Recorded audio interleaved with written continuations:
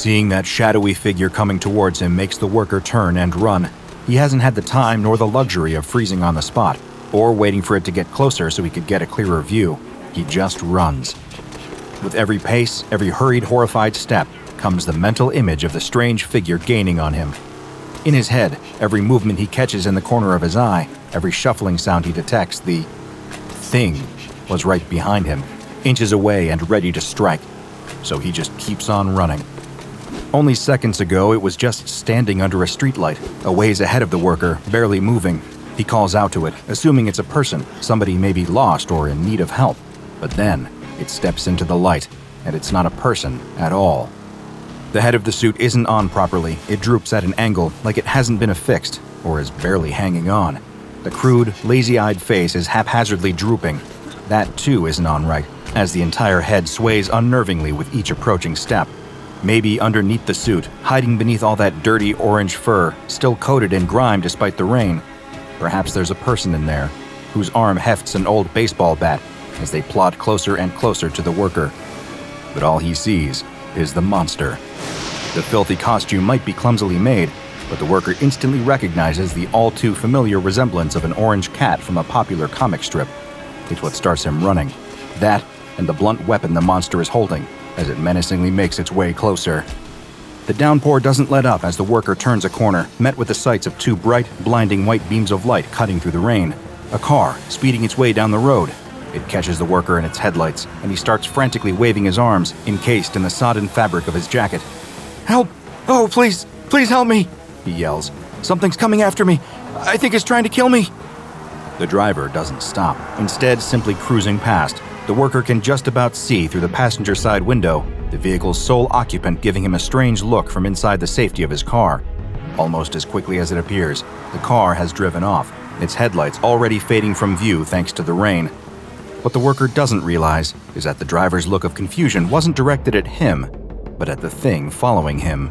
The creature gives a low, animalistic sound, which causes the worker to spin around. Now he sees it, right up close in all its foul, ginger glory. A tail dangles lazily from the lower portion of the suit, trailing in puddles laden with muck, the water making the fur even dirtier than it already is.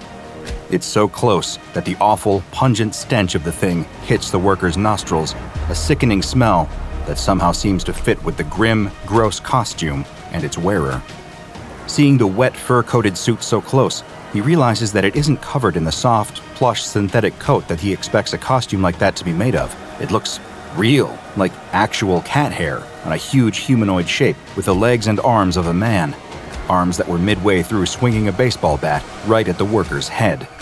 He ducks just in time, the dull wooden bat glancing off the bricks of a nearby building, narrowly missing the worker's head.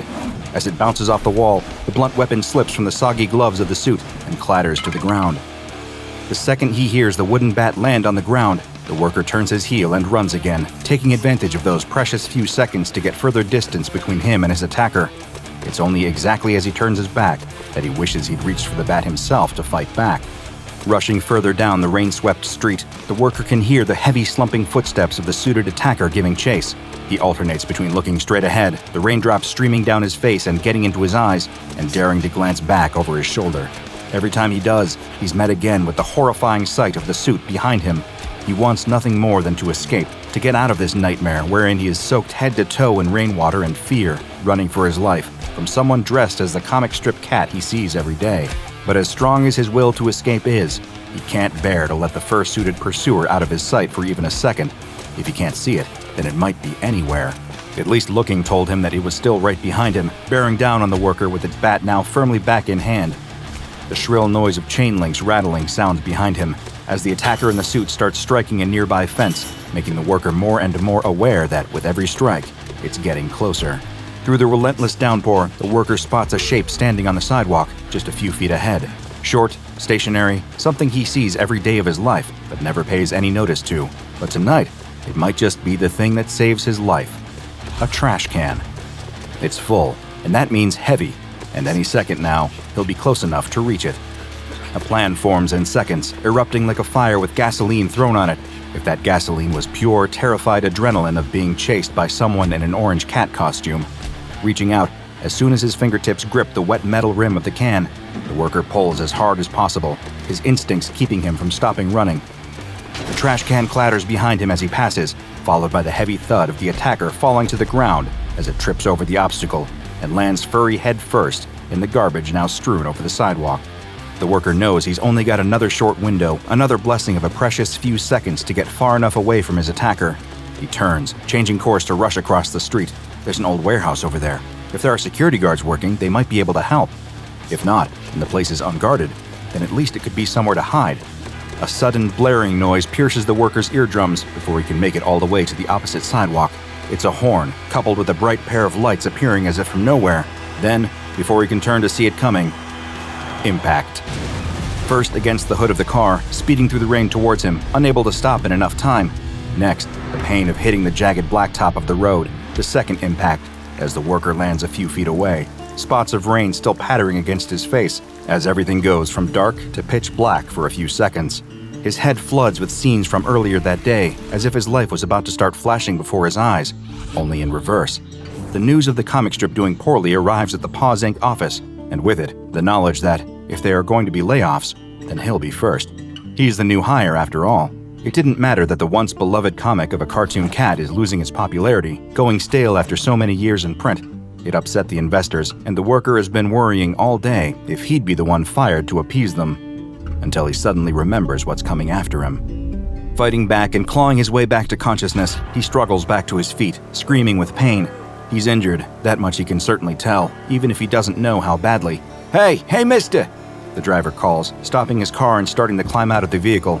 It's a different driver and car this time, and unlike the first, he makes the effort to stop, a mistake that is about to cost him greatly. He sees the worker getting back up, ignoring his calls. He raises his voice to cut through the noise of the pouring rain. Hey, you okay? I'm so sorry, I didn't see you. My lights were on low, wipers are going. It wasn't until you rushed out across the street that... Anyway, look, let me at least get you to a hospital. We can exchange our insurance information once they get you all patched up. The worker wasn't listening. He hears the driver's words but pays him no mind. He's still so intent on getting away that it takes him a second to realize. The car. It's a way out. And then, the worker makes the same mistake as the driver. He stops. And when he does, he sees what has clambered back to its fur-coated feet and is now shuffling towards the driver. Look out! The worker yells. The driver turns, just in time to see. What the hell? He exclaims. Wait a minute, why are you dressed in a Garfield costume? Whack! The sound of the bat being swung at the driver makes the worker feel sick. He turns his back and moves as quickly as he can towards the warehouse, despite the pain and the horrified screams coming from behind. Beneath the rain, there's something else, a twisted, vile squelching noise that quickly snuffs out the driver's dying cries. The worker doesn't dare to look back this time. He doesn't want to see what's happening. Lifting a heavy metal shutter and pulling it shut behind him, he finds himself in the warehouse. It's completely deserted. There isn't a single sign of life anywhere. The only sound is the pattering of rainwater against the hard concrete floor, dripping through a hole in the ceiling. Guided by the low, glowing light of the street lamps outside that bleeds through the warehouse windows, the worker starts fumbling around for a place to hide. Just as he crawls underneath a large pallet rack, he hears a metallic rattling as the fur-suited monstrosity lifts up the shutter. It's inside. With heavy, plodding steps in its suit, it paces up and down the aisles of discarded shelving. The worker clamps his soaked hands against his mouth, trying to mask his panicked breathing, only to let out a scream as he feels something grab his ankle and pull. With ease, the thing dressed as a disheveled Garfield pulls him out of his hiding place. Instinctively, the worker thrashes his legs, landing a solid kick to the creature. As his foot connects, he notices it doesn't feel like a person underneath the suit. There's no body, no familiar outline of a human being beneath all the soggy fur and stench. It's just a slimy mass. Nonetheless, the kick knocks the garish Garfield back, only a few paces, but better than nothing. He scrabbles to his feet, standing and running as fast as he can in the opposite direction, only to hit a wall at the far side of the warehouse. The shutter is the only way out, and right now it's wide open. But Garfield stands between the worker and freedom. He turns to dart down the next aisle, between the rows of shelves, keeping his eyes on the attacker as he passes underneath the hole in the ceiling. The rain is still coming down through it, leaving a puddle on the floor. The worker's focus is locked on the beast. He suddenly feels his foot slipping out from under him, that awful lurch of his heart as he falls. The puddle. He slipped on it and come crashing down to the ground.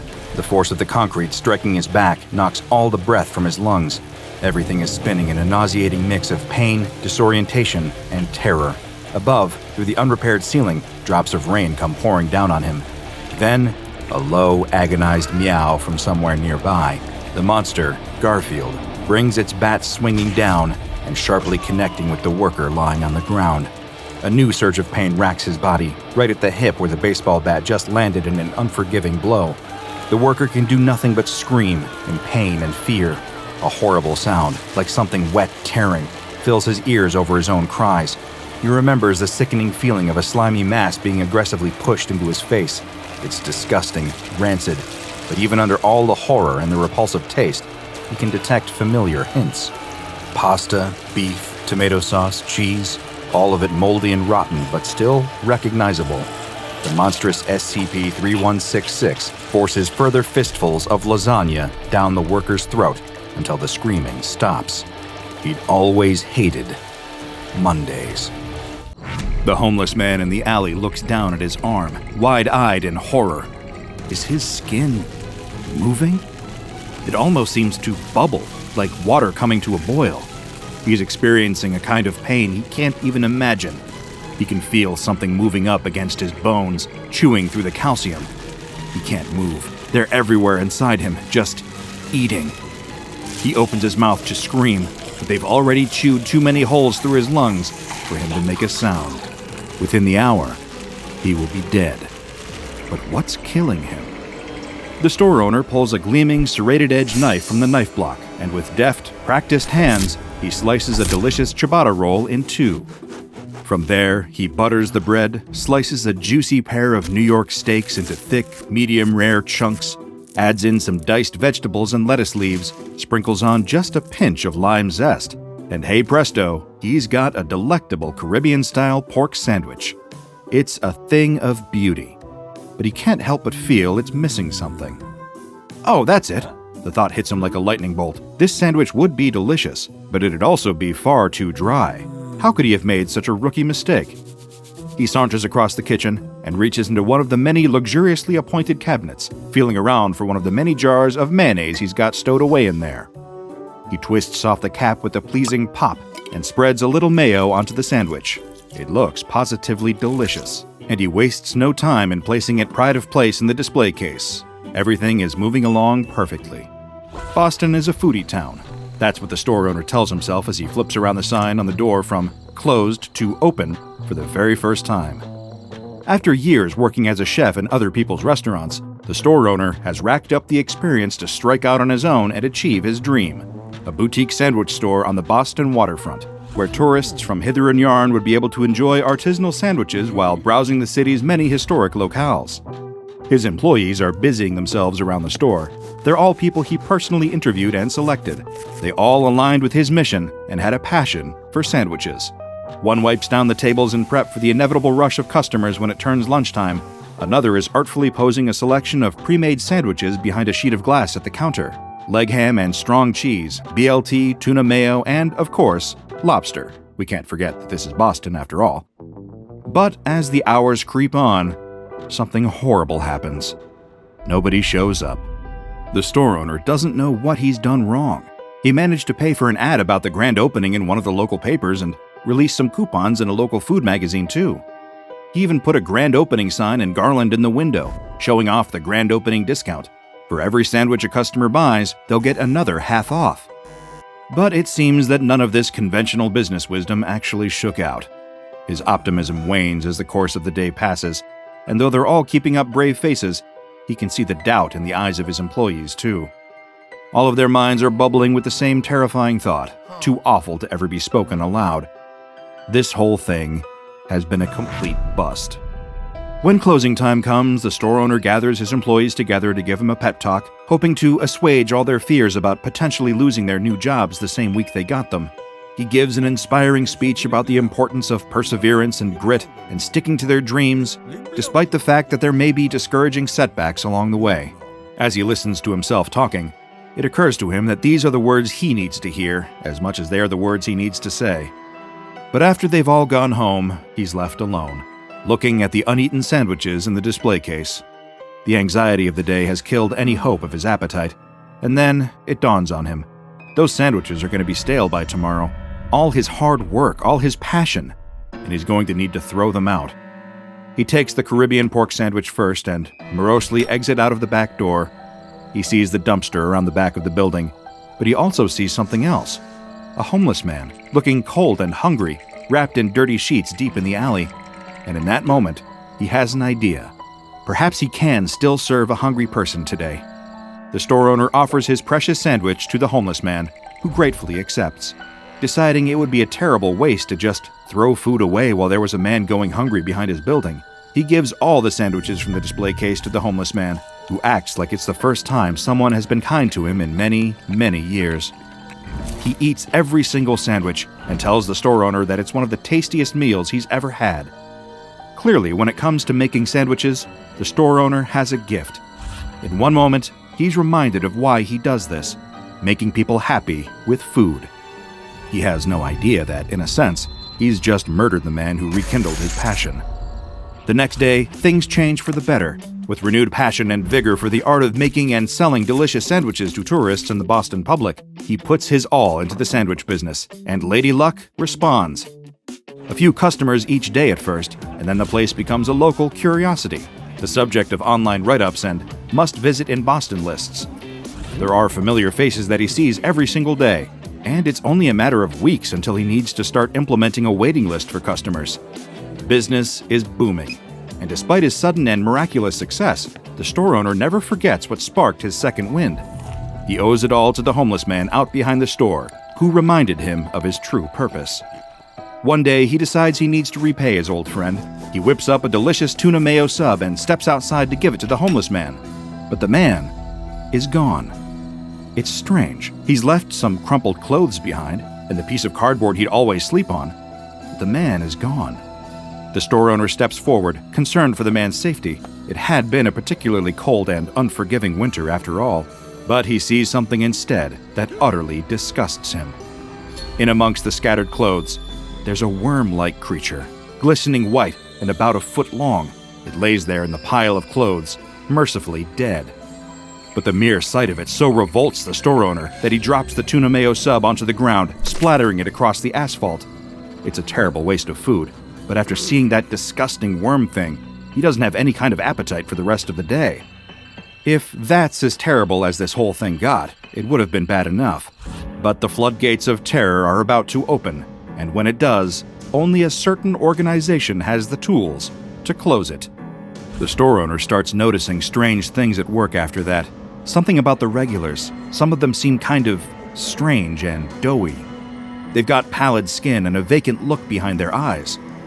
Some of them who've ordered the same sandwich day after day, who've memorized the menus by heart, are taking full minutes to decide what they want to order, as though the workings of their very minds have been gummed up. As disturbing as these strange little signs are, they're nothing compared to the nightmarish things a number of Boston EMTs and emergency room doctors were encountering around that same time. People collapsing in their homes in a state of extreme pain, their panicked friends and spouses calling in, crying and unable to explain what's happening to their formerly healthy loved ones. This, of course, would be disturbing enough, but what happens to these people after being taken in takes it to a whole other level. In every single case, the technicians see something moving under their skin. They take x-rays, ultrasounds, or in some cases, even make incisions, and the result is always the same. The bodies of the people experiencing these symptoms are full of thousands upon thousands of white worms, eating their innards from within, slowly killing them in perhaps the most painful way imaginable.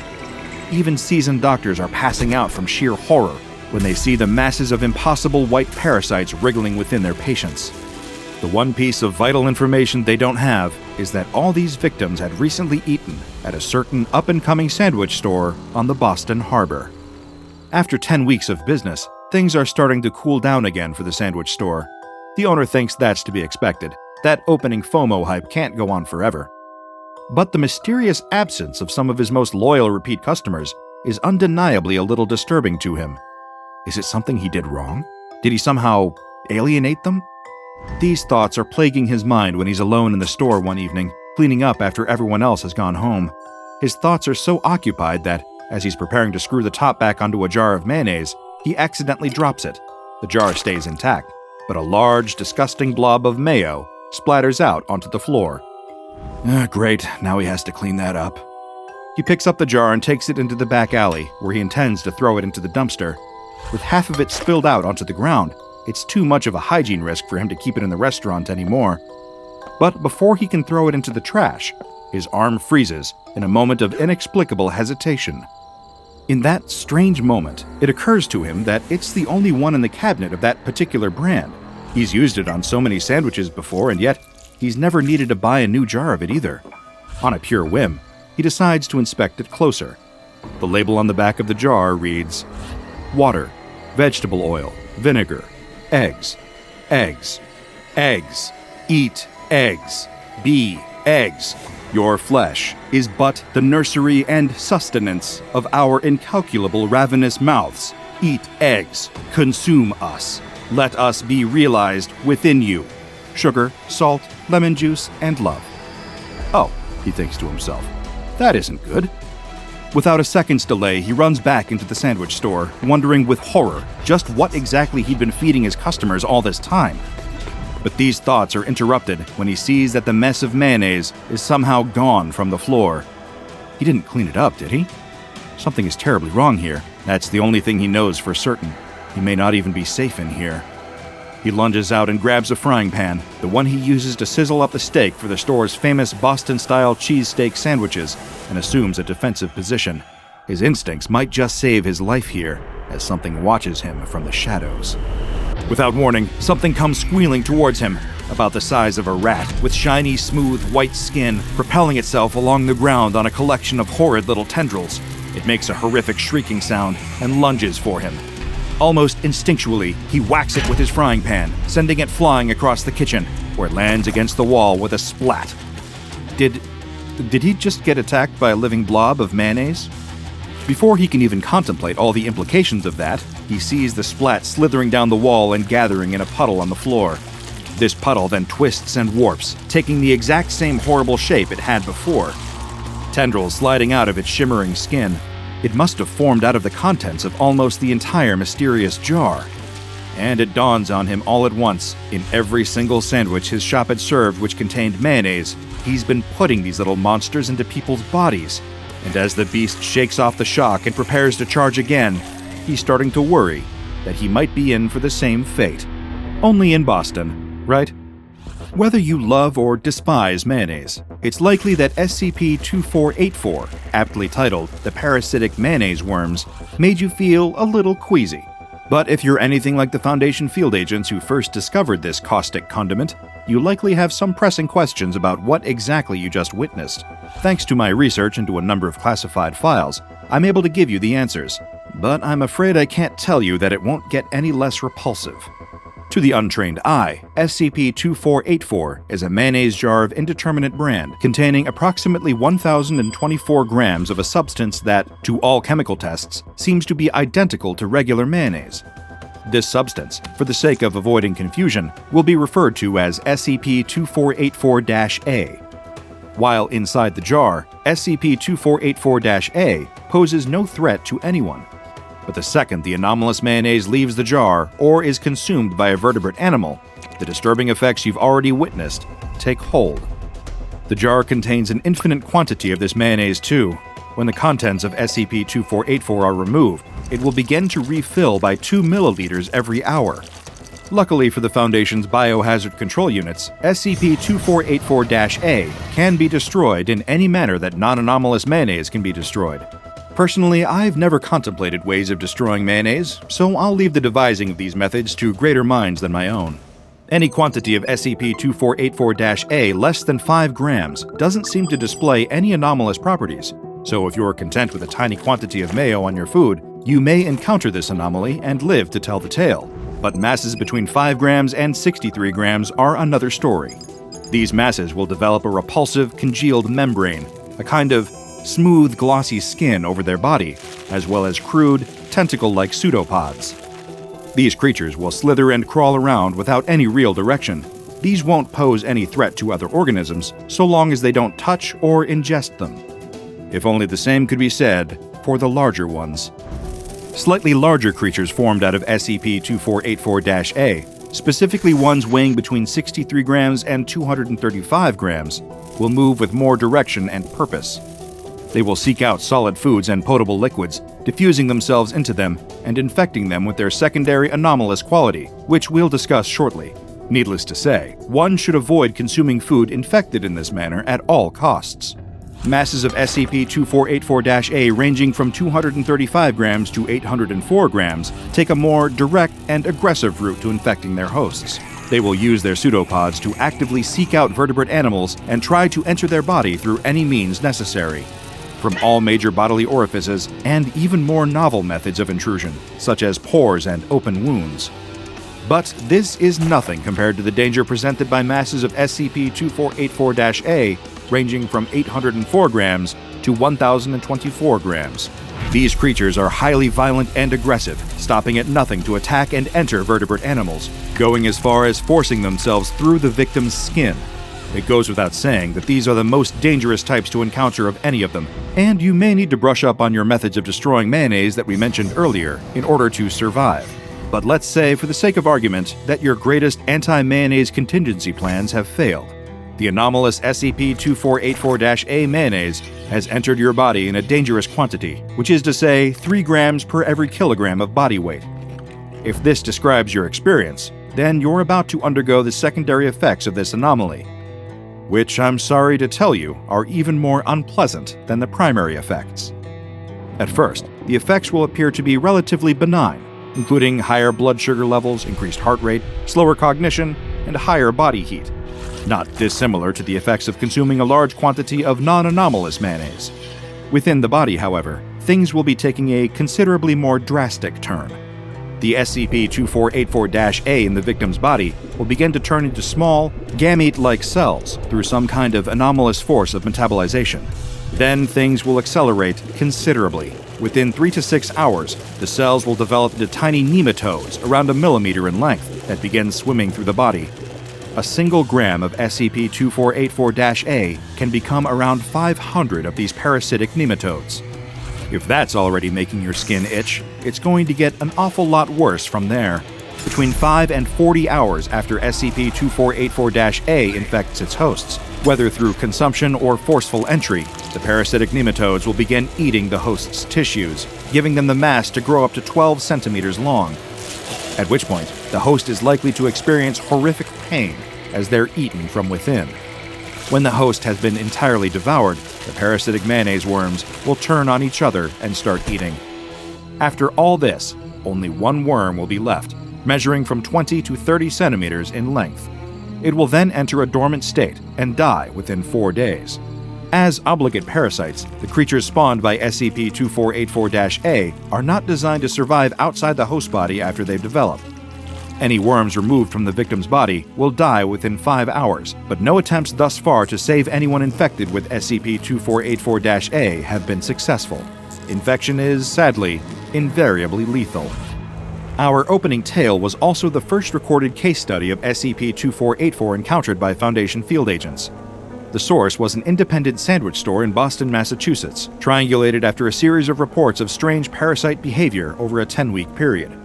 The SCP-2484 jar had been in the store's refrigerator with a number of non-anomalous mayonnaise jars, though the store's owner, when questioned by Foundation operatives, could not remember ever having bought this particular jar of mayo. How it made its way into the store is, to this day, a mystery. Once the Foundation had contained the threat, all surviving sandwich store employees were given amnestics, along with a number of medical personnel who'd also encountered the parasites. All the hosts were, of course, lost. SCP-2484 is currently classified as safe. It is kept in a standard refrigerated perishables unit, essentially a kind of high-security fridge. No more than 400 grams of the anomalous mayonnaise is allowed to be removed for experimentation at any time, and no destructive tests are authorized at this time. Any personnel hoping to access SCP-2484 need to have Level 3 access clearance or above. Condiments can be a loaded issue. I've personally witnessed arguments on the merits of ketchup, mustard, and mayonnaise that have reached greater intensity than some Keter-class containment breaches, but I'd advise you to exercise caution. Next time you make yourself a delicious BLT and you're preparing to spread some mayo across the bread, or you're wondering which flavor will perfectly accompany your next hot dog, take a second to think. You may not know what you're really putting into your body. The young couple held hands as they walked through the forest, the only light coming from the full moon which streamed down between the branches. The young woman is riveted by her friend's story. She's never been a fan of ghost stories. She scares too easily, but her friends insisted. But what they didn't know was that there was something else out there in the forest. Something watching them. The young woman can't help but look around, scanning the forest to see if there's anything out there watching her. But it's too dark to see anything past the dim ring of light cast by the campfire. Just then, something emerged from the forest. The couple had no idea that it was just feet behind them, matching them step for step. Slowly, it began to reach out towards them. "What was it?" the young woman instinctually asked. It was the Gashadokuro. The young woman screams in fear as she is grabbed from behind by a skeleton. But of course, the laughing of her friends clues her in immediately that this is not a real Gashadokuro. It's just her stupid friend in a mask. No one can contain their laughter. Even the young woman has to laugh a little. As her friend takes off his cheap skull mask, she playfully hits him in the arm. "You jerk! You should have seen the look on your..." The gigantic shrieking skeleton leaps from the woods and picks up the young man, shoving him straight into his mouth and consuming him, the boy crying out as his bones are snapped between its enormous jaws. Everyone screams and turns to run, but another colossal skeleton emerges from the forest, picking up two of the group, one in each hand, before smashing them together over and over, leaving nothing but a tenderized pile of flesh between its bony fingers that it then begins to devour. The young woman doesn't know what to do. She's petrified with fear, unable to move or even think. She's grabbed from behind and turns to see her friend who is telling the story. "Come on, we have to go." She still doesn't move. She can't tear herself away from watching the horror that's playing out in front of her. But he grabs her hand and forcefully pulls her into the forest behind him. As they run through the woods, they can hear the sounds of their friends being eaten by the enormous skeletons. There's nothing they can do to help them, though. All they can do is run. The two sprint as fast as they can through the thick, dark forest, jumping over fallen trees, hoping that there's solid ground on the other side. The young woman's foot catches in a root, and she falls hard to the ground. Her friend stops and quickly comes back. As he is helping her stand up out of the mud, they both notice something. A sound. The heavy thuds of another giant skeleton. And it's getting closer to them. "Come on, we have to keep going!" With a loud shriek, a huge bony hand emerges from the forest and grabs the young man. The young woman watches as he is lifted 100 feet into the air and stuffed whole into the gargantuan skeleton's mouth. She steps slowly backwards, knowing that she will soon meet the same fate, until the earth disappears beneath her feet. She tumbles down the hillside, somersaulting end over end, crashing through the brush on the hillside until dropping over an embankment. If the fall down the hill knocked her out, then the drop over the embankment was enough to wake her back up. Her wits come back just enough for her to roll under the embankment's ledge, and not a moment too soon. She huddles under the ledge and watches as the two skeletons stride over her hiding place and continue on deeper into the forest. She listens until the sounds of their thudding steps disappear. She doesn't know what to do. Should she try to get back to the campsite and see if any of her friends are still alive? If they are, they might need her help. But what if there are more of these things out there? What if they come back, looking for her? Her mind races, unsure of what to do, and she has trouble thinking clearly. Her ears are ringing from her tumble down the hillside, and her teeth audibly chatter in fear. As she debates her next move, trying to make sense of the nightmare she's found herself in, she suddenly notices something. A shadow cast by the moonlight begins to grow on the ground in front of her. That's when she realizes something else. It's not her teeth that are chattering. The sound is coming from somewhere else. She stands up and turns around to see a huge skull slowly rising up behind her. The giant skeleton, this one even bigger than the others, reaches out towards her. The girl closes her eyes, preparing to meet her fate as the skeleton starts to shriek. But it's a different kind of sound. She opens her eyes and is almost blinded by the intense white light on the skeleton's face. It sounds like it is shrieking in pain from the light being cast on it, and she's forced to turn away and shield her eyes. As she does so, she sees the source of light. It's a man in a uniform. He looks like some sort of tactical police officer, but instead of a gun, he's holding an enormous flashlight that he's pointing at the skeleton. More men who are dressed just the same emerge from the woods, blasting the skeleton with more light. It continues shrieking but seems helpless to do anything. She watches as the skeleton seems to lose its form, slowly disintegrating in the light, until eventually it disappears completely. Later, the young woman is sitting in the back of a van with a blanket wrapped around her shoulders. One of the policemen, at least she thinks he must be a policeman, brings her a hot drink. She still can't believe what she saw that night. The monstrous creatures that killed and ate her friends. It felt like it wasn't real, like she was watching a movie play out. Were those Gashadokuro? She asks. A man in a white lab coat looks up from a nearby table where he had been working on something. She thinks he must be a doctor of some kind. Yes, he tells her, or something similar to them. Maybe they inspired the myth of the Gashadokuro. Maybe the myth inspired them. We simply don't know. She asks. All my friends are dead, he interjects.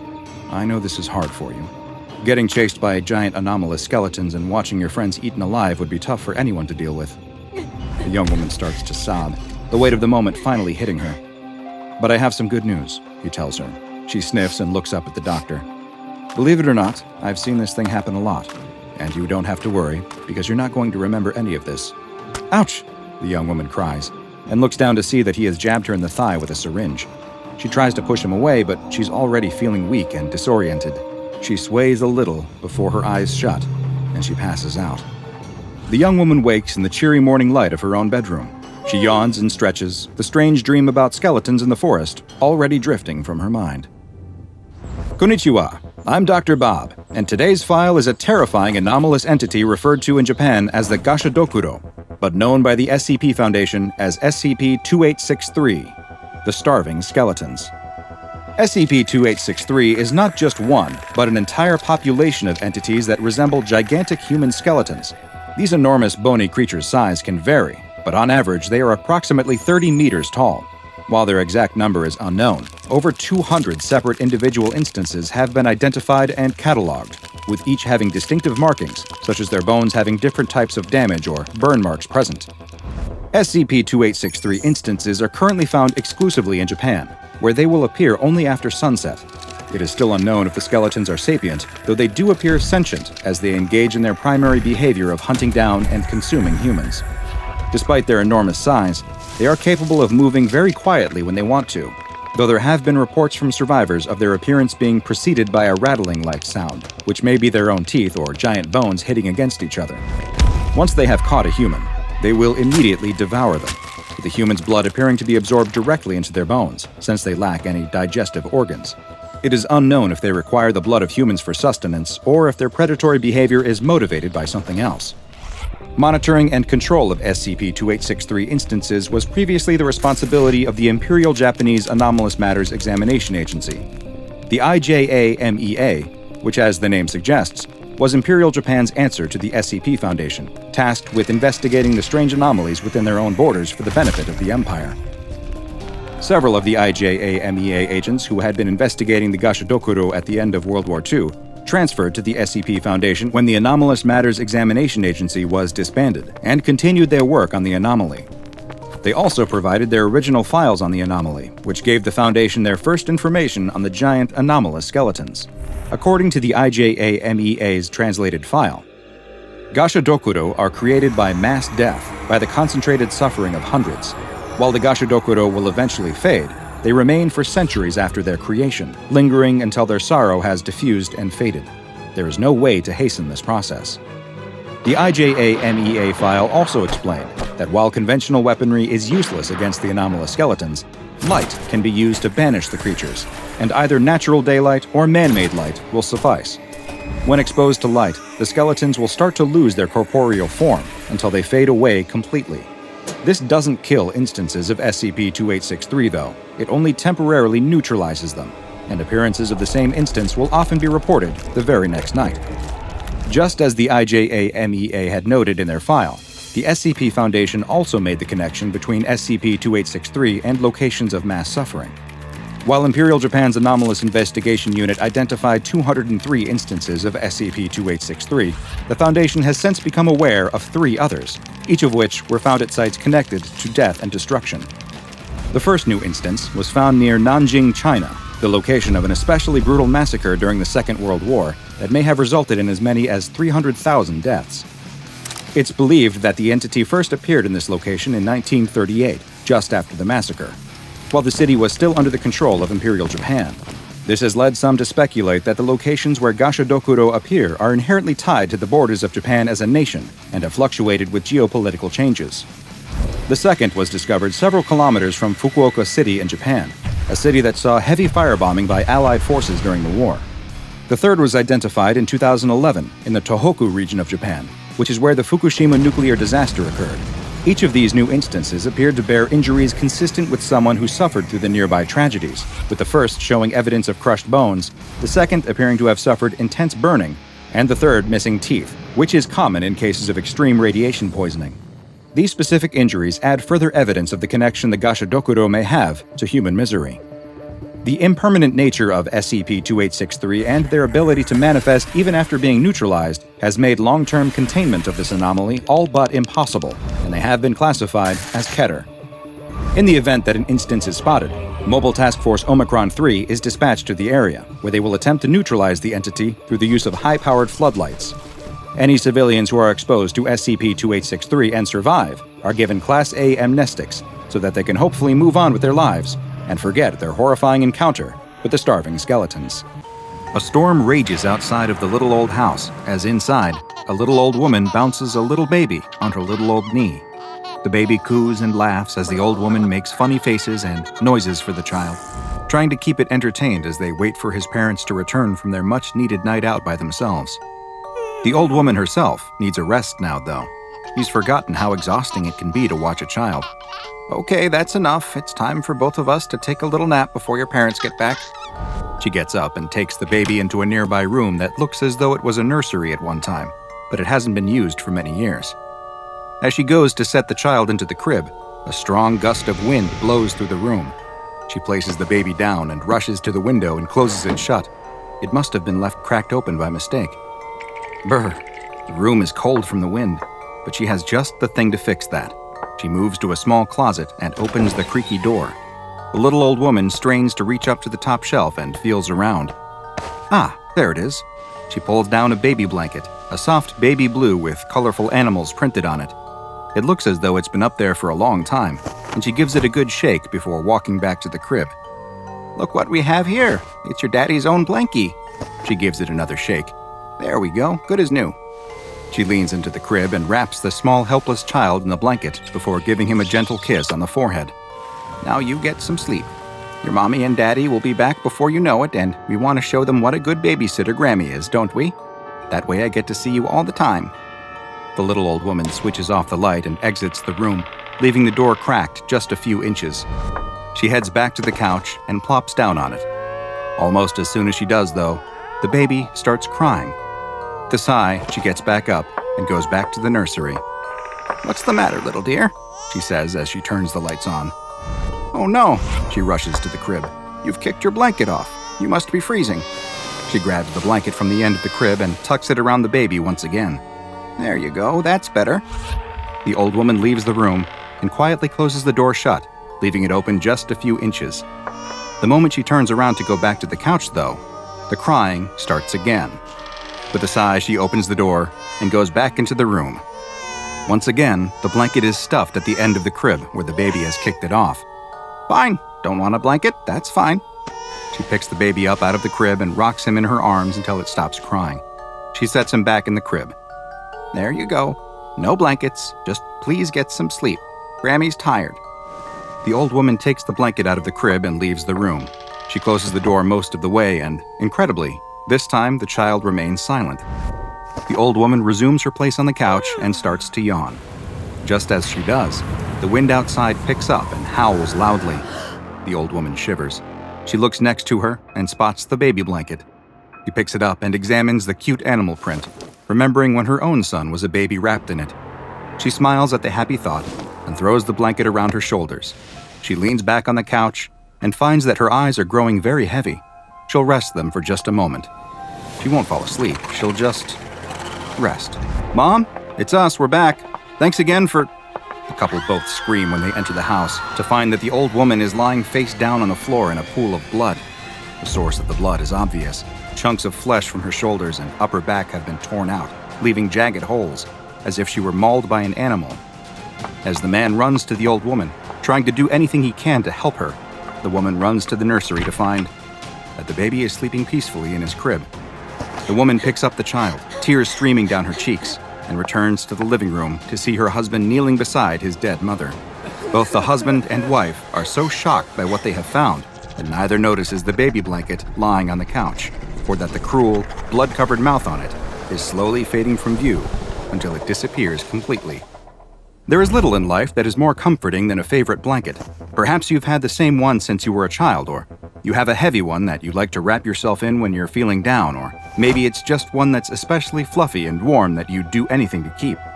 Today's anomaly plays on those very feelings, using them against its victims to become one of the more insidious predatory anomalies in the SCP Foundation archives. This is SCP-799, also known as the Carnivorous Blanket. SCP-799 is a type of creature that can vary in shape, size, and appearance, but, as the name implies, always takes the form of a blanket of some kind. The exact material the anomaly is made out of is unknown, but it is a very soft fiber that in many ways resembles a high-quality merino wool blend, though one that retains heat even more effectively than its natural counterpart. SCP-799's weight can vary from between half a kilogram all the way to 6 kilograms, and while examples have been found in nearly every color imaginable, it seems predisposed towards pastels and will frequently have patterns featuring stylized, friendly depictions of various animals.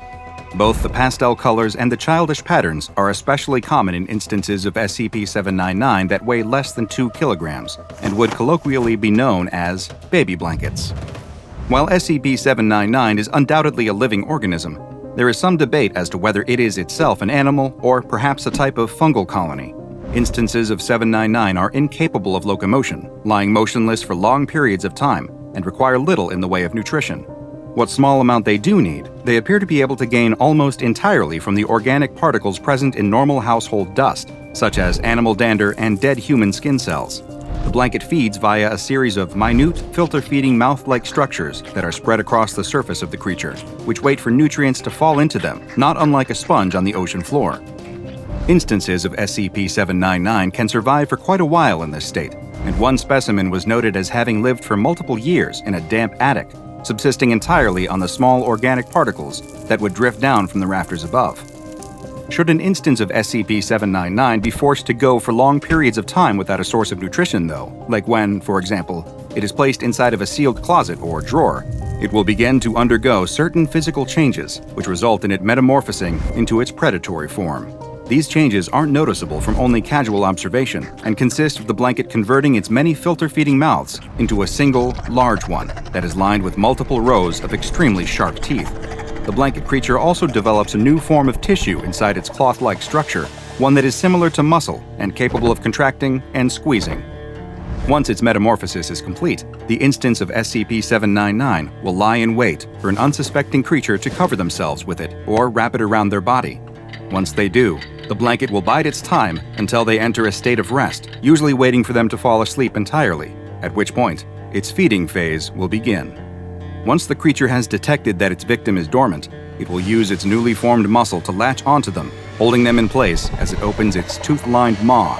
It will begin to bite at its confined prey, tearing off several kilograms of flesh, bone, and any other organic material it can, swallowing it, and converting it into a thin slurry that it spreads through its body almost immediately.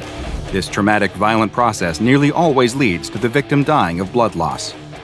Within 10 minutes of the attack, the mouth on SCP-799 will have been completely reabsorbed, leaving no signs that it is anything other than a normal, everyday blanket, though one which now mysteriously weighs several kilograms more than it did before. By 40 minutes after the attack, the entire digestive system within SCP-799 will have demetamorphosed back into its original form, with a single digestive tract being changed once again to the many dispersed filter-feeding mouths. While SCP-799 is more than happy to feed on any warm-blooded animal, including humans, it shows no interest in cold-blooded ones or inanimate objects. It appears then that its senses may be limited to only touch and heat, using those as signs that it is now wrapped around a potential meal. Adding to the strangeness of SCP-799 is that it reproduces through budding, like flatworms and corals. When it has absorbed enough nutrients and sufficiently increased its mass, either very slowly through filter feeding or rapidly via its carnivorous phase, it will begin to take on a quilt-like appearance. Over several weeks, one of the quilt squares will puff up and slide off the blanket. This new, smaller instance will resemble a doily or a throw pillow, until it too begins to feed and grow. The new instance is a perfect clone of its parent, identical in every way, and it will eventually grow to a similar size and begin its own reproductive cycle. It is unknown exactly how long it takes SCP-799 to reach full maturity, but the current best guess is that when kept in its filter-feeding phase, an instance will reproduce every 50 to 60 years. Instances of SCP-799 are quite prevalent across the planet, and the SCP Foundation currently has hundreds of examples in containment. Unfortunately, it is unknown just how many still exist in the wild, as it is very difficult to identify instances, with one of the only reliable means being through genetic testing. Should any instances be located, though, they are to be destroyed immediately, as the Foundation already has a large enough population in containment for research purposes, and they pose too much of a risk both in terms of harm and exposure to the general public. SCP-799 has been classified as Euclid, and each instance is kept in its own separate biocontainment cell at Biosite 66. Dust is regularly collected from the on-site D-Class personnel dorms and is sprinkled over the blankets regularly to keep them in their filter-feeding state, though only just enough to hopefully maintain their size and not allow them to reproduce. Should any small cloth objects appear in their containment lockers, it is to be removed immediately and contained separately. SCP-799 isn't the only predatory creature that resembles a cloth good in Foundation containment, and research into possible connections to SCP-1626, the oversized gray hooded sweatshirt that sends penetrating fibers into anyone unlucky enough to put it on, is ongoing. It's Halloween night. A man collapses, bleeding from the mouth. He's alone in his apartment, watching a horror movie marathon, and now he thinks he might be dead by dawn. But how? All he'd done was eat a microwaved mini pizza and drink a soda he picked up from a nearby candy store. Was it poison? Why do his guts feel like they're twisting themselves into knots? As he falls to his knees, spluttering and retching, clutching his agonized stomach, his organs lurch, and he vomits a red-tinged mess onto the floor. He can't believe what he's seeing. Is his puke full of broken glass? Across town, some trauma surgeons at the local hospital are having an extremely unpleasant evening, as a few patients with severe gastric distress are rolled into the ER in need of urgent medical attention. Of course, adding a layer of surreality to the whole event, the patients in question are in costume, as Beetlejuice and Elsa from Frozen, respectively. Only on Halloween, the team thinks, somehow in unison. They start taking emergency x-rays and are astonished at what they see. Worms. But not standard intestinal worms, the kind of nightmarish worms that would seem far more at home at the bottom of the deep ocean. The kind with big, sharp pincers full of painful venom. The kind of worms you definitely wouldn't want to be on the business side of, let alone having swimming around in your guts. One of the doctors in attendance exhaustedly remarks that this is even worse than the person they had in earlier that night, whose intestines were inexplicably full of disgusting rotten berries.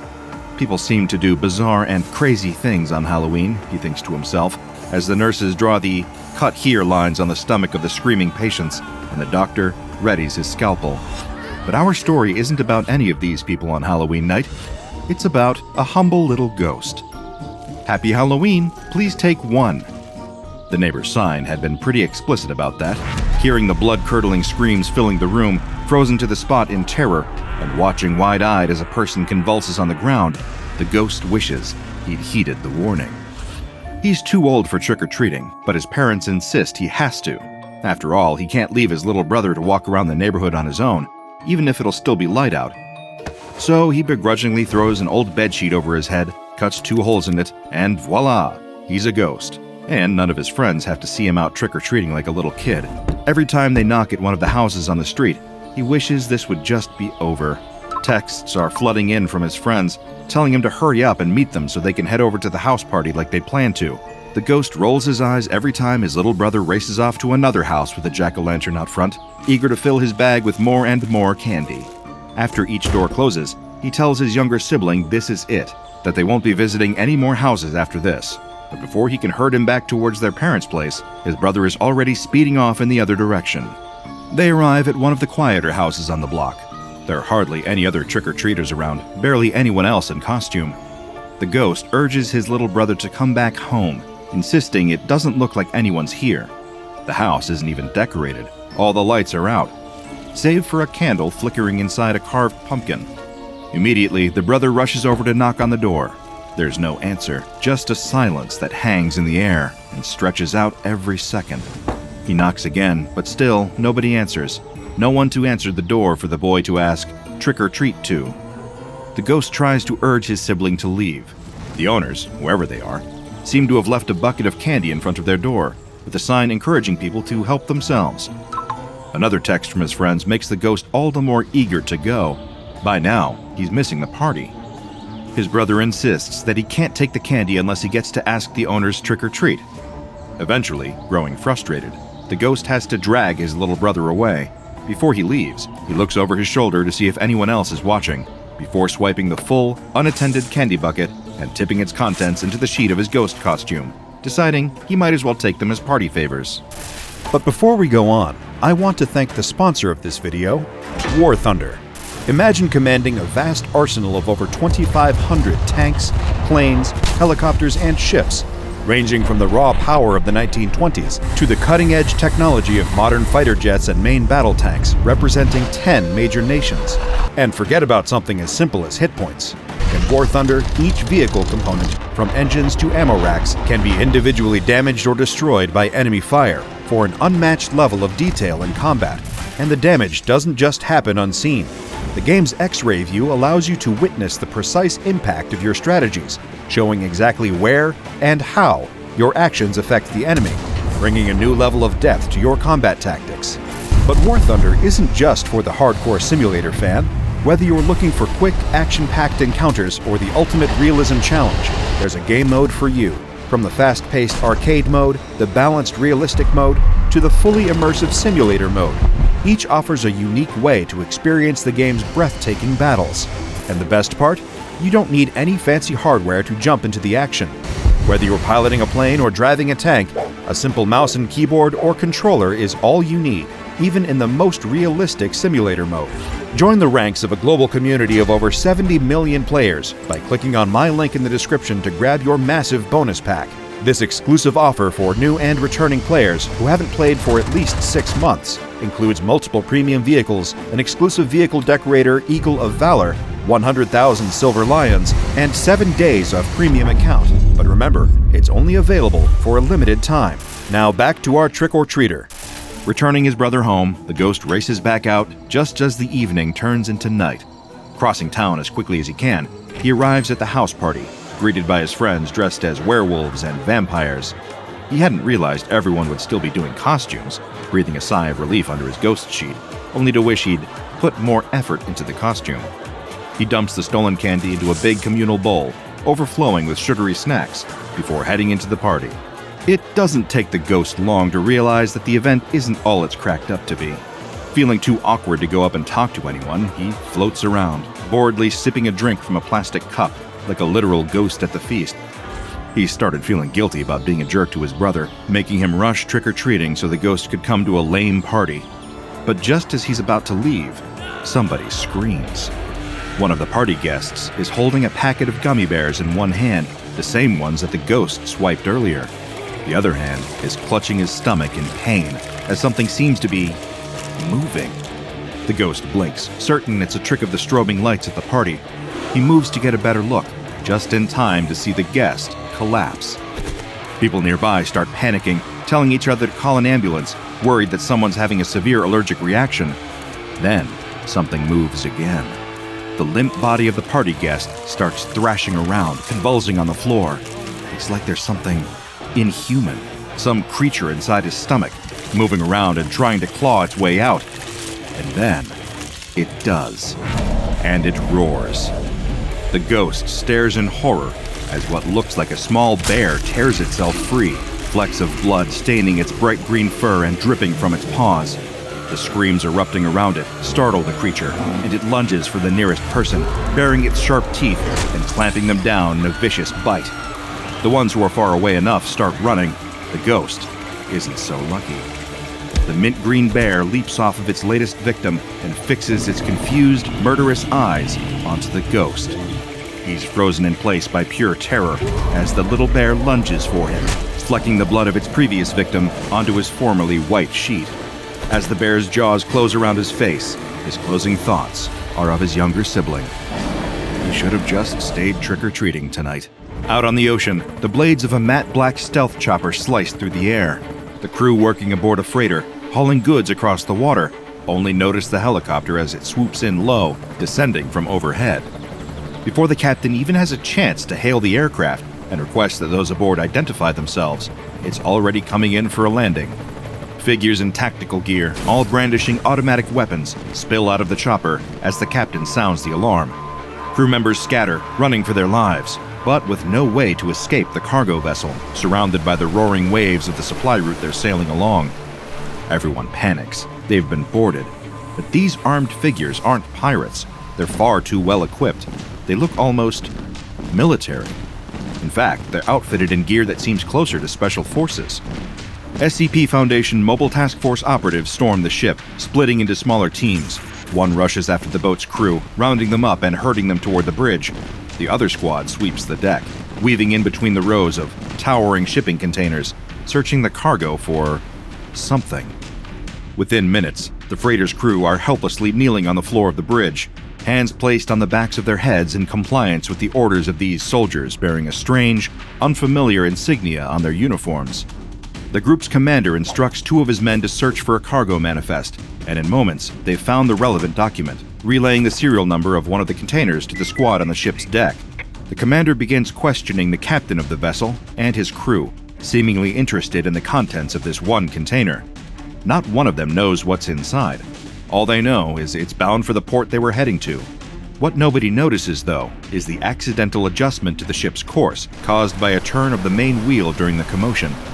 The freighter is passing down a narrow waterway that is part of the trade route, only now, instead of sailing straight, it's traveling at an angle. On the ship's deck, the MTF operators locate the shipping container they've been directed to. It's locked, naturally, but the team has come prepared. As the rest of the squad form up and cover the crate, one of them rushes to the front, buzzsaw in hand. Sparks fly as the spinning blade slices through the various locks, keeping the long metal container shut tight. In seconds, the saw severs each one, and two of the MTF soldiers stow their weapons, wrenching the container's doors open, while the others keep their guns trained on what might be inside. The MTF quickly examines the contents of the shipping container, noting the various cardboard boxes inside. One hears a command squawked through their radio from the commander, stating he needs visual confirmation that what they're looking for is in fact inside those boxes. The operator unsheaths their combat knife and effortlessly slices through the tape holding the box shut, and sure enough, inside is... The arrival of the SCP Foundation on a cargo freighter might to some indicate that some kind of anomalous creature is being transported across the ocean, or that the ship's crew are perhaps smugglers, stashing anomalies aboard their vessel's cargo hold on behalf of a shady group of interest like the Chaos Insurgency.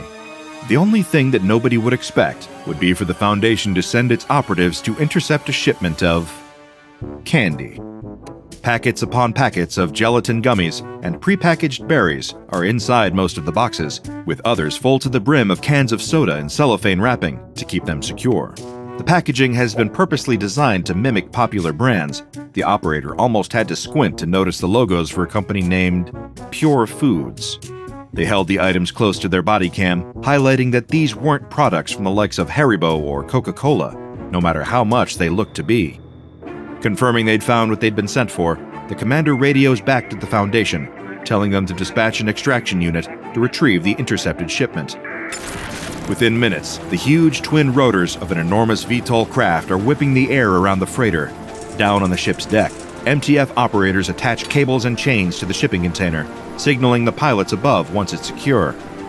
The long metal crate is hauled up into the air beneath the tilt rotor, met with words of protest from the captive crew members, which are soon silenced as the Foundation operatives administer each of them with amnestics. The manifest is replaced with a falsified one, with the relevant container's number missing, its existence completely covered up.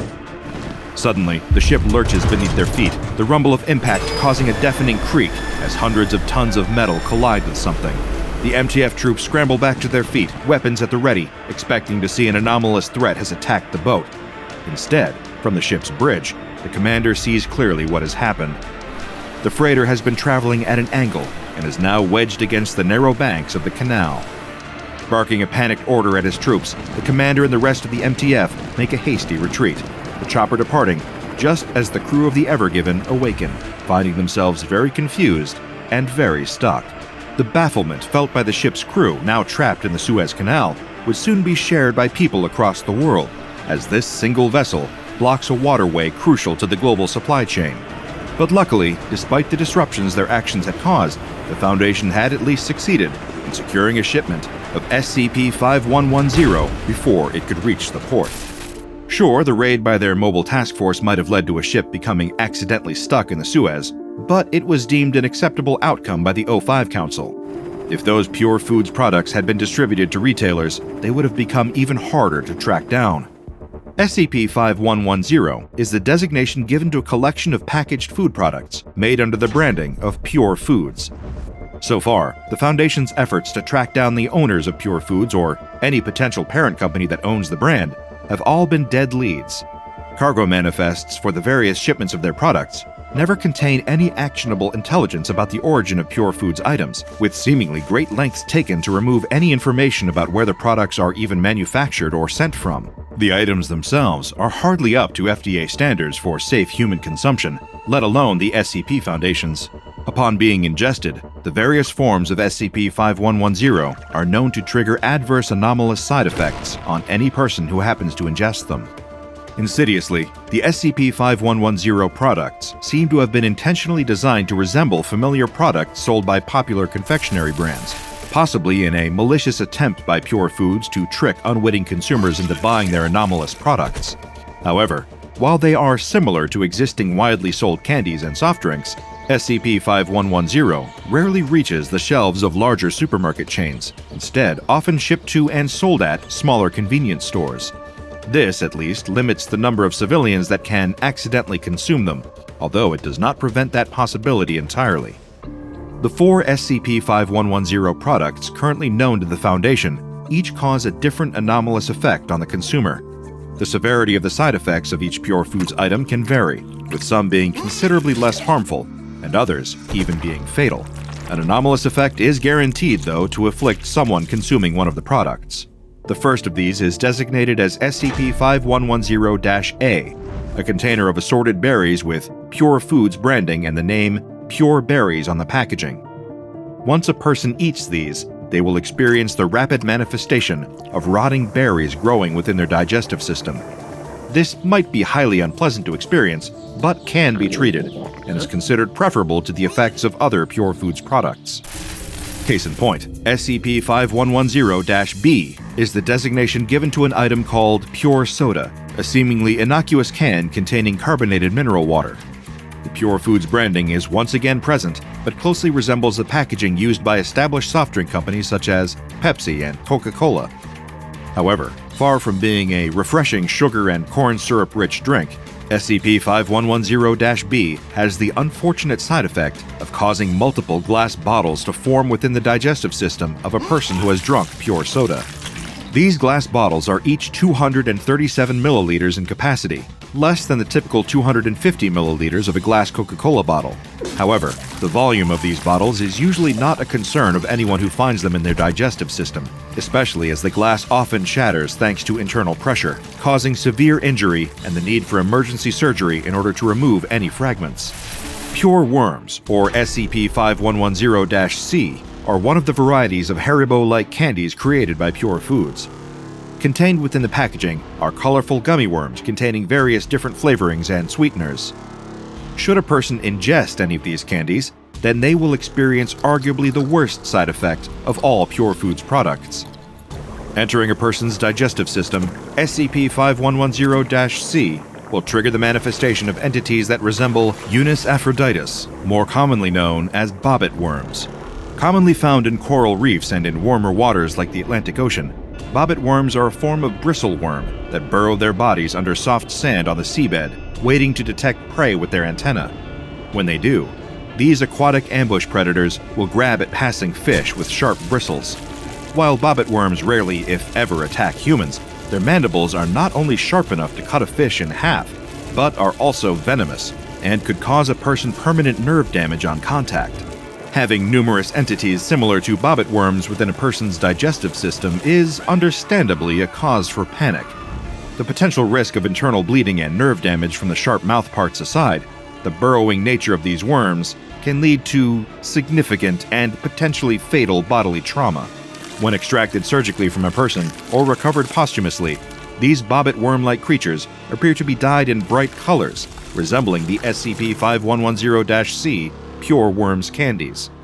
The fourth of the currently known Pure Foods products resembles other familiar and popular gummy candies. SCP-5110-D, or Pure Bears, appear to be multi-flavored gummy bears. Upon initial ingestion of one of these, the anomalous effects typically won't be felt immediately, and can normally take anywhere between a full day or several to manifest. Once this occurs, however, whoever consumed the Pure Bears will have a juvenile Ursus arctos forming within their digestive system, the species more commonly known as the brown bear. To reiterate, this isn't a baby brown bear or an embryo of one, but instead a fully formed juvenile bear. Upon removal from the subject, or should the confined animal claw its way out, the bear's fur will appear to be dyed with bright colors that resemble the color of the gummy bear the person had consumed. Naturally, in accordance with their standard experimentation procedure, the Foundation has been able to document the effects of the various SCP-5110 products through extensive tests that utilize Class D personnel as test subjects. No other members of Foundation personnel are permitted to consume anything made by Pure Foods. Any of their anomalous products, including those recovered from retail outlets and intercepted shipments, are to be stored in a secure containment locker at a Foundation facility. Present on the back of all SCP-5110 products are a series of statements from their manufacturer, Pure Foods. Besides their own branding, this is the only consistent inclusion on their packaging. According to the company's own messaging, its mission statement is to deliver consumers with products that do not include additional unhealthy ingredients such as excess sugars, corn syrup, and other additives that are typically added to either artificially alter a product's taste or to make them more addictive for consumers. Pure Foods claims not to include fats or sugars that can lead to potential health complications when eaten in excess. Instead, they claim to take the essence of foods and encase them in gelatin.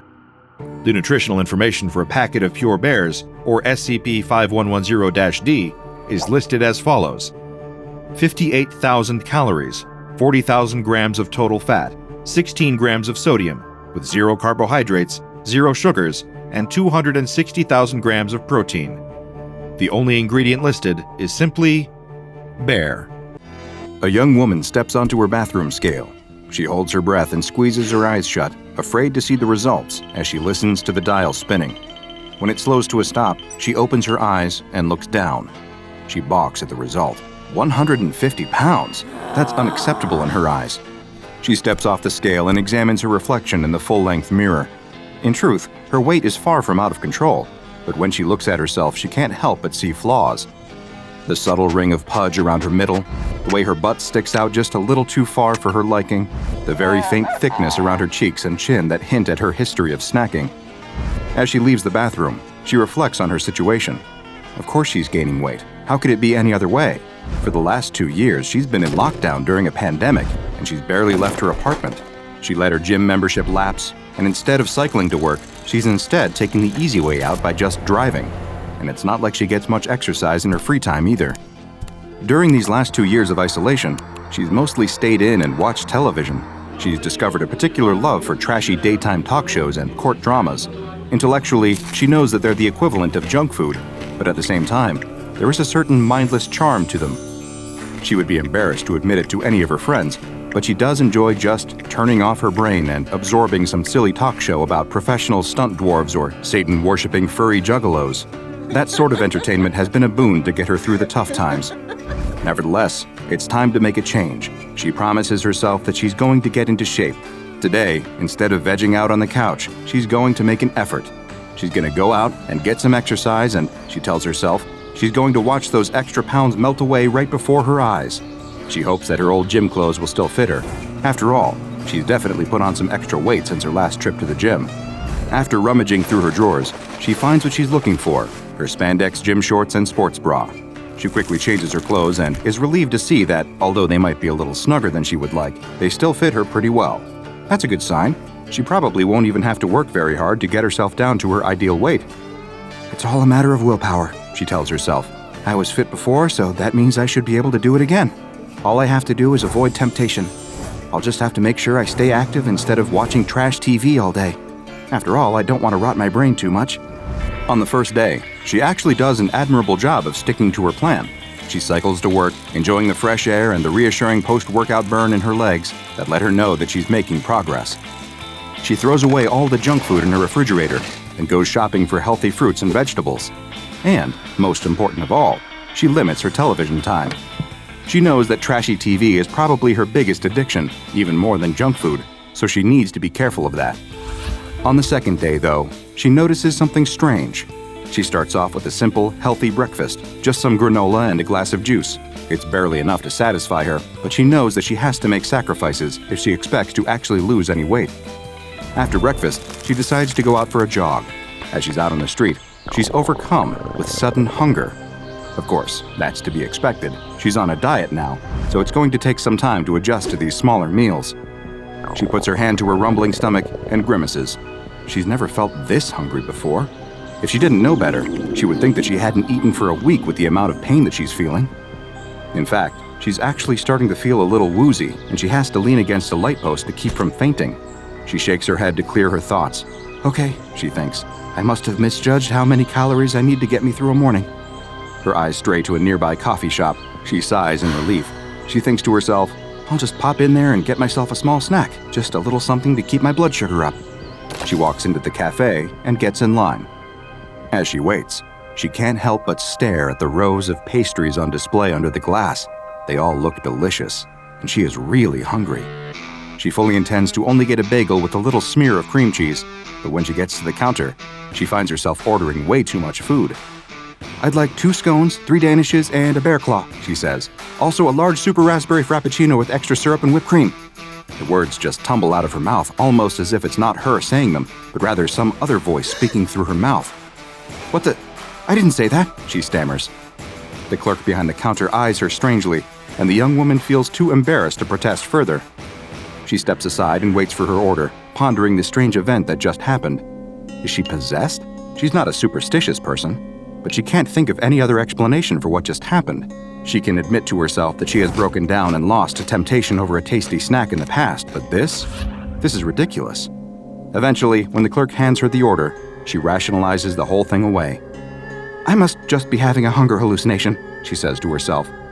Obviously, I need to be a little more careful about not being so strict about my diet. I'm sure if I just eat sensibly, I won't have an experience like that again. Her stomach grumbles again, reminding her of the original reason why she stepped into this coffee shop. She retreats to a table in the corner and tears open the bag. She wolfs down her pastries with gusto and slurps at her rich, creamy drink. When she's finished, she sighs in satisfaction, although the uncomfortable full feeling in her belly reminds her of her predicament. She only meant to eat enough to keep her from fainting, but instead, she's eating herself silly, and it's only day 2 of the diet. This does not bode well. Okay, she tells herself, this is my last cheat. From now on, I'm going to be serious about this diet. She stands up and leaves the cafe, ready to complete the rest of her jog. But then, something even stranger happens. On the television, the matriarch of the family is furious. She has forbidden her daughter from marrying the gardener because she believes that he is too low class for her high-born daughter. But what she doesn't realize is that her daughter is in love and that she is determined to make it work. The daughter and the gardener have eloped, and the matriarch is hiring a private detective to track them down. Meanwhile, the matriarch's long-lost twin brother, whom she thought died in a plane crash in the tropics, has actually been alive the entire time. He has been in a South American hospital recovering from amnesia, but now he returns to the family estate, ready to claim his share of the inheritance. These events are all noted by the family's shady lawyer, who has big plans to usurp the family fortune himself. Unbeknownst to the family, he is actually secretly working for their mortal enemies and business rivals to destroy them. The young woman laughs, shoving a handful of potato chips into her mouth. Oh man, I wouldn't want to be in their shoes now. That lawyer is playing them all like fiddles. Suddenly, she startles, as if she's just waking up. Where is she? Wasn't she just in that coffee shop? How is it that she's at home? And why is she eating potato chips? She was sure that she threw out all the junk food in the house. She must have bought a bag on her way back home from jogging, but she literally cannot remember it. And what is she doing now? Watching television and eating junk food?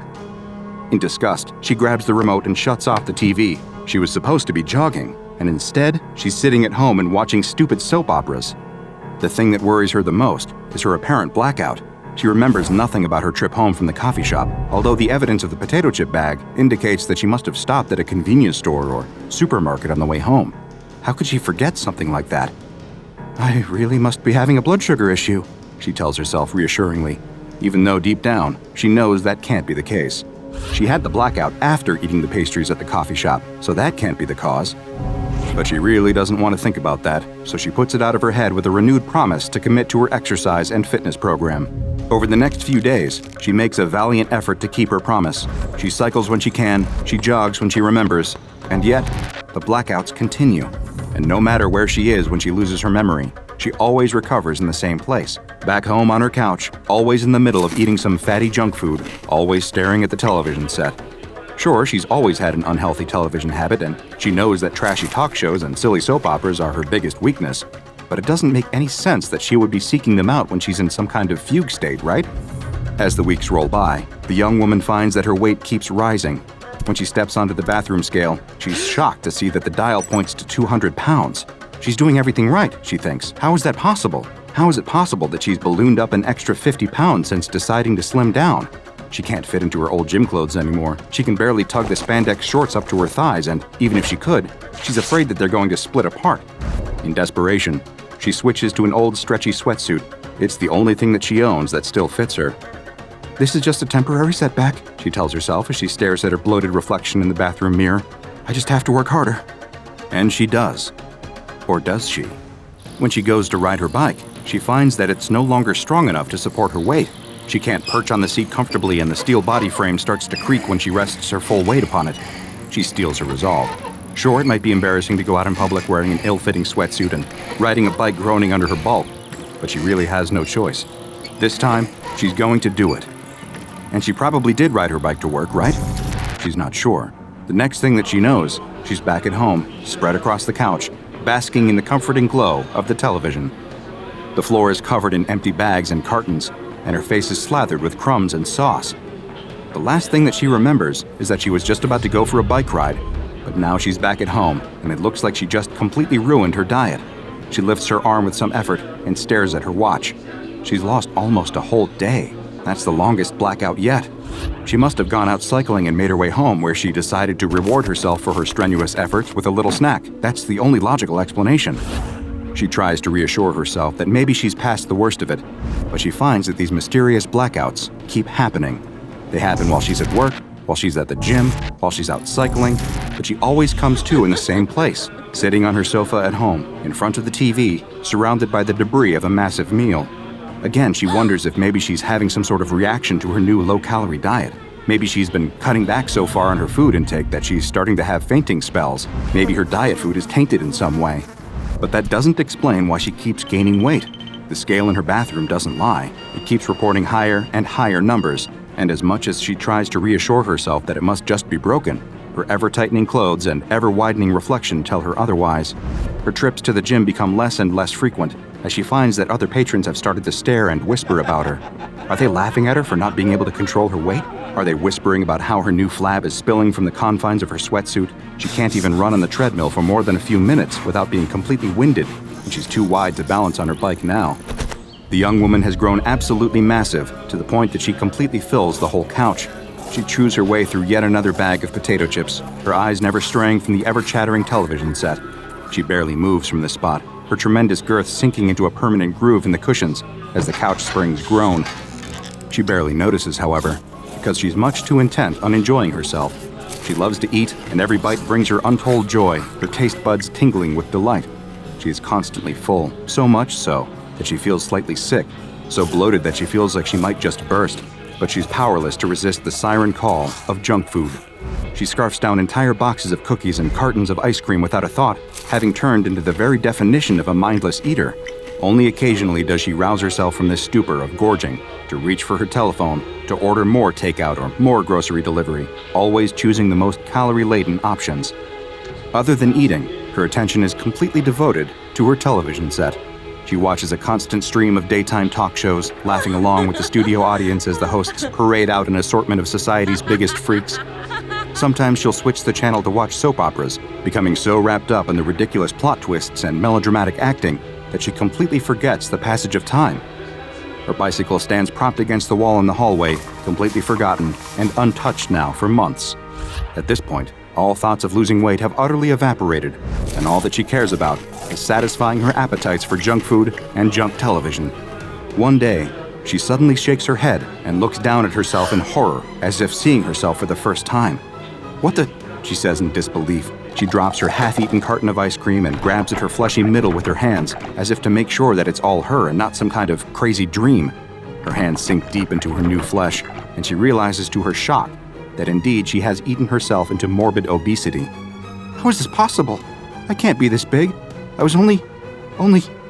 Her words trail off as the sound of an organ sting from the soap opera on TV diverts her attention. Within seconds, her eyes have glazed over, and her hands move to pick up the dropped carton of ice cream. Her worries about her growing size forgotten, she's now only concerned with watching until the next commercial break. It might seem unbelievable that someone could undergo such a startling physical and mental transformation, but what that young woman experienced has led to her being classified by the Foundation as SCP-2611. SCP-2611 is, as you might have expected, a young woman currently weighing approximately 500 pounds. Her mobility is limited due to her weight, although SCP staff encourage her to take light exercise whenever possible, in hopes of preventing her mobility from deteriorating further. She also suffers from several health issues related to her weight and lifestyle, including diabetes, for which she is receiving treatment by Foundation personnel. Her awareness of her situation and surroundings is severely limited, as she spends most of her time in a stupor, but when she is lucid, she believes that she is in a special facility receiving treatment for her weight problem. In reality, SCP-2611 is under observation because of SCP-2611-1. SCP-2611-1 is a mass of sentient fat located on SCP-2611's left side. SCP-2611-1 has become integrated with several of SCP-2611's vital organs, making it too dangerous to attempt to remove SCP-2611-1 via liposuction or other means. SCP-2611-1 has gradually exerted increasing control over the mind and actions of its host, to the point that SCP-2611 is only fully conscious for 1 to 2 hours daily. The rest of the time, SCP-2611-1 is fully in control of its host's behavior. Prior to coming to the SCP facility, SCP-2611-1 influenced its host to consume massive amounts of calories, leading to the mysterious and sudden weight gain that we observed earlier. This was possibly an attempt by SCP-2611-1 to increase its own size and influence, but as of yet, its reasons, as well as how it exerts control over its host, are unknown. When in control, SCP-2611-1 can speak through its host, communicating in standard American English. SCP-2611's access to food has been limited since her arrival at the Foundation, so as to prevent her weight gain from accelerating to dangerous levels. Other than eating, SCP-2611-1's main interest appears to be daytime television. Attempts to communicate with SCP-2611-1 have so far met with little success due to the anomaly's limited attention span for anything other than the minutiae of daytime television. In a conversation with one researcher, however, SCP-2611-1 let slip that it preferred daytime television to the programming watched by, quote, "that other guy," suggesting that it lived inside a different host before it eventually took up residence within the body of SCP-2611. At another point, while in the middle of a conversation about a court drama, SCP-2611-1 suddenly announced, Kill it now, I don't care if I die." Staff believe that this might not have been SCP-2611-1 at all, but rather the voice of SCP-2611 trying to break through the hypnotic control of her parasite to call for help. At this time, no drastic action is recommended until further observations can be made. SCP-2611-1 does not appear to be contagious, and the way that it bonds with the host is unknown, so it is currently classified as safe. At the moment, SCP-2611-1 is the only known instance of its kind. However, considering rising levels of obesity worldwide, it is not unfathomable to think that there could be countless other instances influencing the behavior of other hosts to dedicate their lives to consuming food and television. Who knows? It's not like most of us would need that much convincing. These winters are getting worse every year, that's for sure. The old cattle rancher doesn't know if it's the climate changing, God's judgment arriving, or if he's just getting older and struggling to keep up. Probably a strong mix of all of it. Whatever the cause, it doesn't change the facts. It's deathly cold out there. his ailing, elderly ma's health continues to deteriorate. He hasn't heard from his delivery driver Jorge in days, and on top of it all, his loyal dog Maribel is out there barking into the darkness of the barn. The rancher heads out to fetch her. He doesn't know what he'd do if she froze. He whistles, but she doesn't look back at him. She just carries on barking up that road into the snowy night. The rancher wades through the snow and peers in the direction she's looking. There's nothing there, girl. Get inside. But Maribel keeps barking. She's insisting. He looks again. Is that? The rancher takes off running up the road. All thoughts of cold immediately gone from his mind, he races towards the figure as fast as he can. His frozen fingers fumble at the zipper on his parka. Icy wind stabs the insides of his lungs. Maribel shoots off ahead of him.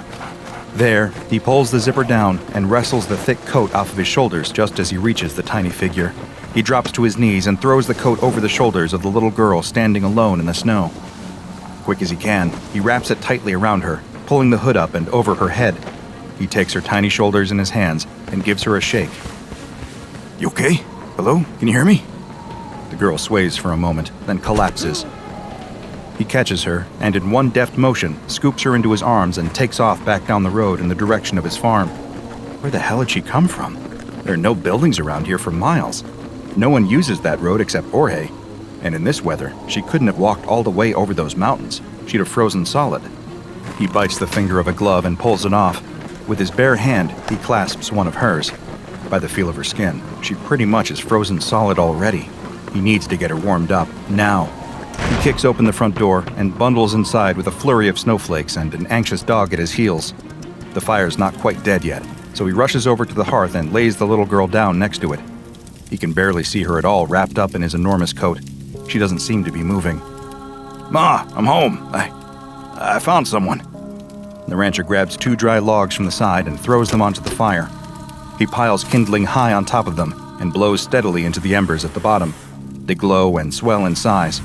No taking yet. He blows again for longer, and again. He feels his head starting to swim. A crackle, a lick of flame. It's taken. Panting, he turns back to the bundled-up coat on the floor with the child inside. Still no movement. A sickening knot tightens his stomach. What if she's... No, don't let yourself think that. Not yet. He reaches down and gently undoes the zipper on the parka. His trembling fingers push back the hood. She's pale, deathly pale. Her dark brown hair is wet and clings to her scalp. The tips are frozen. At a guess, she must only be 9 years old. Eyes closed, lips a sickening blue. But that's not the color that scares him the most. On her neck, there's red. Delicately as he can, the rancher takes the coat off her shoulders and hangs it up by the fire. She's dressed only in a plaid shirt, way too big for her. It looks like an adult's shirt, similar to an old one he used to have years ago. But on her neck, her hands, her feet, is that same deep red, layers of blood frozen to her skin. He sits back, his mind blank. He's seen that much blood before. Sure he has. When you work with cattle, it's an unfortunate part of the job. He's seen cows bleed out during childbirth. The girl in front of him, she's the same color as those orphaned calves that lie crying on the floor. A groaning sound fills the room. The rancher looks across at the armchair where his ma sits. She doesn't look at him, doesn't look at the girl on the floor. She just stares into the fire, same way she always does. Ma groans again, trying to express something she doesn't understand, being in a world without living in it. Ma, it's okay. Sorry if I startled you. We have a guest with us. But she just keeps on groaning and staring into the fire. The rancher buries his head in his hands and lets out a deep breath. Only the sound of his breath is joined by another, a tiny breath rattling and rasping through a damaged child's throat, trying its best to keep its host alive. The rancher opens his eyes and stares at the child. She isn't conscious, not by a long shot, but she's breathing, a little at a time. The icicles in her hair have turned into rounded droplets of water that glow by the heat of the fire. He snaps back to his senses. He's not doing her much if she's just lying there soaking wet. He runs off upstairs and grabs some towels and a fresh flannel shirt to wear. After several minutes of drying her off, he's confident enough that he's got most of the water off. There's still a lot of blood caked to her skin, but as far as he can tell, there's no wound anywhere that it could have come from. Brow furrowed, he leaves her under a bundle of blankets and fills up the kettle with water. Hanging it carefully over the fire, He walks over to the cabinet and fishes out a tin of cocoa from the top shelf. Hasn't been used in years, but should still be fine. He would make it with milk, but she's probably dehydrated. Lifting the kettle's lid with the poker, the rancher pours the brown powder inside and waits for it to boil. The little girl's eyes are open now. She's staring into the flames. Her lips are looking a little more pink, her skin a little more blotchy. You're safe here. Just stay by the fire and warm up a bit. You like cocoa? The little girl drags her eyes away from the flames. Her expression is mostly blank. She looks too tired to be confused. I don't know. I think you will. Ma always gave me cocoa. Okay. And with that, the farmhouse falls silent. The little girl stares into the fire. The rancher watches her, finally feeling the wave of exhaustion crashing over him. His ma has fallen asleep in her armchair. Only Maribel stays awake through the whole night, staying close to the little girl by the fire, occasionally licking her toes to try and warm them up. By the morning, the snow stopped, but the huge drifts remain. As the rancher walks across to the barn, he finds it hard to believe that just a few hours ago, the winds were whipping at his face as hard as they were. The world this morning is totally still. What the rancher finds even harder to believe is that there's a little girl in his house right now, fast asleep by the fire. He checked her forehead when he woke up this morning, and she miraculously hadn't caught a fever. She couldn't have been out in that weather for too long, but it only made the question more mysterious. Where did she come from? Maribel didn't get up this morning. From all of the excitement last night, she must have been too tired for today. Walking through the crisp morning air, he can't really blame her. He shoulders the barn door open. A column of steam curls out of the opening. All of that warmth, humidity, and cattle smell is strangely comforting this morning. But as the rancher goes around checking on all the cows inside, he very quickly discovers a problem. They're thin. Way too thin. Some of them look to be on the verge of starvation. He'd missed it last night as he drove them down in the dark, but in the warm glow of the barn's lights, it's unmistakable. These cows haven't been eating properly. He pours out several sacks of grain for them into the troughs, and they all gather around hungrily, filling both their stomachs as fast as they can. The rancher leans on the railing for a moment, confused. Even in this cold, there was still plenty of green grass for them up on the ridge. That's why he'd taken them up there. They should have had no trouble eating until the snow came in last night. He doesn't like this one bit. Last time Jorge had driven down and collected some of the meat, he'd had a few questions about the quantity being smaller than usual. Were the cows sick at all? Not that the rancher could tell. But now, looking at them, it's clear as day. Something's up. You hungry? The little girl nods. They sit across the table from one another, eating homemade bread and soup.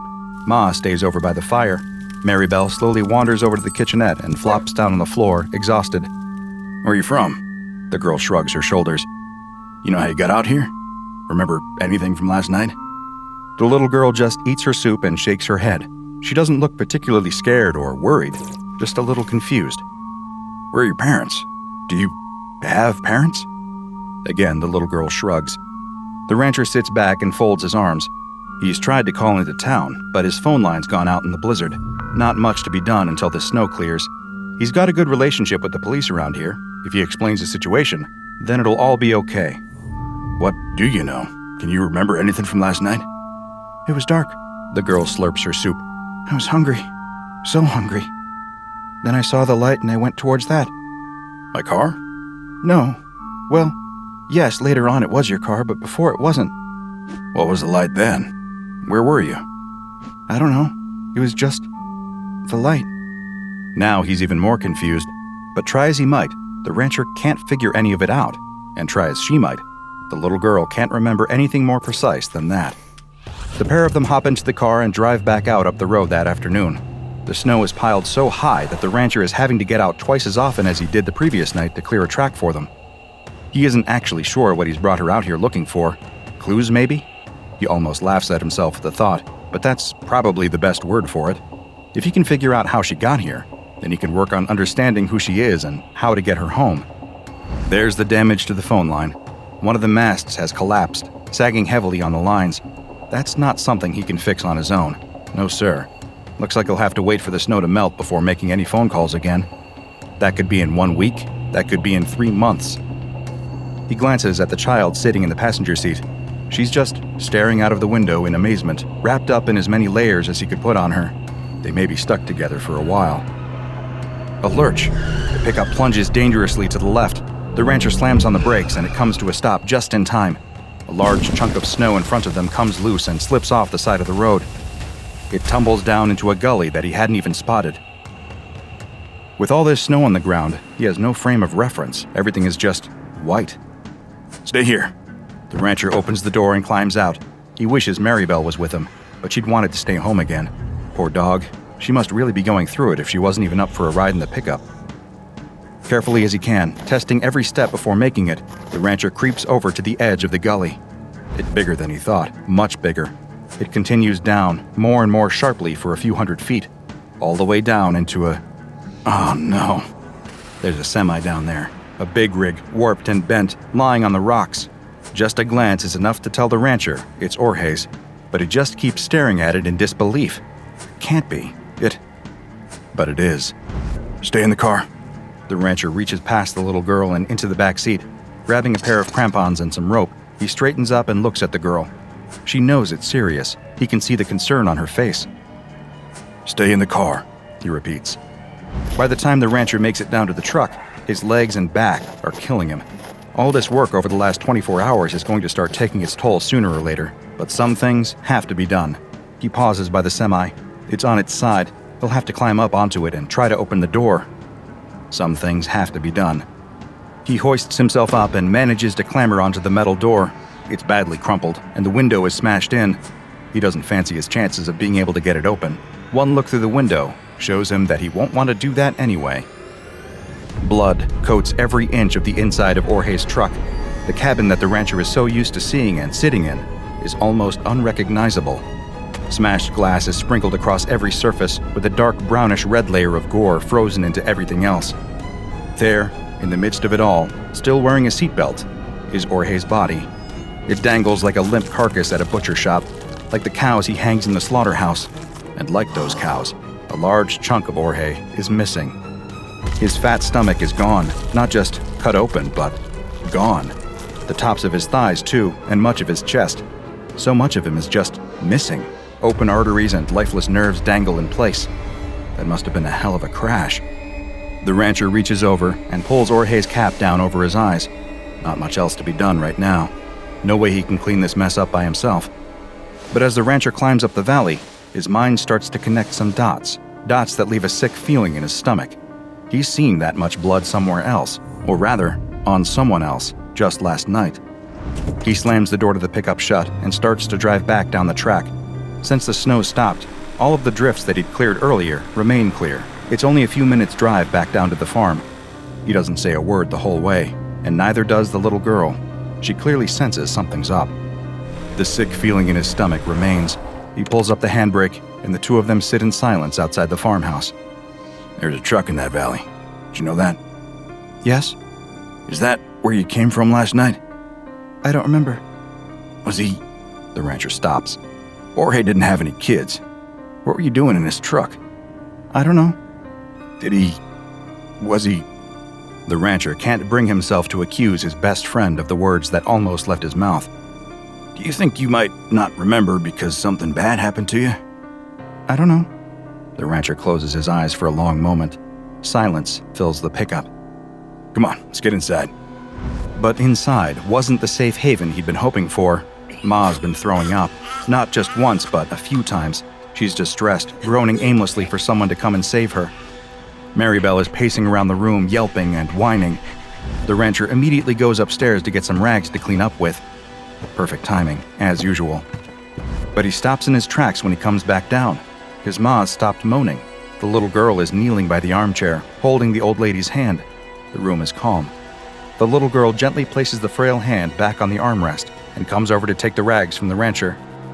Returning to the old lady, the girl goes about mopping her up as best she can. Maribel slumps back down on the floor. And that is how the four of them exist for the next few days. Ma gets sicker steadily, but the little girl stays by her side all day long, caring for her in every way. The rancher's glad of that. It gives him the time he needs to help his cows outside. None of them are in a good shape. Whatever it is, they're still getting thinner. He feeds them all the grain they'd normally need, and then some, and they always finish it off. Yet none of them are getting any fatter. The rancher leans on the railing, trusty dog by his side. His energy is starting to really lag behind what he needs. The last couple of days, even though he hasn't done all that much, have totally taken it out of him. What do you think it is, Maribel? He looks down at his little friend. She's looking thinner too, actually, but she's been eating just fine. It hits him. Tapeworms. As soon as the word comes into his head, it makes total sense. His cows, his entire herd by the looks of things, have been riddled with tapeworms. Oh, hell. He hasn't got anywhere near the amount of medicine needed to give some to all of them. Even if he did, a lot of them are looking pretty far gone. The chance of reinfection would be high. He needs supplies. He needs Jorge. Maribel whines softly next to him. He knows what they have to do. Laying Maribel down carefully by the fire, the rancher administers the tapeworm medicine. For a few hours, they lie there together. He strokes her side, waiting for her to pass it. The little girl watches over his shoulder. His ma sits back in her chair, mumbling to herself. He hasn't talked to the little girl anymore about Jorge yet. He isn't sure what there is to say. Maybe he should ask if Jorge was sick. After all, the cows clearly have had these tapeworms since before the other night. Jorge may have picked up contaminated meat from him last time he came. Maybe. Maribel passes the worm on the rug. Ugh, the smell. The rancher uses the tongs next to the fire to pick the worm up. It's long and pale. And dead. He tosses it into the fire and puts the tongs in the flames for a bit to sterilize them. The worm sizzles and pops in the flames. The sound makes his stomach crawl. The rancher glances around and sees the little girl staring at the tapeworm. He looks past the girl to his ma sitting in the chair. Her turn next. But as that night and the following morning reveal, it's too late. His ma's groans turn into cries of pain. She openly sobs by the fire, clutching at her stomach. Every time the rancher tries to give her the medicine, she just vomits it back up. Each time she vomits, there's more and more blood mixed in. The little girl gets more and more upset. It's not fair on her to have to witness something this traumatic and disgusting. There's nowhere else for her to go. She shouldn't even be here at all. The fact that she is means she has to help. That's all there is to it. By sunrise, his ma has passed away. There is nasty red bruising all across her abdomen, which tells him she must have bled out internally from this worm.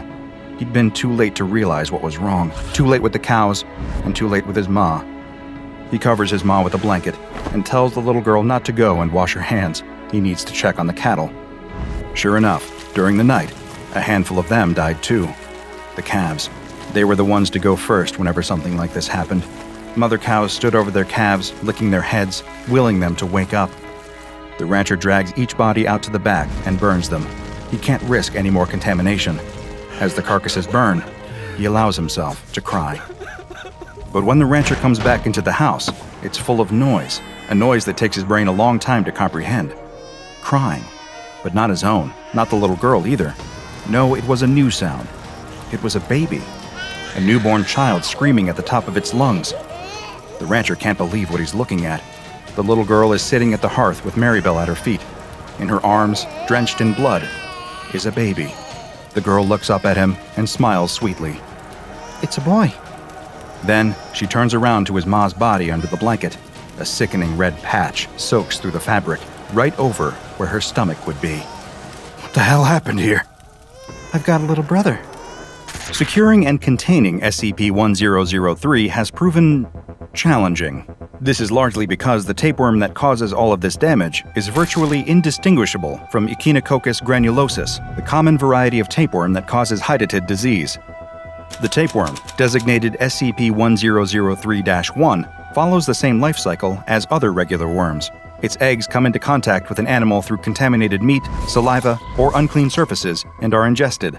Once inside the gut, they grow and latch onto the inside of the digestive tract, where they feed on the nutrients of the food traveling past them, steadily growing bigger and stronger. Once mature, they lay eggs, which pass out in the animal's excrement to continue the process. Infections spread quickly, particularly in unsanitary conditions amongst livestock, and can often be difficult to contain, as by the time the symptoms, nausea, weight loss, fever, start to manifest in the infected, the worms have likely already reproduced and have a new generation growing in the guts of other animals. As far as the Foundation is aware, SCP-1013 follows this normal pattern in all observed animals except humans. When a human ingests an egg from this tapeworm, a very different creature starts to grow in their gut. Human embryos, with the same genetic code as the tapeworm, begin to form. The rate of their growth is greatly accelerated, however. By just 8 weeks, they are as mature as the typical 3-week-old neonate or newborn child, although similar in size to an 8-week-old embryo at 13 to 16 centimeters. Many eggs usually enter this fertilization period, but almost all of them die before having a chance to develop much beyond the early stages. They stand the best chance of survival when buried in the hepatic tissue, where they can absorb plenty of nutrients from their host. The host at this point usually starts to experience mild symptoms, lethargy, the occasional stomach cramp, nothing particularly severe. Yet, the embryos that survive soon develop rows of temporary, razor-sharp teeth. At this point, passively absorbing nutrients is no longer enough for them. They bury their teeth into the soft tissue surrounding them and begin to eat. Once they enter this stage, their rate of growth increases exponentially the more flesh they consume. Eventually burrowing out into the world, the tapeworm child is born drenched in blood. The size and apparent age of the child that emerges from the corpse are determined by the size of the person they consume. For example, the child eating its way out of the rancher's maw appeared to be only a 10-month-old child, as there was very little of the frail old woman for it to eat. By contrast, the little girl who emerged from Orhe's gut had plenty of fat to feast on, and so was able to grow to the size of a 9-year-old. Once the child emerges, the teeth that they'd used to eat their way out quickly become loose and are replaced by regular human teeth. The children themselves have no memory at all of where they've come from or what they are. They have the same motor and linguistic skills that a regular child would possess at their age. Nothing, aside from their DNA, marks them out as being any different from the children around them, blissfully ignorant, just like the children around them. It is theorized that many of these children end up in orphanages. With no birth certificates or identifiable parents, they fall through the gaps in the system, quickly lost to the world. The only way to really track them at all is to follow the infections they cause. You see, these tapeworm children have one final curse they must live with. Their bodily fluids, their saliva, and sweat contain the same tapeworm protoscolex that will develop into SCP-1013-1 as soon as it is ingested by another creature, making the cycle start all over again. If you want to track down a tapeworm child, and I highly advise that you don't, all you have to do is follow the trail of nasty stomach infections, internal bleeding, and freak pregnancies amongst the outcasts of society. It, unfortunately, will not take long. There are currently 10 instances of SCP-1013-2 in containment. The children live in Bioresearch Area 13 under strict supervision. Researchers are only permitted to enter their cells whilst wearing full-body biohazard suits, but first must have Level 4 security clearance and must have written permission, and can only enter with specific research goals agreed upon.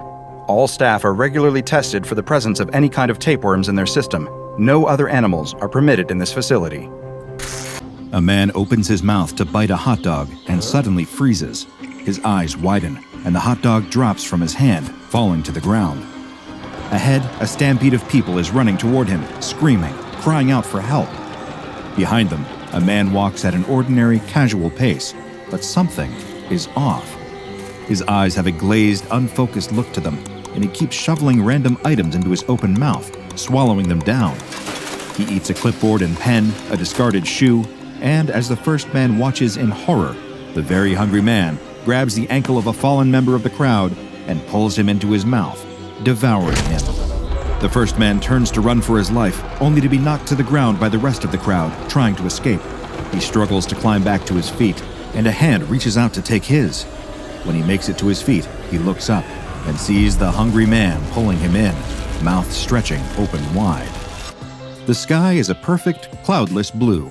The air is warm from the unbroken sunlight, but cooled to the perfect temperature by a gentle breeze. There is a sense of electricity, excitement, and competition in the air. Throngs of people have gathered together in a makeshift arena, piled into plastic chairs and swarming around concession stands, all training their eyes on the arena's center.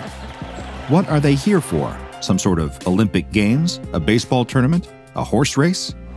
No, it's something greater, something meatier. It is the annual Midsummer Hot Dog Eating Contest, and locals and tourists alike are coming together to see just who can cram the most pork or beef hot dogs and buns down their gullets in front of a roaring crowd. The announcer makes his way to the front of the arena, standing with his arms wide in front of the long table behind him. As he calls out the names of this year's contestants, they file in, each taking his place behind the table. There is the previous year's champion, a burly man with a bushy beard and twinkling eyes, and there is this year's surprise competitor, a skinny 19-year-old college student with a hungry grin.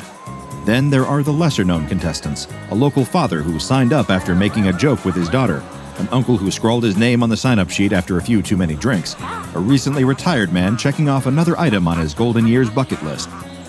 All have come to the event today with full hearts and empty stomachs, ready to see who the year's victor will be. The announcer riles up the crowd, encouraging them to cheer as loudly as possible to spur on their chosen competitor.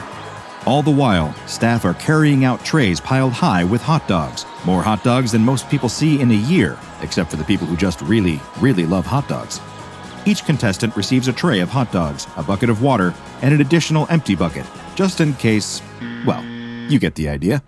With the supplies and competitors all in place, it is time to begin the countdown.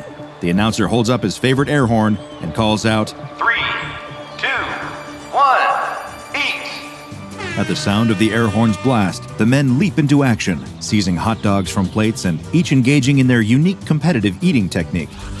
The previous year's champion employs the method of famous hot dog eating champion Joey Chestnut, dunking his entire hot dog sloppily into his water, then swallowing it as quickly as possible. The new challenger, on the other hand, employs the Solomon method, named for King Solomon. Much like the fabled king suggested doing with a stolen infant, eaters using the Solomon method break the focus of their feasting in half before polishing it off. One of the more casual competitors attempts a divide and conquer technique, eating first the dog itself and then the bun. Others employ no specific technique at all, attempting to devour the stack of hot dogs before them, using the same classic eating style they might employ at a family barbecue. This is a grave mistake. One by one, the less prepared competitors drop out, spitting into their buckets, wiping meat sweats from their foreheads, waddling out of the arena while groaning and holding their aching stomachs. Soon, only the two frontrunners remain.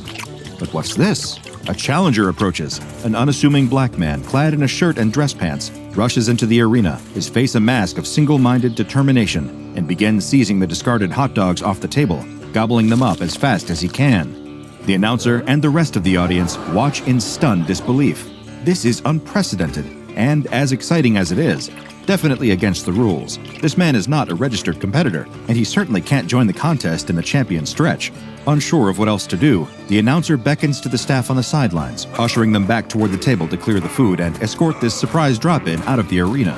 The audience watches with rapt attention as the staff members attempt to remove the stranger from his place at the table. He shakes his head violently, refusing to go, and snatches the hot dogs away from them, even as they try to clear the trays away. All the while, the remaining competitors standing are attempting to stay the course and finish strong in spite of the interruption. The new, younger man collapses, slumping down onto the table in a hot dog-induced stupor. He has tapped out. The victor is the previous year's champion, with a staggering ultimate tally of 38 hot dogs. As four staff members work together to wrestle the stranger out of the arena, the champion steps forward to receive his trophy. The crowd roars as he holds up his arms, grinning ear to ear and basking in yet another win. The announcer can still see the staff struggling with the stranger out of the corner of his eye, but this crowd wants to see their champion crowned, and the show must go on. So he grabs the Hot Dog King sash, the crown made from gold-plated, hot dogs, and even the massive gold trophy. He crowns the winner, placing the sash over his shoulders. Then, as the music swells triumphantly, courtesy of the local high school marching band, the announcer holds up the trophy, sunlight glinting off its shiny surface. It represents so many things: achievement, celebration, the ability to eat just so much meat and not get sick, and now it is time for it to be awarded to the man who earned it. The announcer stretches his arms, handing over the trophy to the contest winner, when all of a sudden, another hand grabs hold of its handle, ripping it from the announcer's grasp. The stranger has returned, somehow freeing himself from the multiple security guards who escorted him away, and he has taken the trophy for himself. But he isn't just attempting to crown himself the Hot Dog King. No, this is not a simple coup-de hot dog. He lifts the trophy up over his head, opening his mouth as wide as it will go, and tears the metal in half with a horrible screeching sound, shoving the pieces into his mouth, chewing and swallowing. By the time the announcer and the champion recover from their shock enough to move again, the trophy is completely gone, vanished into the stranger's belly. After a day of seemingly impossible feats of feasting, the sight of this strange man consuming a truly impossible meal of metal is just too much for the already anxious crowd to take. The arena erupts into absolute chaos as people spill out of their seats en masse, fleeing the area. The champion, however, does not turn and run. he feels robbed of his victory. Though it may have occurred in an utterly bizarre fashion, he won't stand for this kind of disrespect. He has trained all year for this moment, only to watch his trophy be eaten right in front of him. He marches right up to the stranger and pokes him in the chest, demanding to know who he thinks he is. What gives him the right to crash the hot dog eating contest, interrupt the proceedings, and upstage his victory by chowing down on the trophy? The man doesn't answer him, so the champion continues to berate him, wagging his finger in his face. The stranger's eyes follow the finger, and slowly he opens his mouth. There is a sudden chomp, and the champion screams, holding his hand to his chest, using his shirt to stem the bleeding.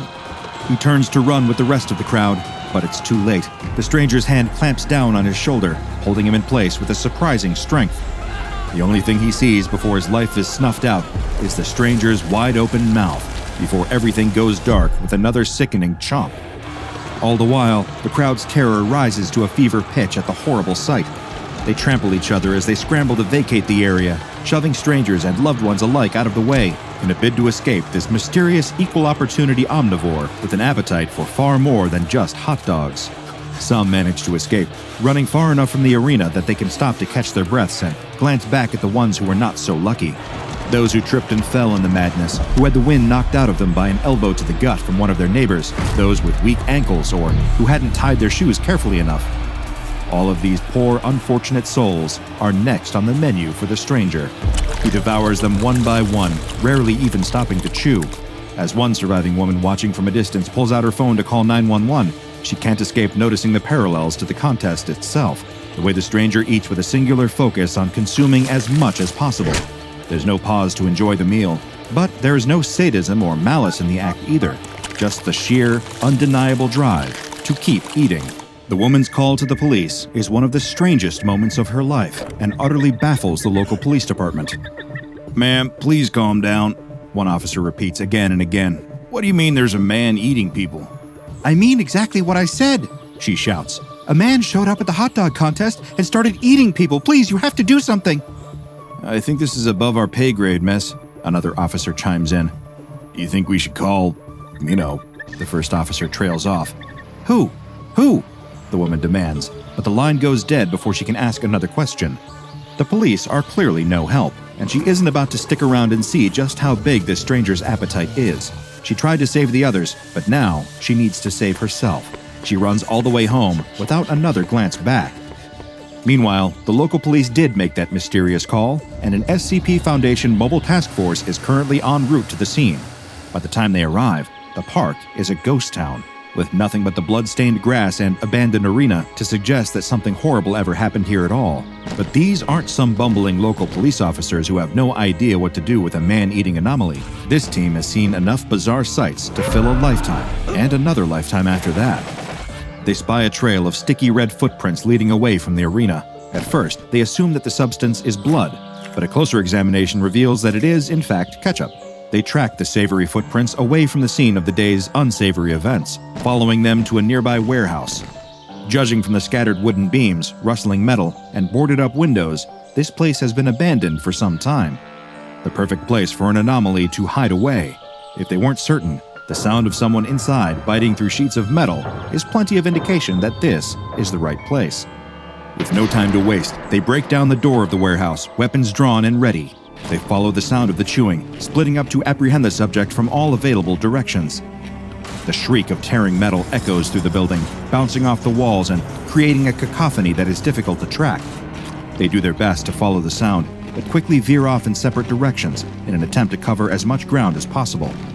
One operative confronts the stranger just as he is reaching for another piece of metal. He watches as the man takes a massive bite out of the steel, a bite that should have shattered his teeth and broken his jaw. Instead, a cartoonish bite mark is taken out of the metal. He approaches the stranger, who, upon locking eyes with him, begins to shake his head, still chewing. The MTF operative ignores this visual cue, approaching the man and attempting to physically restrain him. This, like the confrontation with the champion before, is cut off with a fateful chomp, and the operative screams ringing out through the warehouse, alerting his teammates to his unfortunate fate. The screams suddenly go silent, and another MTF operative stops cold, listening as the sound of chewing draws nearer and nearer. He spins around to face the presence behind him and spots the stranger standing there. The otherwise ordinary man is polishing off the tip of a steel beam, grimacing as he swallows it. The operative lifts his weapon, pointing it at the subject. The operative tells him to stand down and come quietly. The hungry man pleads, wide-eyed, for the operative to turn and run while he still can. He takes small, reluctant steps toward the operative, muttering that he can't stop. The operative brandishes his weapon again, barking another order for the man to stop.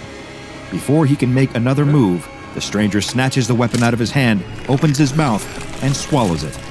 He winces as he does, but does not stop until the weapon is completely devoured. All at once, he lets out a loud belch, his knees buckle, and he slumps to the ground.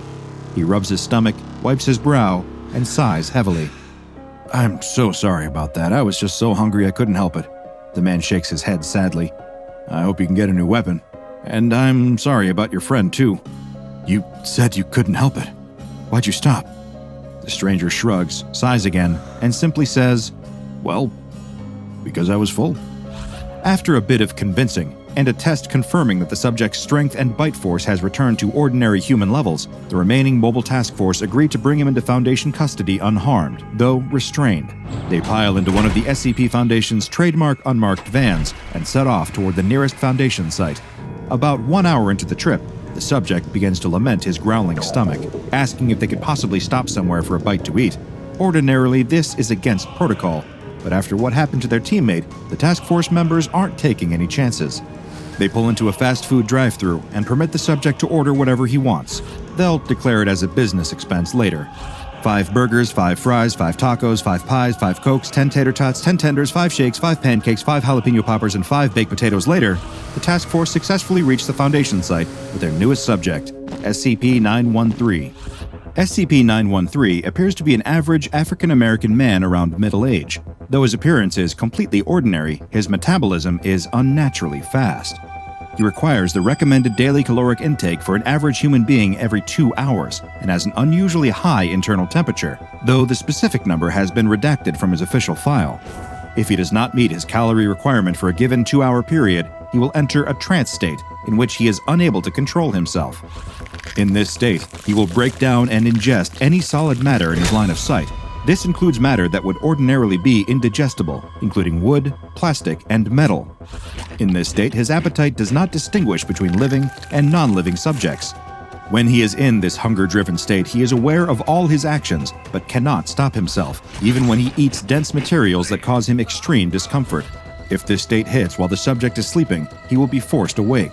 In addition to his anomalous appetite, SCP-913 can rend objects at an estimated force of 3,000 newtons and can bite objects with an estimated force of 5,000 newtons when eating them. Whenever he is not in his trance state, he cannot replicate this strength. An examination of SCP-913's liver tissue showed that it is capable of producing new enzymes in response to foreign material, allowing his body to digest matter that should be highly dangerous to consume. These enzymes metabolize the substrate at an efficiency of approximately 98%, detoxifying any drugs or toxins consumed by the subject during the hunger state or otherwise. This includes, but is not limited to, amnestics and anesthetics. When SCP-913 was first discovered, he was wearing a shirt and dress pants, both with the brand name Doctor's Orders sewn onto their tags. SCP-913 has no tattoos aside from one on his right calf, which reads, Mr. Hungry, from Little Misters by Dr. Wondertainment. Just in case you aren't aware, the Little Misters are a line of humanoid anomalies created by the mysterious Dr. Wondertainment Corporation, including the fish-headed Mr. Fish, the candy-coated Ms. Sweetie, and Mr. Life and Mr. Death, who is every bit as existentially upsetting as he sounds. The purpose of these creations is currently unknown, though, like many Dr. Wondertainment products, their existence invites endless speculation. SCP-913 must be contained in a customized humanoid containment cell lined with 1 meter thick carbon steel. 913 is to be provided standard furnishings for his containment cell, coinciding with the usual necessities for a comfortable humanoid dwelling.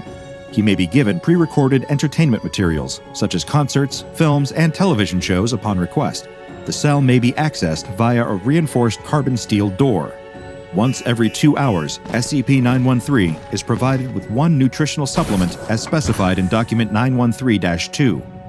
I attempted to locate a copy of 913-2 for further details on said nutritional supplement, but access to it appears to be limited to researchers assigned to SCP-913. While the subject is sleeping, nutrition is provided to SCP-913 via a central venous catheter that must be changed once every 3 months. These measures allow SCP-913 to receive the calories that he needs to avoid entering a hunger state, ensuring the safety of everyone on site as well as his own comfort. Like the rest of the Little Misters, SCP-913 presents a puzzle that may never be solved. I could spend my limited time on this Earth wondering why Dr. Wondertainment would create a being that seems to serve no purpose other than eating as much as possible, lest he unwillingly destroy the environment around him. But I believe that would be a waste of time. Why does Dr. Wondertainment do anything that they do? Why create a woman who can turn men into candy soldiers? Why create an ordinary man with a fish head, a tiny top hat, and a Boston accent? The personal motivations of Dr. Wondertainment, whether they are an individual or a massive conglomerate, are as inscrutable to me as the meaning of life itself, or the reasons why a person would want to eat more than 2 hot dogs in one sitting.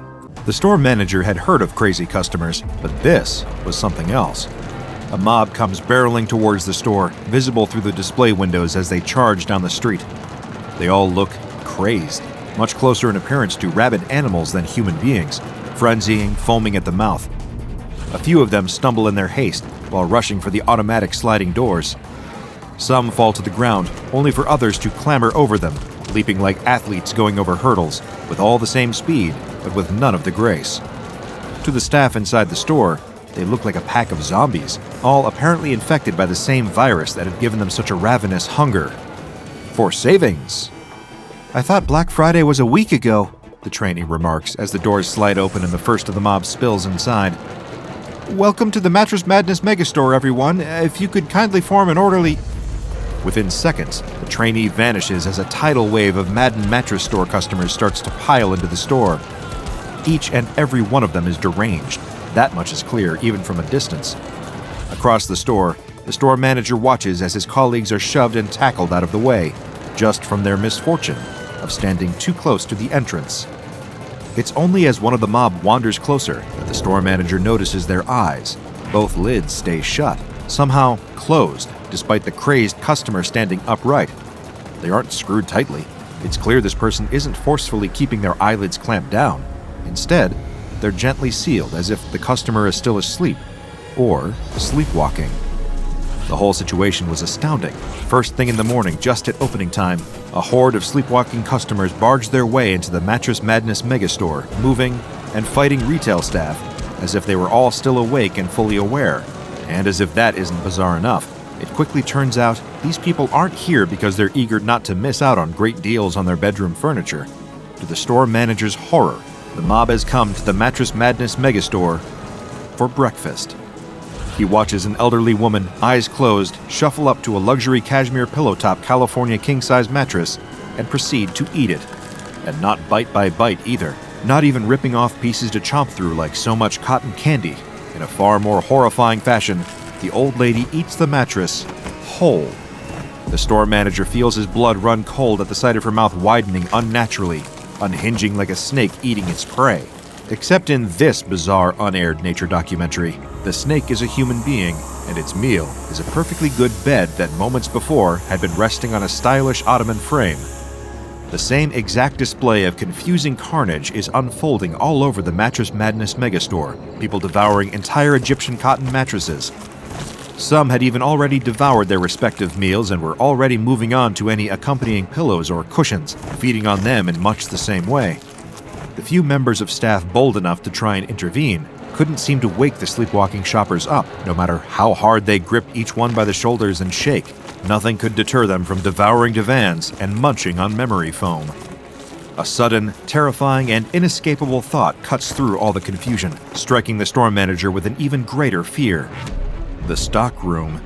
Behind a series of doors, marked with signs reading "Employees Only," are shelves upon shelves of new units. The Mattress Madness Megastore being a much bigger outlet means that there's additional inventory to replace any mattresses on the shop floor that gets sold. And more mattresses mean more food for the mob. The worry that these sleepwalkers might soon develop a taste for human flesh never occurs to the store manager. He hurriedly races around the store, gathering up as many of his surviving staff as he can, and urges them to help him defend the stock in the back room. Some are already abandoning their posts, ripping name tags off their polo shirt uniforms and rushing to leave the store. They aren't willing to die for $7.25 an hour. The Mattress Madness Megastore has insurance. It'll cover the damaged stock once the crazed customers have feasted on feather beds, but the manager urges them to stay. The store's insurance covers stock that is damaged in transit, not mattresses that are eaten by hungry lunatics. A few stay, using the manager's desperation to leverage pay raises and more annual vacation days in exchange for their help during this crisis of cashmere carnivory. With his resistance force gathered, the store manager commands the remaining employees to charge for the door at the back of the store, but some of the nearby mattress eaters overhear in their sleepwalking state. The staff freeze, uncertain whether to bolt for the stockroom and risk being chased by the hungry customers. They need a distraction, a sacrificial lamb to grab the horde's attention. And with a solemn expression, the store manager realizes what he must do. This isn't a fight he'll make it out of alive. He leaps up onto a twin inner spring and calls out to the crazed customers. "Attention everyone," he bellows. "I'd like to announce that all our mattresses are half off for the next 5 minutes." The crowd goes even more rabid, all eager to eat the pillowy pedestal the store manager is standing upon. His staff flees in the opposite direction, rushing to barricade themselves inside the storeroom, while their boss meets a grisly demise, and the crazed customers devour every remaining mattress in sight. But what on earth could have possibly caused such a scene to unfold? What was the inciting incident for this unprecedented act of mass matricide, the divan destruction, and combination carnage? All it took was one seemingly innocuous image, an unassuming online post, to stir over 7,000 people into a featherbed feeding frenzy. It's December the 3rd, 2020, almost an entire day before the deranged events that would soon unfold at the Mattress Madness Megastore. And just like he does most days after college, the student is trawling various internet forums in search of things to laugh at. He's procrastinating, and through inaction, allowing himself to be buried under a veritable avalanche of assignments, all with rapidly approaching dates that they're due in by. But he doesn't care. He can always do them tomorrow. As far as he's concerned, there's plenty of time for him to waste doing, well, very little. But no matter where he looks, nothing brings with it even the smallest hit of dopamine. It's been hours since he stopped checking the clock at the bottom right-hand corner of his computer screen, instead wearing out the muscles of his finger as it spins the scrolling wheel of his mouse. His social media feed is all the same, more doom and gloom, and despite his searching, he can't find anything funny to alleviate his ongoing existential nightmare for so much as a second. If anything, seeing every anxiety-inducing post about the state of the world, or dour headlines of reposted news articles, only makes everything worse. That is, until the fateful link appears in his inbox. It's from one of his friends at college, living in the dorm across campus. The pair of them constantly swapped links and exchanged memes over direct messages, sometimes while sitting in the middle of important lectures. So the student quickly opens up the latest message from his friend, pleased to have something to relieve the monotony instilled by the prior several hours' worth of mindless scrolling. Sure enough, his friend's message sits waiting to be read in his inbox. It's just a single blue hyperlink with no additional context offered. Nothing to indicate what the link is or what website it leads to, or even why the student's friend bothered to send it. They're long past the need to provide context for the memes they send each other. The link redirects to a familiar corner of the internet to the student, the deep-fried memes subreddit. Just seeing that written in the hyperlink is enough to spur an enthusiastic click. It's like going home, back to somewhere warm and welcoming, where everybody knows your name, and they're always glad you came, and where the student knows he's bound to find something to entertain himself. A deep-fried meme is usually a heavily edited image with a number of different filters added to it. Its contrast is boosted, the picture is oversaturated and distorted, all to the point wherein the colors are unnatural, and the image appears as a grainy, washed-out mess of pixels. And they're one of the student's favorite subgenre of funny posts. Opening up the link sent by his friend, he finds one such deep-fried meme staring back at him. It depicts a man, long-haired and wearing dark clothes, presumably a fan of heavy metal music. In front of the metalhead is a table with a chessboard placed neatly atop it. The pieces on the board are distributed in such a way that places the metalhead in checkmate, and his opponent? Directly opposite him at the table is a glass bowl filled with water and a goldfish aimlessly swimming around. And to top off this Louvre-worthy masterpiece is text, seemingly cut and paste from various different places, judging by the alternating fonts and styles. The words have been placed into a sentence that reads, "Tell me your secrets, fish." And the student explodes with laughter, as if answering his prayers for some humorous entertainment to avoid working on his college assignments. His friend had appeared out of the blue and delivered a perfect deep-fried meme. But that momentary boost in serotonin levels quickly subsides, and the student knows how these exchanges work. This has to be reciprocal, a mutual trading of memes, like for like, akin to swapping trading cards in the playground at a younger age. And so he searches the subreddit for a token worthy of returning to his friend. He clicks on a search filter, sorting the results from the top posts of all time to the most recent posts of the day. These were fresh, hot off the presses, or out of the deep fryer in this case. And the newer they were, the lower the chances that his friend had already seen them. Scrolling through, the student is met with a few underwhelming attempts that weren't worthy of the prestige expected by the deep-fried meme subreddit. They'd be better suited for posting on r/cringe. But then, it appears, the perfect, deep-fried, crispy golden brown, cooked to perfection picture to send back to his friend.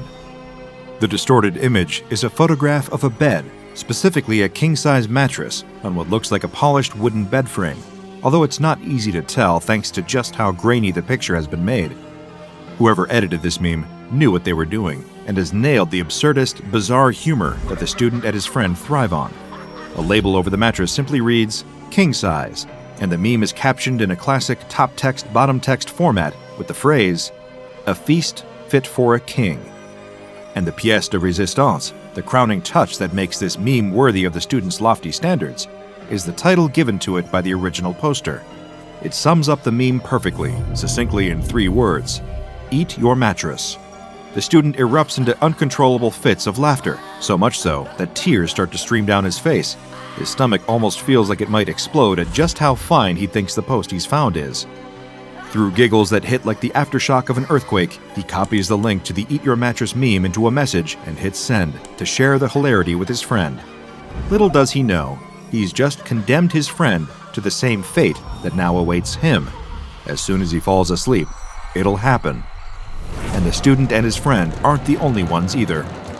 The post spreads, either sent directly from one person to another or seen by those just browsing the deep-fried meme subreddit and happening across the Eat Your Mattress photo. Not all of them find it funny. They don't have to.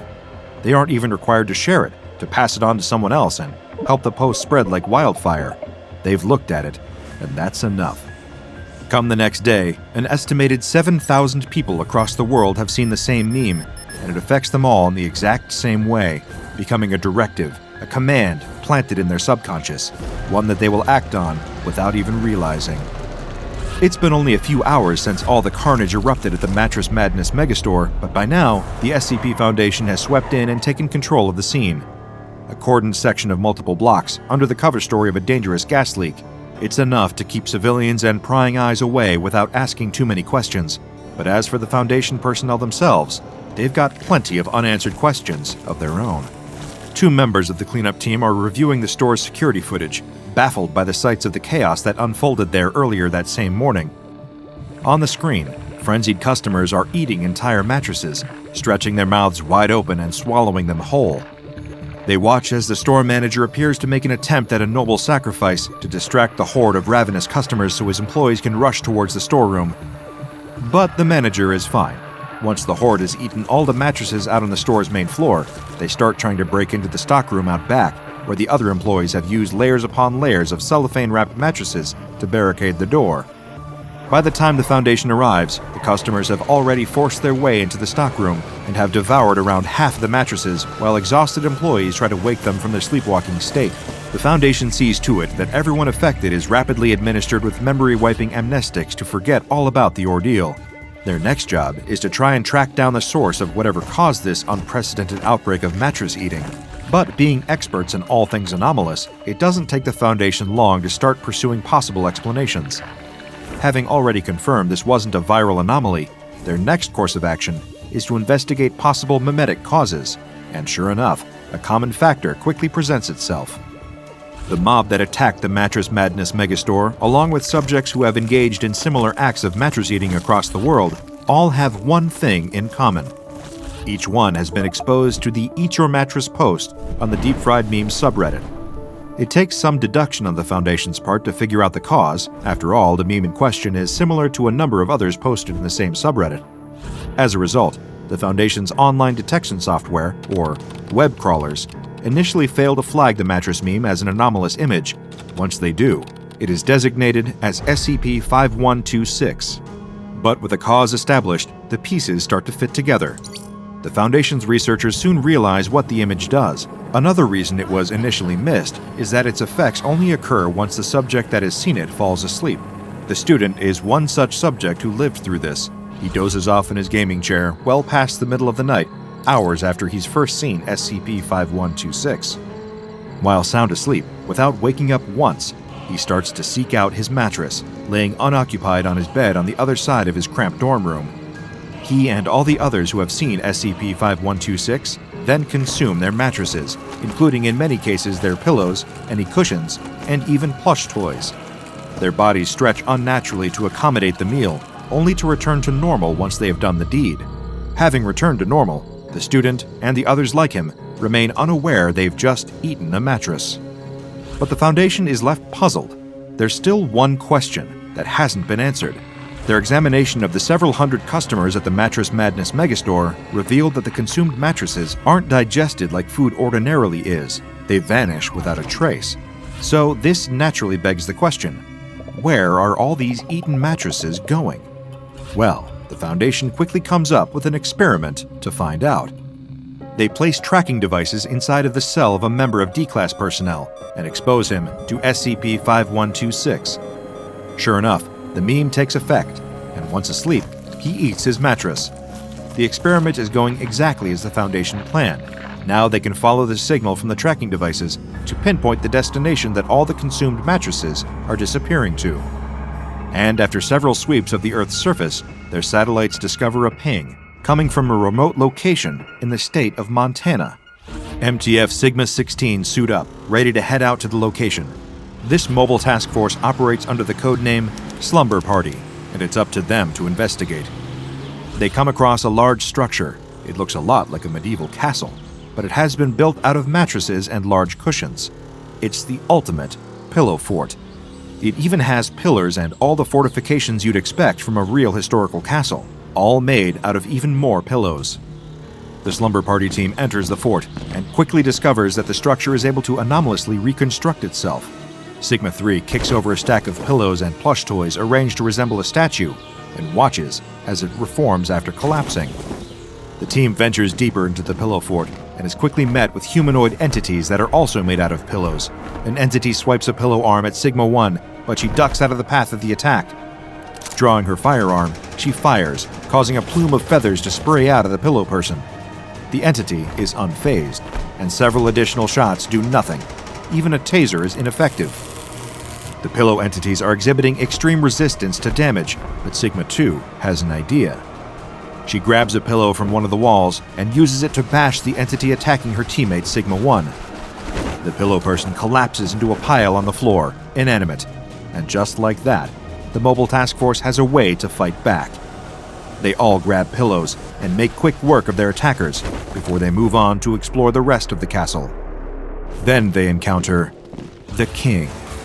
There is a man sitting atop a large stack of cushions, wearing a nightcap and pajamas, eating feathers from an expensive brand of pillow. Scattered around him are empty pillowcases. Trying to ignore the smell, the Slumber Party team attempts to interrogate him. He claims to be the king of cushion, obsessed with pillows since a young age. Their smell, taste, and texture inspire him to create a kingdom of plush, his masterpiece of mattresses. It doesn't take very long for the Foundation operatives to realize that this man is insane. They question him about how SCP-5126, the Eat Your Mattress meme, works. How is it able to make people consume entire mattresses and send them to the king's cushiony castle? And why? Well, the king explains that buying mattresses is expensive, so in order to build his castle, he's outsourced the gathering of building materials.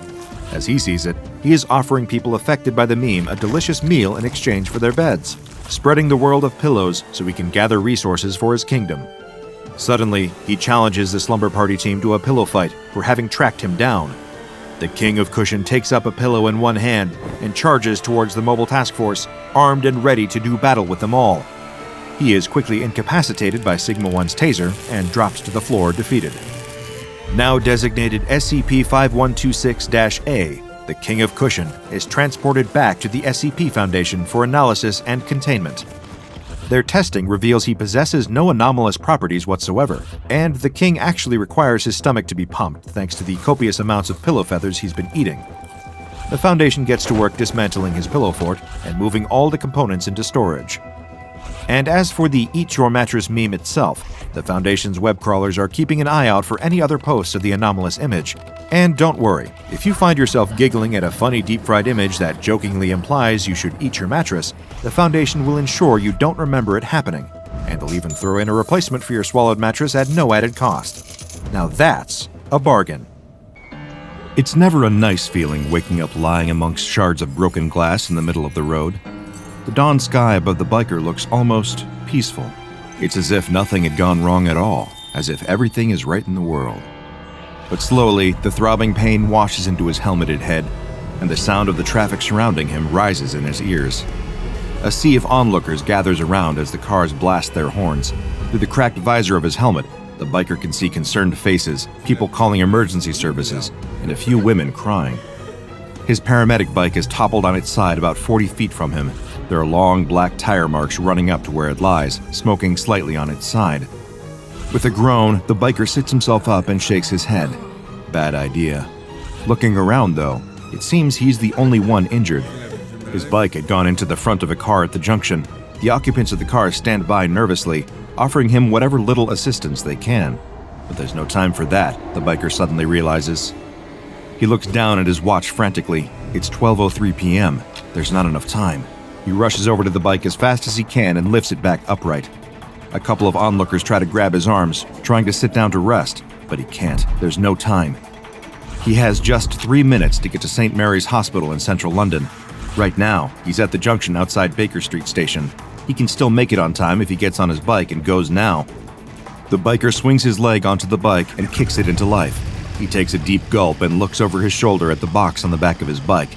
He can't risk opening it here. The damage may already be done. But if the heart is still alive in that box, it is the only chance that a 10-year-old boy has for a normal life. If he doesn't get to the hospital in the next 3 minutes, his life could be over. The school children stand in a circle, looking down at the dead bird with a morbid fascination. Do you think it's alive? No way. The boy in the middle of the group goes to pick up a stick. With an air of false confidence, he walks up to the bird and gives it a prod. It makes a squelching noise.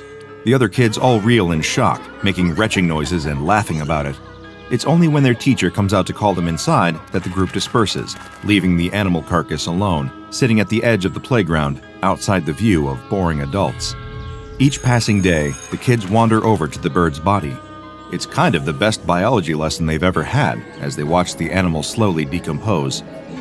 At first, its body just shrinks, goes flat almost. The feathers start falling out, and it loses all of its color. Then it starts to get puffy. Different parts of its flesh bulge out in weird places, as if they're being inflated like a balloon animal at someone's birthday party. But then, the maggots come. There are only a couple of tiny white crawling wrigglers in the bird's body at first, but a couple of days after that, it's infested with them. The creepy crawlies wriggle all over the body. But as the boy looks down at the dead bird, he spots something very peculiar, something they haven't seen in a biology class before. There's a red maggot, wriggling and crawling in amongst the rest of the creepy crawlies. It squirms like the rest of them, but even over the course of the school day, it quickly grows larger than any of the others. What do you think it is? The boy stares at it. It looks like a worm. And a worm is exactly what it was. The next day, when the kids return, they see that the red maggot is now much larger than any of the others feasting on the bird. With a slightly translucent body, cherry red coloring, and small white speckles on its skin, it looks unlike anything they've ever seen before. Actually, not unlike anything they've ever seen before. It looks exactly like something that all the kids recognize very well. In fact, one of the kids has a bag of them right now that he's chewing on. A candied worm. The kids stare in curiosity, first at the bag of candy that their friend has in his hand, and then down at the worm, slowly eating its way through the decomposing bird. As far as their eyes can tell, the two things are exactly the same, except of course that the one eating the bird seems to be alive. Kids being kids, the next thing that happened was sort of inevitable. One dares the boy to eat it. He almost retches in disgust. There's no way he's even touching it. And then, another one of the children throws down the poison chalice and dares him. The boy stands there nervously. He knows that he's not allowed to eat worms. That had been a lesson ingrained in him from a very young age. But his mother isn't here right now, and this thing doesn't look like any kind of worm that he's seen before. It almost looks a bit tasty. In exchange for eating the worm, another one of the children promises he'll give him 5 English pounds. The kids around the circle gasp. That's a lot of money. None of them have even got 2 pounds on them, let alone 5. Think of all the sweets you could buy with that kind of money. But the boy is adamant. He puffs his chest out, he stands up tall, and he nods firmly. 5 pounds, or he wouldn't do it. After some intense schoolyard debate, the deal is sealed. As the boy lies in bed that night, staring at the ceiling and grumbling, he knows that he's not happy about what his friends have done to him today. He's going to get them back for this. Only he's getting a bit of a tummy ache. Getting is the wrong word. He's had a tummy ache for most of the evening. What he's experiencing now is heartburn. It feels as if something is crawling in his chest. The boy just ignores it. It's probably just his worries about the worm inside of him. He chewed it up pretty well. There's no way that it's still alive in him, surely. His uneasy sleep is punctuated by rotten dreams. Dreams in which he finds himself lying on the floor and his playground lying on the ground at school, unable to move as people gather around him to poke him with a stick. He feels his skin covered with maggots. They even crawl across the surface of his eyes. In his chest, there's a searing pain. The boy wakes with a start as he feels his heart pounding, thudding against his ribs. It's agonizing. Adrenaline courses through him as he sweats off his face. Crying out for his mom, the boy lies there in bed, feeling the heart attacking his system. When you decide to become a surgeon, you have to accept that you're not going to get very much sleep most nights. In fact, it's more than that. You have to not only accept that you won't get much sleep most nights, but you also have to be at your absolute best when you've had no sleep and it's the middle of the night. With over 40 years under his belt, the surgeon doesn't need coffee anymore, even when the junior doctor offers it to him as he strides toward the operating theater. Instead, he asks them to fill him in on the situation. Who's his patient? What's going on? What needs to be done? The doctor accompanying him reads the notes in a calm but hurried voice. They haven't got much time on this one at all. At any moment, the boy's heart could give out. The surgeon asks what's wrong with the organ, and the doctor looks at his notes in apparent confusion. Apparently, over the course of the night, the boy has suffered a 72% reduction in the mass of his heart. The surgeon stops just on the other side of the door. He doesn't want to have this conversation in front of his whole team. He whispers to the doctor in a terse voice, "What kind of infection does this boy have that his heart has undergone that rapid of a deterioration?" "It's not an infection at all, sir. Well, sir, it's a worm." The doctor holds out a sheet to him. The surgeon takes it from him. He looks down at the x-ray to see a scan of the boy's chest cavity. It doesn't look so bad. There's a hole in the heart for sure, but the surgeon has encountered worse in his career. "This was taken when the boy was first admitted." The doctor hands the surgeon a second x-ray. "And this was taken just 1 hour later." It is barely recognizable as a human heart. There seems to be a mass growing in the cavity that was left by the heart, and there, infecting all of the boy's organs, was the shape of a worm. The biker weaves his way through the traffic down on Marylebone Road, eyes darting frantically in all directions. He may have a concussion, and he may not be allowed to drive at all right now. In fact, he knows he definitely isn't. But he is under strict instructions. This heart needs to get to St. Mary's Hospital before it's too late. The bike careens around the corner and skids to a halt outside the emergency doors. An ambulance team in front of him is trying to help an old lady out of the back of their vehicle, but the biker doesn't have time for them. He grabs the organ box from the back of the bike and races into the building. It takes all of his remaining concentration to navigate through the maze of hospital corridors on his way to the operating theater. On a better day, he'd be able to do this with no problem, but with his head injury, he can see the lights starting to blur all around him. Ward 6, Ward 7, Ward 7A, Ward 7B. He runs as fast as his heavy boots will allow him, feeling that energy draining from his system. He can't look at his watch. He can't check the time. He just has to find this boy. Operating theater. There, right up ahead of him, just a couple of 100 feet. There's a doctor waiting outside the door who looks up at the sound of his footsteps. The biker rips his helmet off and holds out the box with the heart in it, panting heavily. It's the moment of truth. Is he too late? The doctor looks shell-shocked, not at the biker's arrival, but clearly at something else she's just seen. The man starts to explain, but runs out of words, and instead beckons the biker to follow him into the observation room. There, the two of them stand looking through the glass at the little boy lying on the operating table with the surgeon standing over him. There's something in the air. The biker sniffs, confused. Can anyone else smell sugar? Next time you open a packet of candied worms, take a second to look through the little creepy crawlies in the bag. Perhaps poke a couple of them, just to see if any of them are moving. You can never be too careful. If you had told the parents of that young boy on the night when their son woke up with heart palpitations, telling stories of eating a worm at school, that the only health concerns he would have going forward were mild diabetes and a slightly raised level of blood sugar, I'm sure they would have been thrilled to hear it.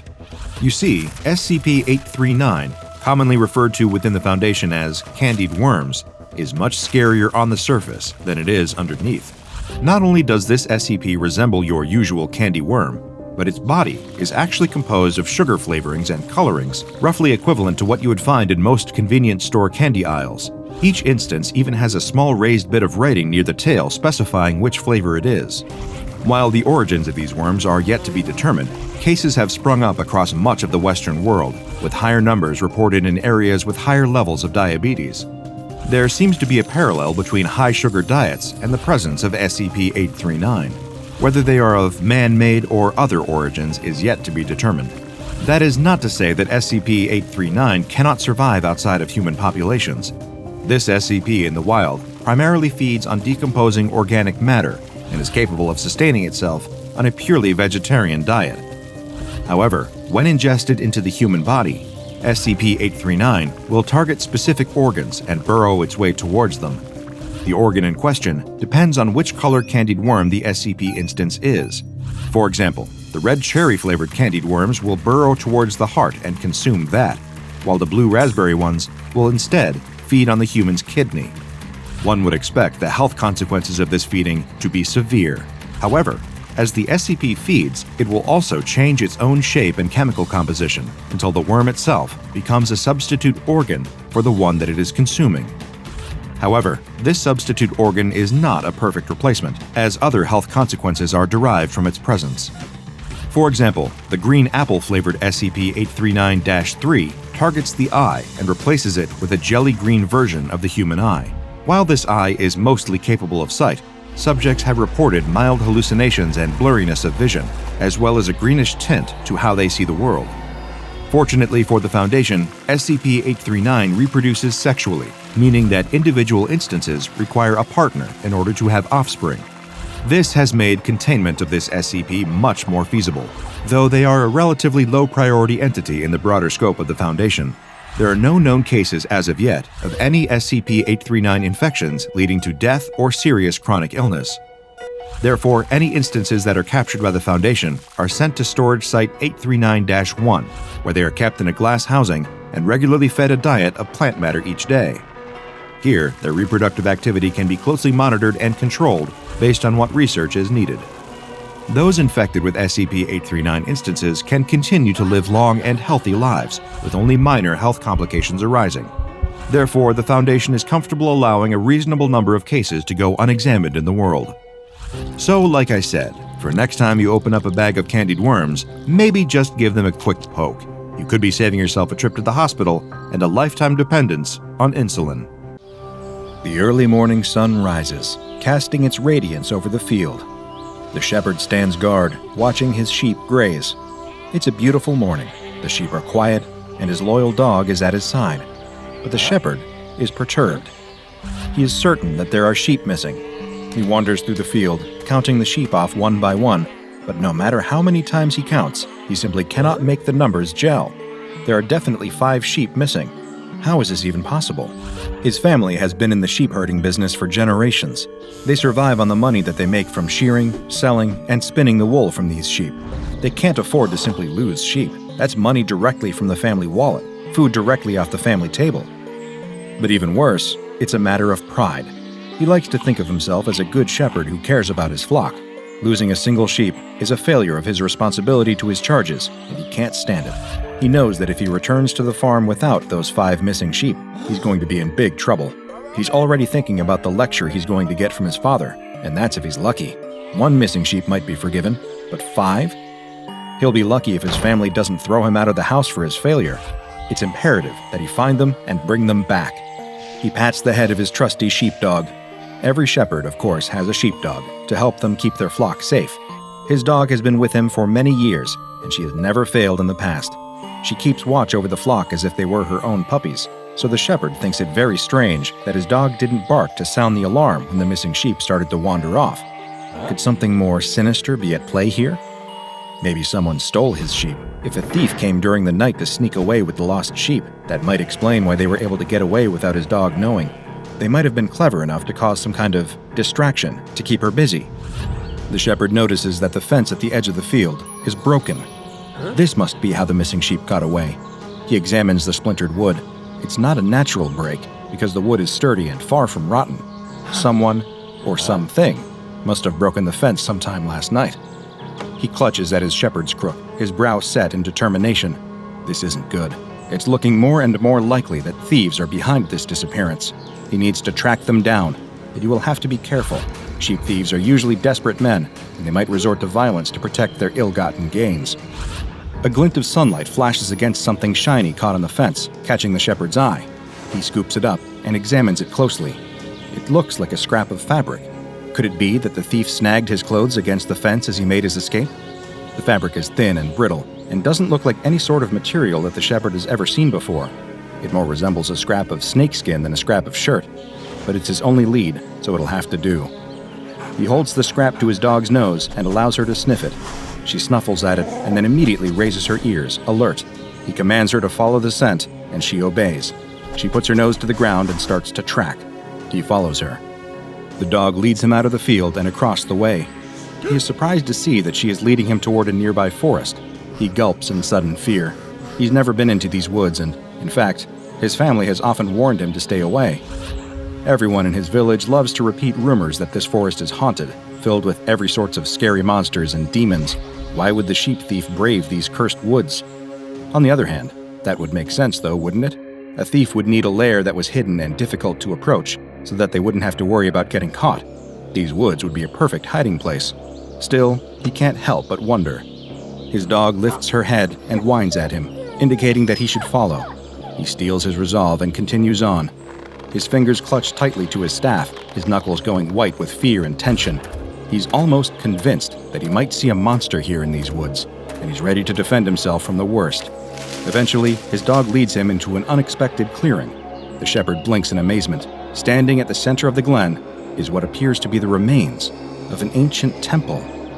He hasn't given much thought to the history of this place, to all the people who lived here in ancient times, and to what monuments they left behind. The crumbling ruins are overgrown with vines, and the columns look like they might disintegrate at a touch.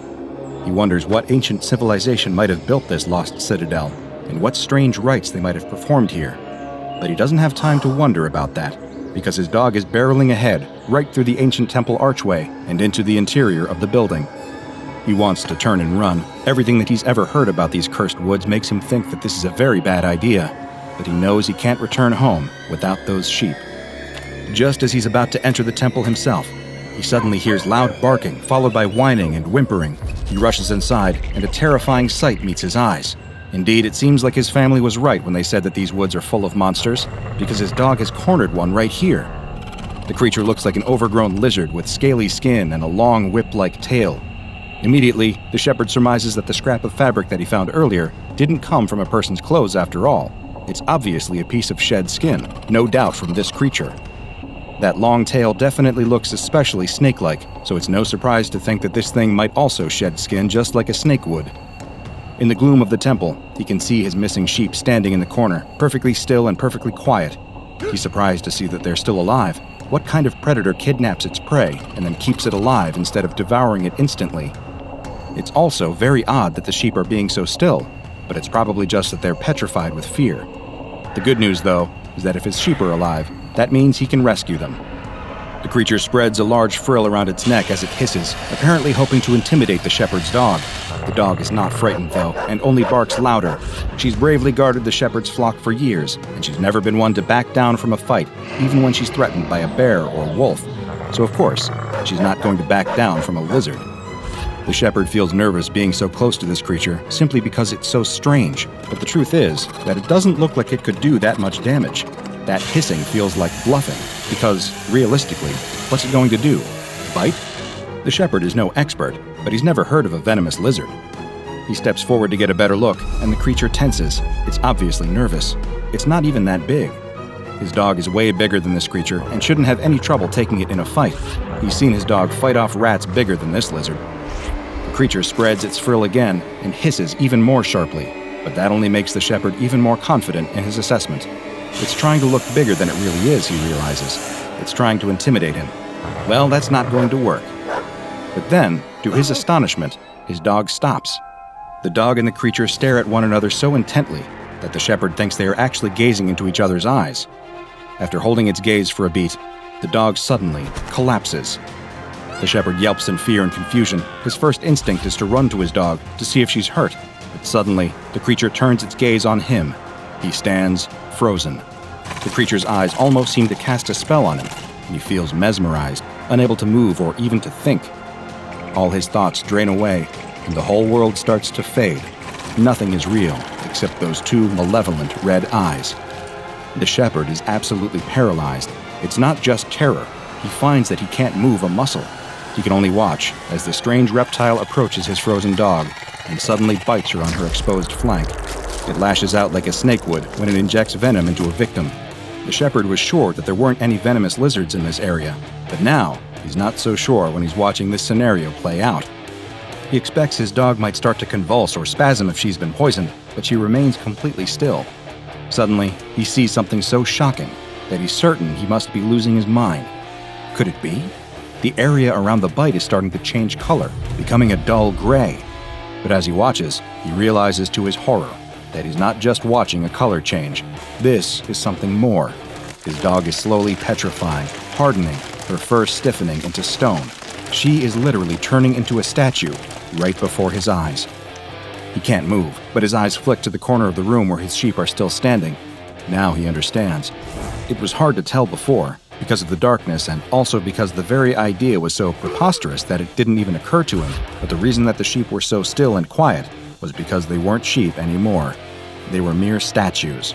Somehow, this creature was able to turn things to stone with the force of its venom. He wants to scream, he wants to yell, he wants to break free and run away, but he's powerless to move. Fear wells up inside him as he sees the creature turn its attention from his rapidly petrifying dog and start to move toward him. It hisses again and strikes out, sinking sharp, needle-like teeth into his leg. The shepherd is so frozen that he can't scream, not even at the unbelievable pain as those teeth sink deep into his flesh. But the pain doesn't stop when the creature retracts its teeth. He can feel the pain spreading outward from the site of the bite, spreading down his shins and up his legs, through his whole body. His body is hardening fast, making it hard to breathe and impossible to move. But even as he turns into a statue, he can still see everything around him, still sense the presence of the creature, still think. His thoughts aren't affected at all, other than being nearly out of his mind with terror. What could be next? The shepherd is frightened, but all he can do is wait. He's not sure how long he waits, because time has no meaning here. In the gloom of this ancient temple, he's not sure if it's day or night. He idly wonders if this temple was built for this monster, by people who worshipped it for its great and terrible power, or by people who feared it, and hoped that maybe this temple would keep it contained. Or is it mere coincidence that it's taken up residence here, just as bats might roost in an abandoned building? He has no way of ever knowing. The only indication of the passage of time is the coming and going of the creature, which, even if he can't turn his head to see its movement, he can hear its shuffling and hissing. Occasionally, he hears a sound that frightens him even more, a sound that can only be described as statuary shattering, and he wonders if that will ultimately be his fate. His question is answered one day when it seems that hunger has driven the creature to dig into its larder of petrified prisoners. The creature approaches him, and he can feel it gnawing at his feet with its big, ugly beak. It's pecking at him, harder and harder, until suddenly, The shell breaks, and it's chewing on the flesh of his leg. Once again, the pain is unbearable. The shepherd can do nothing but wait. At least he thinks it will all be over soon. Better a quick end at the jaws of a monster than a slow death trapped frozen in stone, he thinks. It's the very best that he can hope for. That shepherd had just run afoul of a creature that appears to come straight out of medieval mythology, matching the description of the deadly monster known as a cockatrice or basilisk, but the SCP Foundation knows it as SCP-1013, a nasty little piece of work with, quite literally, a paralyzing stare. SCP-1013 is a small reptile resembling a lizard, but with several key differences that set it apart from any other animal in this order. It was recovered in Egypt. An interesting coincidence, since medieval bestiaries often regard that region as the ancestral home of the basilisk. However, Foundation agents believe that since no other specimens were found in the area, that SCP-1013 is not a naturally occurring animal and might have actually been bioengineered. While SCP-1013 itself is only 60 centimeters long, its abnormally long tail measures nearly 121 centimeters long. It can use its tail to distract prey. It has a wide frill around its neck that it can extend at will, similar to that of the Australian frilled lizard. Its head does not look like any other known lizard, though, with a serrated beak and a distinctive head wattle that many researchers feel gives it the appearance of a rooster. Its beak is filled with long, needle-like teeth. But stranger than its appearance is its hunting methods. When it spies potential prey, SCP-1013 will extend its neck frill with a sudden, snapping sound. The frill appears designed to attract attention and encourage victims to look into the eyes of SCP-1013, because its eyes are, of course, where it holds its real power. The mythical cockatrice was said to be able to turn a person to stone with the power of its gaze, similar to the petrifying powers attributed to the Gorgon Medusa of Greek mythology, and SCP-1013 is very similar to its legendary namesake in this regard. Anyone or anything making direct eye contact with SCP-1013 will experience stabbing pain in most major muscle groups, followed by full paralysis setting in within 3 seconds and lasting up until 8 minutes. It is currently unknown how SCP-1013 achieves this paralyzing effect. Once its prey is paralyzed, SCP-1013 will bite its victim with its needle-like teeth, thus initiating a process of calcification. The victim will gradually stiffen and harden, almost as if they are turning into a statue. The process will begin at the site of the bite and gradually work its way through the body so that a full-grown adult will become completely calcified within 15 minutes. As of yet, there is no known way to stop or reverse the process. The calcification process only affects the outer layers of the victim, extending about 3 centimeters into the body, leaving all organs and internal tissues intact. It also does not affect the eyes or mucous membranes. This means that victims of SCP-1013 are still alive, but cannot move or react. Perhaps even more horrifying, SCP-1013 then eats its victims alive. SCP-1013 feeds by breaking the hardened outer layer with its beak, much like a young chick would break its way out of an egg, and then feeding on the soft tissues preserved within. The victim will experience excruciating pain as the creature eats them alive, but they cannot resist. They cannot even scream to give voice to their pain. SCP-1013 has a voracious appetite and will consume nearly twice its body weight at each feeding. Victims usually die of blood loss before SCP-1013 can complete its meal. SCP-1013 does engage in caching behavior and has been known to store petrified victims for later consumption. It prefers mammals as prey and will attack livestock and game just as readily as it will attack humans. In times when mammal food sources are not available, desperation may drive SCP-1013 to turn its paralyzing powers on fish, birds, or even insects, but it will only do this if it is near to starving. SCP-1013 is hermaphroditic and, unlike other reptiles, does not reproduce sexually, but instead undergoes a process similar to budding or basic cellular division. Before reproducing, SCP-1013 will increase its feeding, gorging on food and growing rapidly in size. Eventually, it will develop cyst-like structures in its abnormally long tail, each of which contains a juvenile SCP-1013. Juvenile SCP-1013 hatch after only 48 hours. Parent SCP-1013 will typically release hatchlings within calcified prey, providing a ready food source for the juveniles until they can hunt on their own.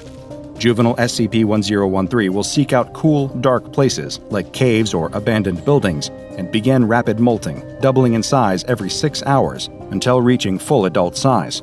Once they have reached adulthood, SCP-1013 will set out on their own and quickly establish their own hunting territories. SCP-1013 is extremely aggressive and will attack and attempt to calcify anyone that enters its enclosure, making it extremely difficult to contain. For this reason, combined with its deadly powers of calcification, SCP-1013 has been designated Object Level Keter.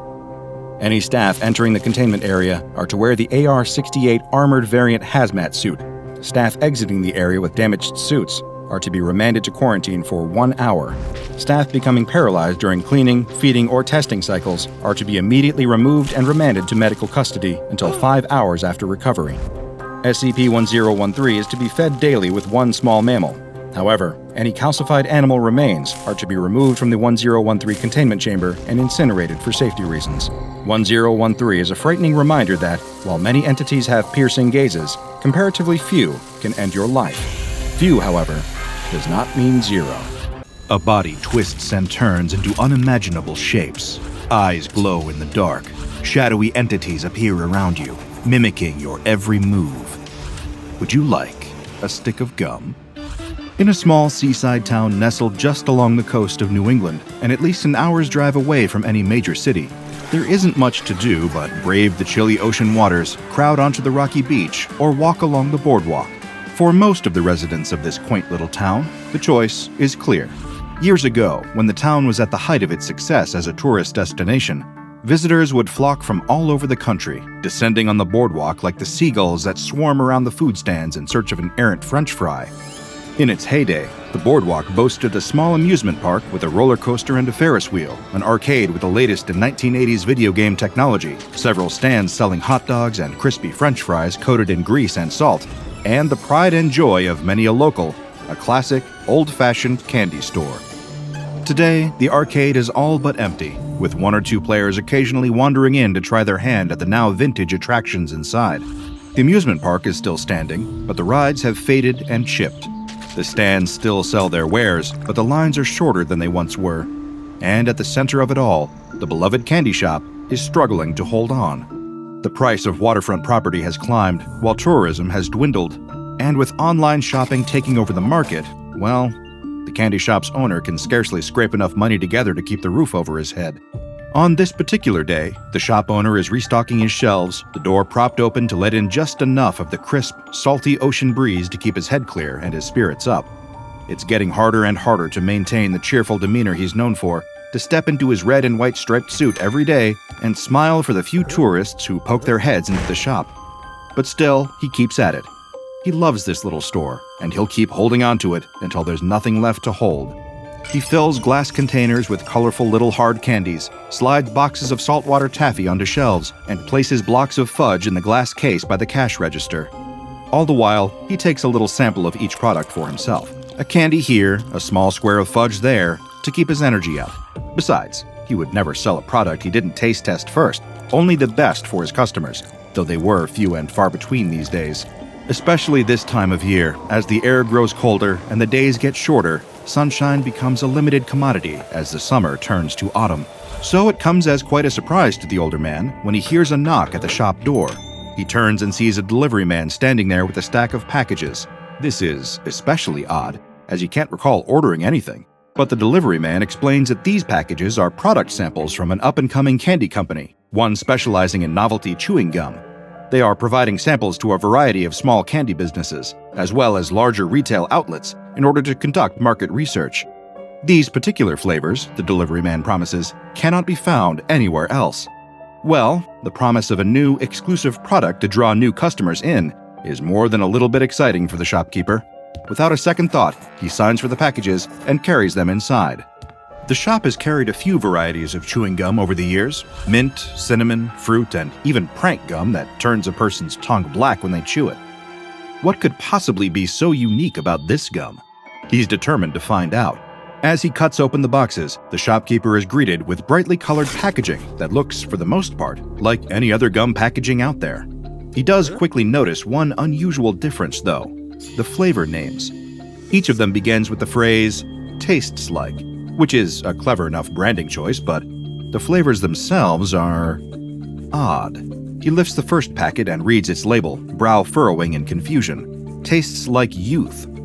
What could that possibly mean? For a novelty candy, this gum sure is especially novel. Well, he never stocks a product without trying it out for himself first, so he unwraps a piece of the bright pink gum and pops it into his mouth.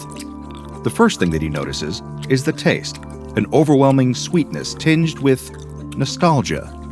It tastes like cotton candy, but not just any cotton candy. It tastes like the cotton candy he once enjoyed as a little boy on this very boardwalk, a flavor he hasn't experienced in 60 years. The next thing that he notices is that his eyes are aching all of a sudden. He takes off his glasses for a moment and is shocked by what he sees. Everything, clearly, without the aid of the lenses. His vision is like it was when he was a young man, before age had blurred the edges of everything in his line of sight. His joints have stopped aching, and he feels a sudden surge of energy, the sudden urge to run, to jump, to click his heels together. He rushes to the bathroom mirror, half expecting to see his younger face staring back at him. No, he still looks the same, but he feels decades younger. His mind reels, and he can't think of anything to do but laugh. This gum. It should be impossible, but this piece really does taste like youth. This might just be the product that saves the store.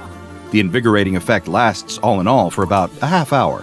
But during that half hour, the shopkeeper feels more optimistic than he has in many, many years, and the feeling lingers even after the gum's effects subside. But what other flavors did he receive? The delivery man brought 3 boxes, so what about the other 2? He opens the second box and pulls out a pack. Tastes like Mom used to make. Well, that's even more vague than the first one. But after the experience of the previous one, he's eager to discover exactly what that could mean. He unwraps a piece, studies its light brown color, and pops it into his mouth. As soon as he begins to chew, the flavor explodes on his tongue, taking him back once again to his childhood. Brown butter, sugar, chocolate chips, a hint of vanilla. It can't be. But it is. It's his mother's chocolate chip cookie recipe. How could the manufacturers have possibly recreated it so perfectly? The flavor passes quickly, and eager to confirm his experience and make sure it was real, he grabs another piece. This one tastes entirely different. Blueberry pancakes, like his mother used to make on Sunday mornings, dripping with syrup and melted butter. This is the most unusual chewing gum indeed. In all his years of selling candy, of tasting every unusual innovation or novelty product, he never dreamed it could be like this. Now for the third package. He slices the box open and finds black packages inside, emblazoned with eerie red writing. The text read, "Tastes like your worst nightmare." The shopkeeper feels a chill run down his spine, his hands shaking with nerves as he unwraps a piece of the pitch-black gum. But he can't stop himself. He has to satisfy his curiosity to discover what nightmares taste like. He pops the piece into his mouth and begins to chew. At first, he's almost disappointed. It doesn't taste like much of anything. Vaguely sweet, almost creamy, like finishing a glass of warm milk before bed. But as he chews, the shop around him begins to blur and warp, lights dimming until he is standing in the dark. The hairs on his arms stand to attention, and he becomes overwhelmed with the sensation of eyes on his back. Something's here, and it's watching him.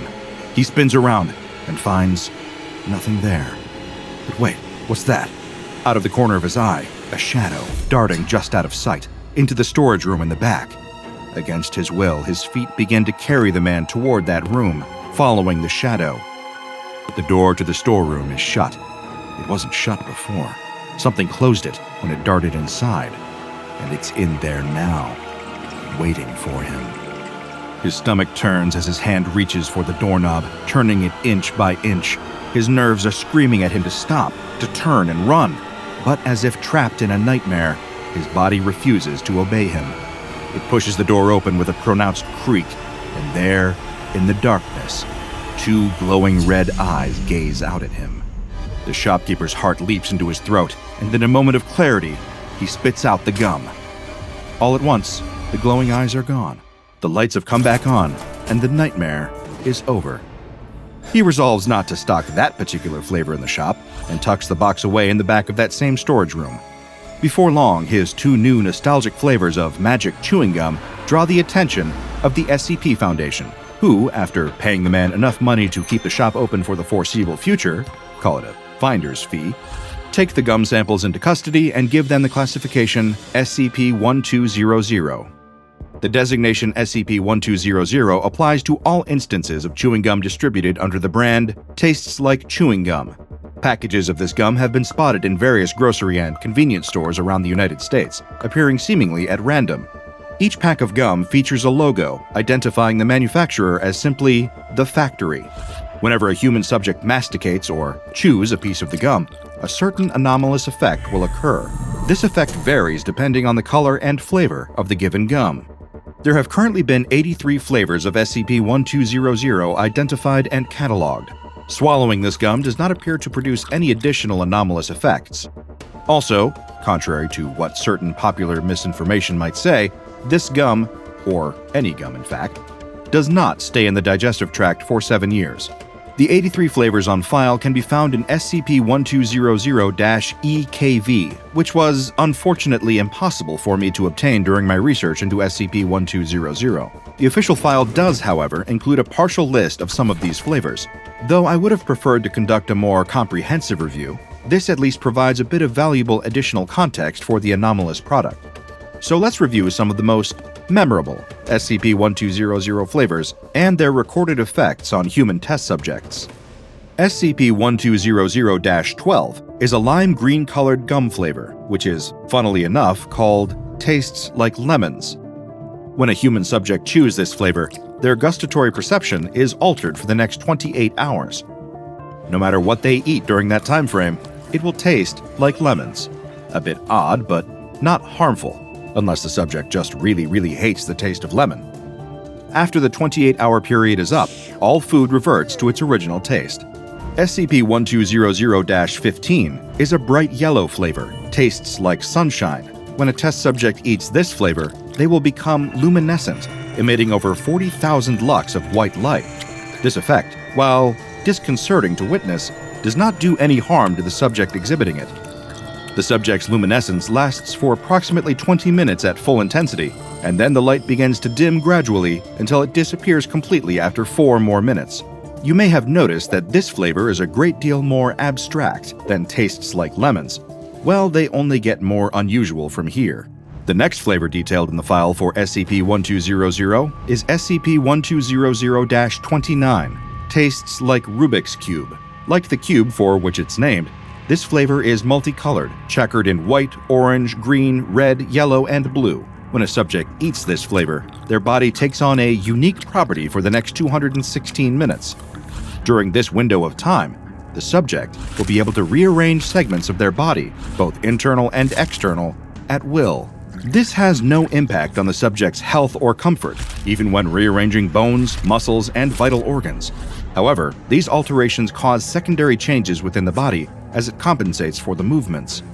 Unfortunately, this means that the first test subject to consume this flavor during SCP Foundation trials was unable to return her body to its original orientation before the 216 minutes were up.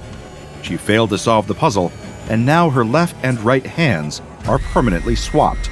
The next flavor included in the file is SCP-1200-30, a dark blue gum that is described as tastes like those forgotten. What could that possibly mean? Well, it means that once a test subject has chewed this flavor, 6 corporeal humanoid entities will manifest in their vicinity.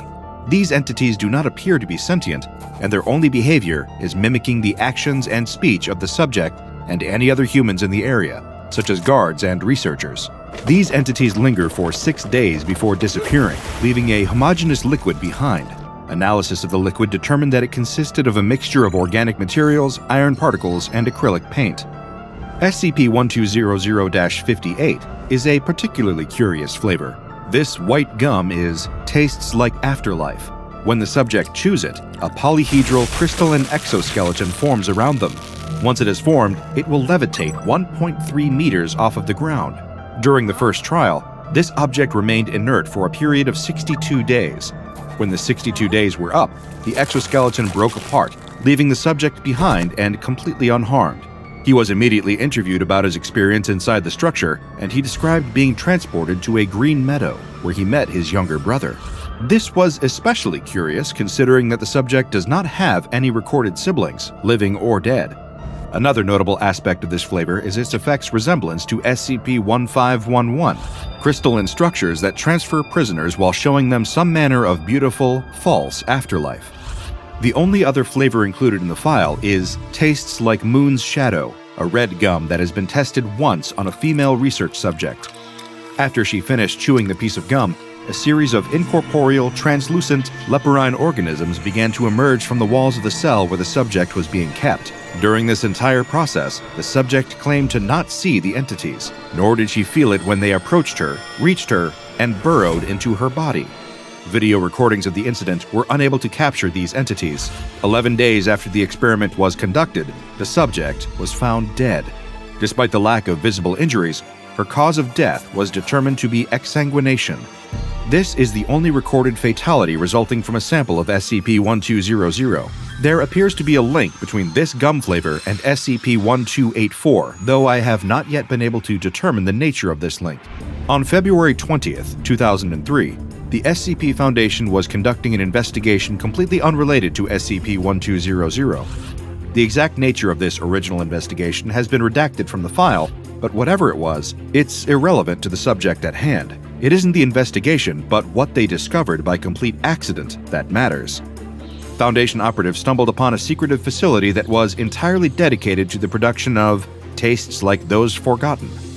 When the Foundation entered the facility, they discovered an assembly line, as well as 28 anomalous entities dwelling inside. It would appear that these entities, referred to as SCP-1200-A, are part of the company's workforce. Instances of SCP-1200-A are animate humanoid entities whose physiology is composed primarily of wrought iron. They are also coated in several layers of paint, usually in a shade of white, pale blue, or yellow. These layers of paint are worn, faded, and flaking, and the metal beneath is beginning to rust. Whenever they were made, it was some time ago, and they have fallen into a state of disrepair. Each instance has no facial features on its head, and the only feature present is one large, circular opening, which seems to operate a bit like a mouth. In addition to discovering the facility and its anomalous workers, this discovery gave the Foundation some new insight into the production process for this particular flavor of tastes like chewing gum. The image that it painted was, well, troubling. When instances of SCP-1200-A are not contained, they will attempt to collect recently deceased human cadavers and transport them to the production facility. If they are permitted to do so, they will collect these bodies from freshly dug graves or even poorly guarded morgues and carry them back to the facility. There, an SCP-1200-A instance will take one of its chosen corpses and begin to regurgitate paint, biological matter, and small slags of iron into the body's mouth. I apologize for the stomach-turning imagery, but there is simply no pleasant way to describe this process. The instance will repeat this process over a period of several weeks until the body begins to liquefy under the influence of whatever matter the entity has pumped into it. The process only ceases when the body begins to liquefy, eventually leaving behind nothing but a thick, homogeneous liquid, which will suddenly disappear soon after. How it disappears and where it goes is unknown, but I can make an unpleasant guess. Chemical analysis of some of this liquid has identified it as the substance that makes up 80% of the sample of tastes like those forgotten. It would appear that this particular flavor of chewing gum and Soylent Green have a key ingredient in common: people. No other facilities have been discovered at this point, so it is uncertain whether the key ingredients in other gum flavors are quite as macabre. Following the discovery of this facility, the Foundation cross-referenced its communication archives for any potential mentions of the facility or facilities like it. This investigation uncovered a surprisingly relevant phone call hidden in the archives. The call was made on June 2, 1999, from a payphone about 2 kilometers from the facility discovered in 2003. The recording contains one single unidentified male voice, and a transcription of the call's contents is included. Herrick, this is Davis. I'm all done with the psychopomps here. We redirected the output to the location you wanted. Weren't any problems there. The goo should start arriving to you shortly. About your other order, Morton spotted some nano hives in Budapest. I'm heading out there tomorrow. They should do nicely for your task after some tinkering. Make sure there won't be any issues with my payment this time. If your contacts at the factory are unwilling, I can always find someone else. Call you in 2 weeks. Any discovery and seizure of SCP-1200 instances must be performed by the FDA under CFR Title 21. Once the instances are in the possession of the FDA, these samples will be replaced with non-anomalous duplicates, and the originals are to be transferred to Foundation Site 197. SCP-1200-A instances do not require food or oxygen to survive, and therefore are to be kept contained in individual reinforced containers, which are stored in the I-TL-1 wing of Site 197. 2 days after the SCP-1200-A base facility was dismantled, the SCP Foundation received a series of packages. These packages were delivered to several facilities, and all contained the same thing, a new, previously undocumented flavor of gum. This gum was completely colorless, and the packaging read, "Tastes like normalcy." Test subjects who chewed the gum said that it had no noticeable flavor at all, and no anomalous effects occurred. It seems that the creators of Tastes Like Chewing Gum took notice of the Foundation's investigation and decided to create a custom flavor, or lack thereof, for the organization. The identity of the company's higher-ups, or the gum's creators, is still unknown. Unfortunately, the trail has gone cold for now. But don't lose hope. It's possible more facilities are out there, waiting to be discovered. Keep that dream alive, investigators, and don't let me burst your bubble. Get it? Like bubblegum? Well, there's a reason I became a researcher and not a comedian. The trucker tumbles to the greasy floor of the diner, thrown out of his booth, only to come crashing down before he can regain his footing. He'd be climbing back to his feet, ready to square up to the patron who has just hurled him, but staring up at them has made him freeze on the spot. As he lies on the diner floor, the trucker's eyes lock on to the bizarre horror towering over him. It looks like a huge fleshy mess, more akin to a chewed-up wad of gum than a living being. It's nearly impossible to differentiate what parts of its head are facial features. Is the mouth right there in the center, or is it one of the various other strange and inexplicable orifices? Does it even have a mouth? And where are its eyes? Does it have the standard human too, or does it see by smelling sounds or tasting the air? And are those tusks? They are. The trucker has only stopped off for a hot cup of coffee and a bite to eat. Now he's facing off against a puzzling creature ripped straight out of a David Cronenberg movie. But then again, that's what he gets for stopping off at Freddy's Diner. It all begins a few moments prior. The trucker is at the wheel, exhausted but making good time on a long haul across the interstate. Thanks to life on the road, he's been lucky enough to see much more of the country than most, driving from the West Coast to the East Coast and back again plenty of times. And being so familiar with his routes, the trucker has his very own curated list of the best places to eat while on the road. He double-checks the time and realizes he's got plenty to spare, so decides to make a quick detour and heads towards a little-known roadside restaurant, Freddy's Diner. The trucker still remembers the previous time he took a pit stop in Freddy's place. It never ceases to amaze him that it even exists. After all, there's not another diner like it from here in California to the truck stops over in New Jersey. And the trucker knows he'd pick Freddy's Diner over any maritime-themed novelty seafood place. He likes going there so much, he's even kept it a secret from his fellow truckers on the road. He'd simply hate for everyone to start piling over there and turning his favorite spot into a rowdy trucker hangout or tourist attraction. Pulling his truck up outside, the trucker locks the vehicle up securely and heads inside. From outside, it's just a calm, quiet-seeming place, a diner like any other in that stereotypical 1950s style. That's part of what the trucker likes so much about Freddy's. It's got that comforting, nostalgic feeling to it, like one of the few remaining vestiges of an era that nearly nobody alive remembers anymore, except from seeing it secondhand in old movies. But despite it looking quiet, practically empty from the outside, stepping through the doors at Freddy's is like setting foot on another planet. The entrance isn't just the way into the restaurant, it's the access point to the trucker's other favorite part about visiting there: the people. At first, it seems normal. There's always a decent number of customers bustling about, talking to each other or ordering from Freddy, the friendly, silver-haired old owner dressed in his typical pinstriped apron over a shirt and bow tie. No matter if he's in the middle of serving a customer, Freddy always turns to greet the newest arrival with a warm smile and his classic motto: "Welcome to Freddy's Diner, the only place where you can eat cuisine that's out of your world." The trucker loves how gradually it creeps up on him. Taking a cursory glance around the diner, nothing seems all that out of the ordinary.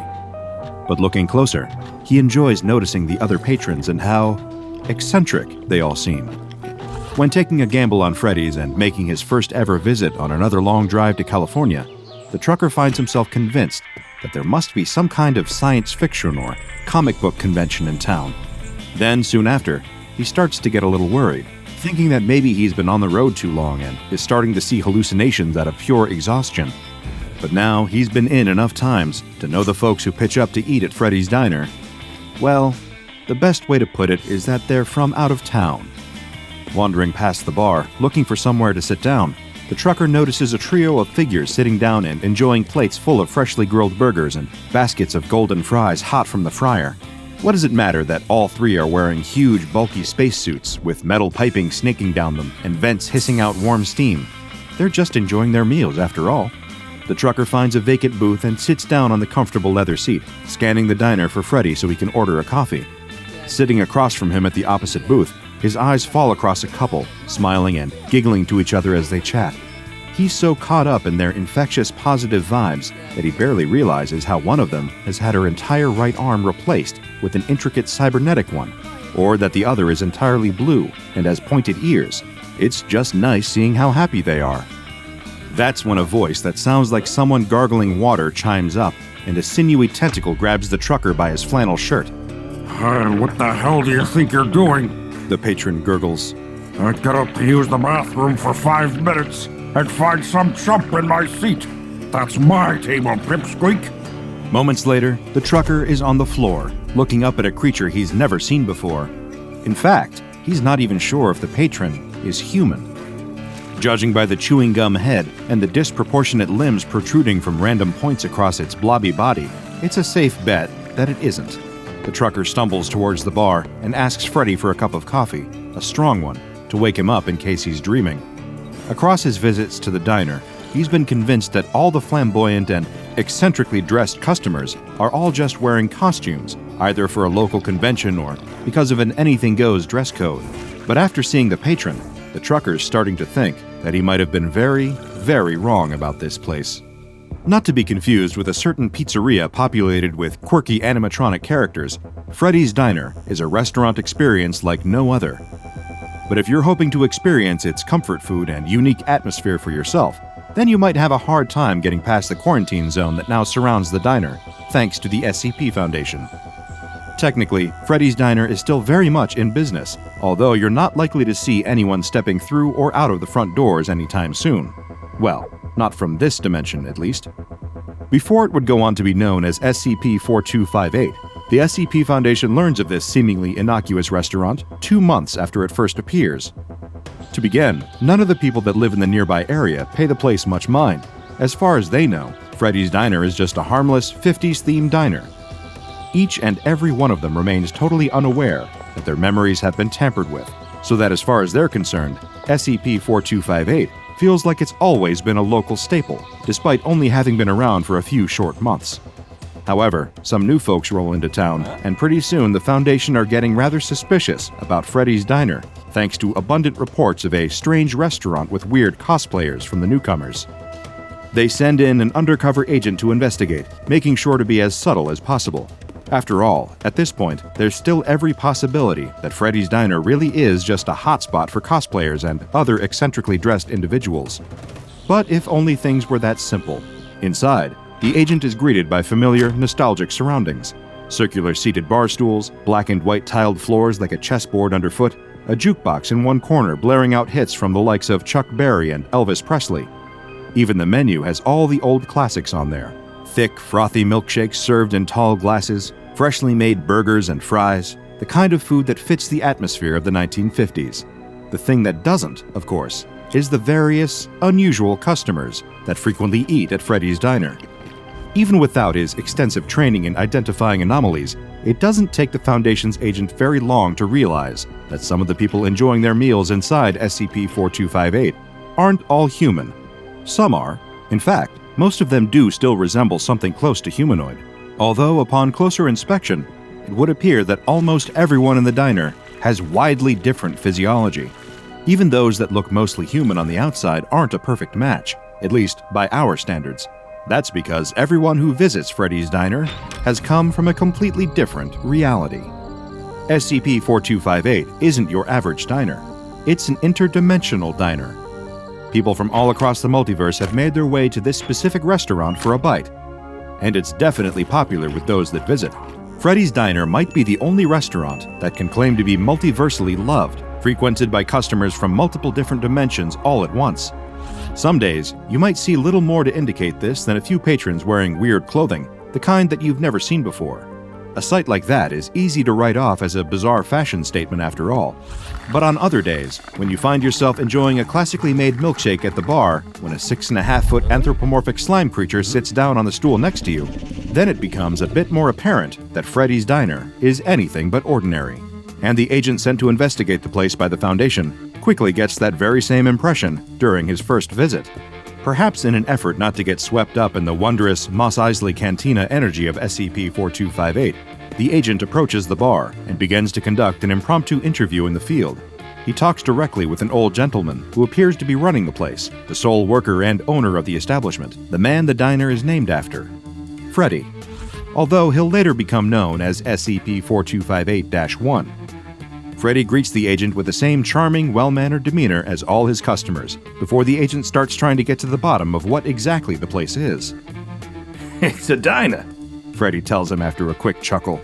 They don't have these in your dimension, kid? The agent clarifies that there are indeed similar diners elsewhere in this dimension, although they aren't quite like Freddy's. The owner reassured the agent that he's only kidding, and then delivers the diner's motto, which apparently took him a century to come up with. Welcome to Freddy's Diner, the only place where you can eat cuisine that's out of your world. Being well-versed in the anomalous and aware of the existence of other universes, it doesn't take the agent very long to figure out that this diner acts as some form of multiversal junction point, a nexus where various different worlds can intersect. But Freddy points out that's not exactly entirely correct, but the agent has at least grasped some of the core principle. More than happy to converse with his new customer, Freddy explains that his diner exists in what is known as Todash space. This, according to him, is the space between dimensions, and the door to SCP-4258 does indeed connect to all sorts of drastically different realities. As the agent takes a look through the diner windows, he notices a change in the scenery. Where there was once the familiar setting of Earth, there is now a wide, sprawling desert that seems to stretch endlessly into the horizon and beyond. Just then, a tall humanoid figure wearing a mask steps into Freddy's diner, wrapped in extravagant robes. Freddy greets the newcomer as Quarelf. He's clearly a regular customer. The agent returns to questioning the old man, curious as to how the diner actually functions, and hoping to gain as much intelligence on the matter as possible for the SCP Foundation. One of the main questions the agent wants answered is, if Freddy's diner exists between dimensions, how can the customers possibly pay for their meals? After all, even on Earth, there are multiple forms of currency with different competing values. Across an infinite number of entire universes, there's hardly going to be one multiversally accepted form of payment. But luckily, Freddy has an answer, even if it is a little abstract. As he explains it, the restaurant is funded, in a sense, by something called empathius. You know that happy feeling you get when you remember something nice or someone compliments you? The restaurant feeds off that. It's what keeps the place running. Confused as to what he means, the agent asks for clarity. For a moment, it sounds like Freddy's diner extracts positive emotions from its clientele, like a leech draining blood. But Freddy assures him that it's not quite the same. The diner itself only takes away the excess empathius, the positive emotions, that its customers experience from being there, enjoying their meals and the atmosphere of the interdimensional diner. Freddy likens it to trimming the edges of a hedge. SCP-4258 doesn't rob people of their enjoyment, it just takes a little bit to keep the lights on. The patrons that visit only have to feel happiness, and that's the only payment for their meal that Freddy wants. That brings the agent to a final question. If the restaurant takes a little bit of empathius as payment, then what exactly is Freddy? The owner chuckles and says that he's just an old man looking to make good food. Speaking of which, he offers to take the agent's order. Not wanting to be rude, the agent asks for a hamburger and fries to go. He tries to see if there are any other staff working in the kitchen, but there doesn't look to be anyone at all, save for a pair of transparent hands that place a plate down on the kitchen line. Foundation researchers conduct a few different tests on the food that the agent received from SCP-4258, but their analysis quickly reveals that there's nothing harmful about it at all. It's just a well-made burger. The agent is subsequently sent back to the diner to gather more information about it. This time, he's given instructions from the Foundation to change up his approach and speak with some of the customers instead, to see what they think of Freddy's Diner. After all, despite his friendly demeanor, the old man could always be a liar, trying to cover up a more sinister nature to his restaurant, so he can lure in more unsuspecting people from across the multiverse. Although the agent has little reason to suspect anything untoward about SCP-4258, the Foundation is nothing if not thorough. During his second visit, the agent sits down with one of the customers enjoying a meal at Freddy's Diner, a humanoid being whose body is composed entirely of different types of stone. Just from a cursory glance, there looks to be a mixture of basalt, granite, and limestone all over the entity, who introduces itself as Rock. The agent starts by remarking that the creature has a very interesting name. Everyone on Rock's world is named Rock. Pushing for more information on the creature's universe, the agent decides to ask if Rock's homeworld has a name, to which the reply is Rock. As far as the agent can attain from Rock's fairly blunt description, the stone entity originates from a universe that lacks any life forms with flesh and blood bodies, or squishies, as Rock refers to them. It also states, with a similar lack of descriptive detail, that its home universe also lacks anything resembling vegetation. There are no trees or plants, which means that the denizens of this dimension only eat Rock. Very delicious, yes. The agent submits a proposal to the Foundation for a third visit to Freddy's Diner, writing in his report that his latest interview has proven to be completely useless. Although it does at least provide one interesting detail about SCP-4258, besides all the facts about rocks. It seems that everyone within Freddy's Diner, regardless of which dimension they originate from, is capable of understanding each other. It's almost like a multiversal translator is in effect within the restaurant itself to make it easier for Freddy and his patrons to communicate. Returning to SCP-4258 for a third time, the agent finds himself striking up a conversation with a rather familiar face. His own. Against the improbable odds of infinite different people across an infinite number of universes in an endless multiverse, the Foundation agent happens to bump into one of his own counterparts from an alternate reality. And for the most part, this alternate agent seems to be from a universe that is practically identical to the first agent's.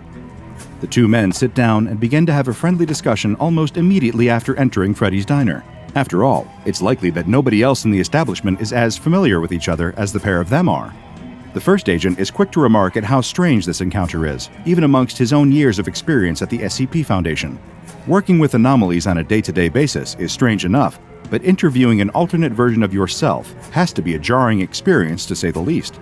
The agent tries to establish any major differences between their two universes, asking his counterpart who he works for in his reality.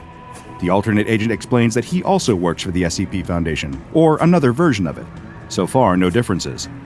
Next, the agent asks a more personal question. Is the alternate agent married?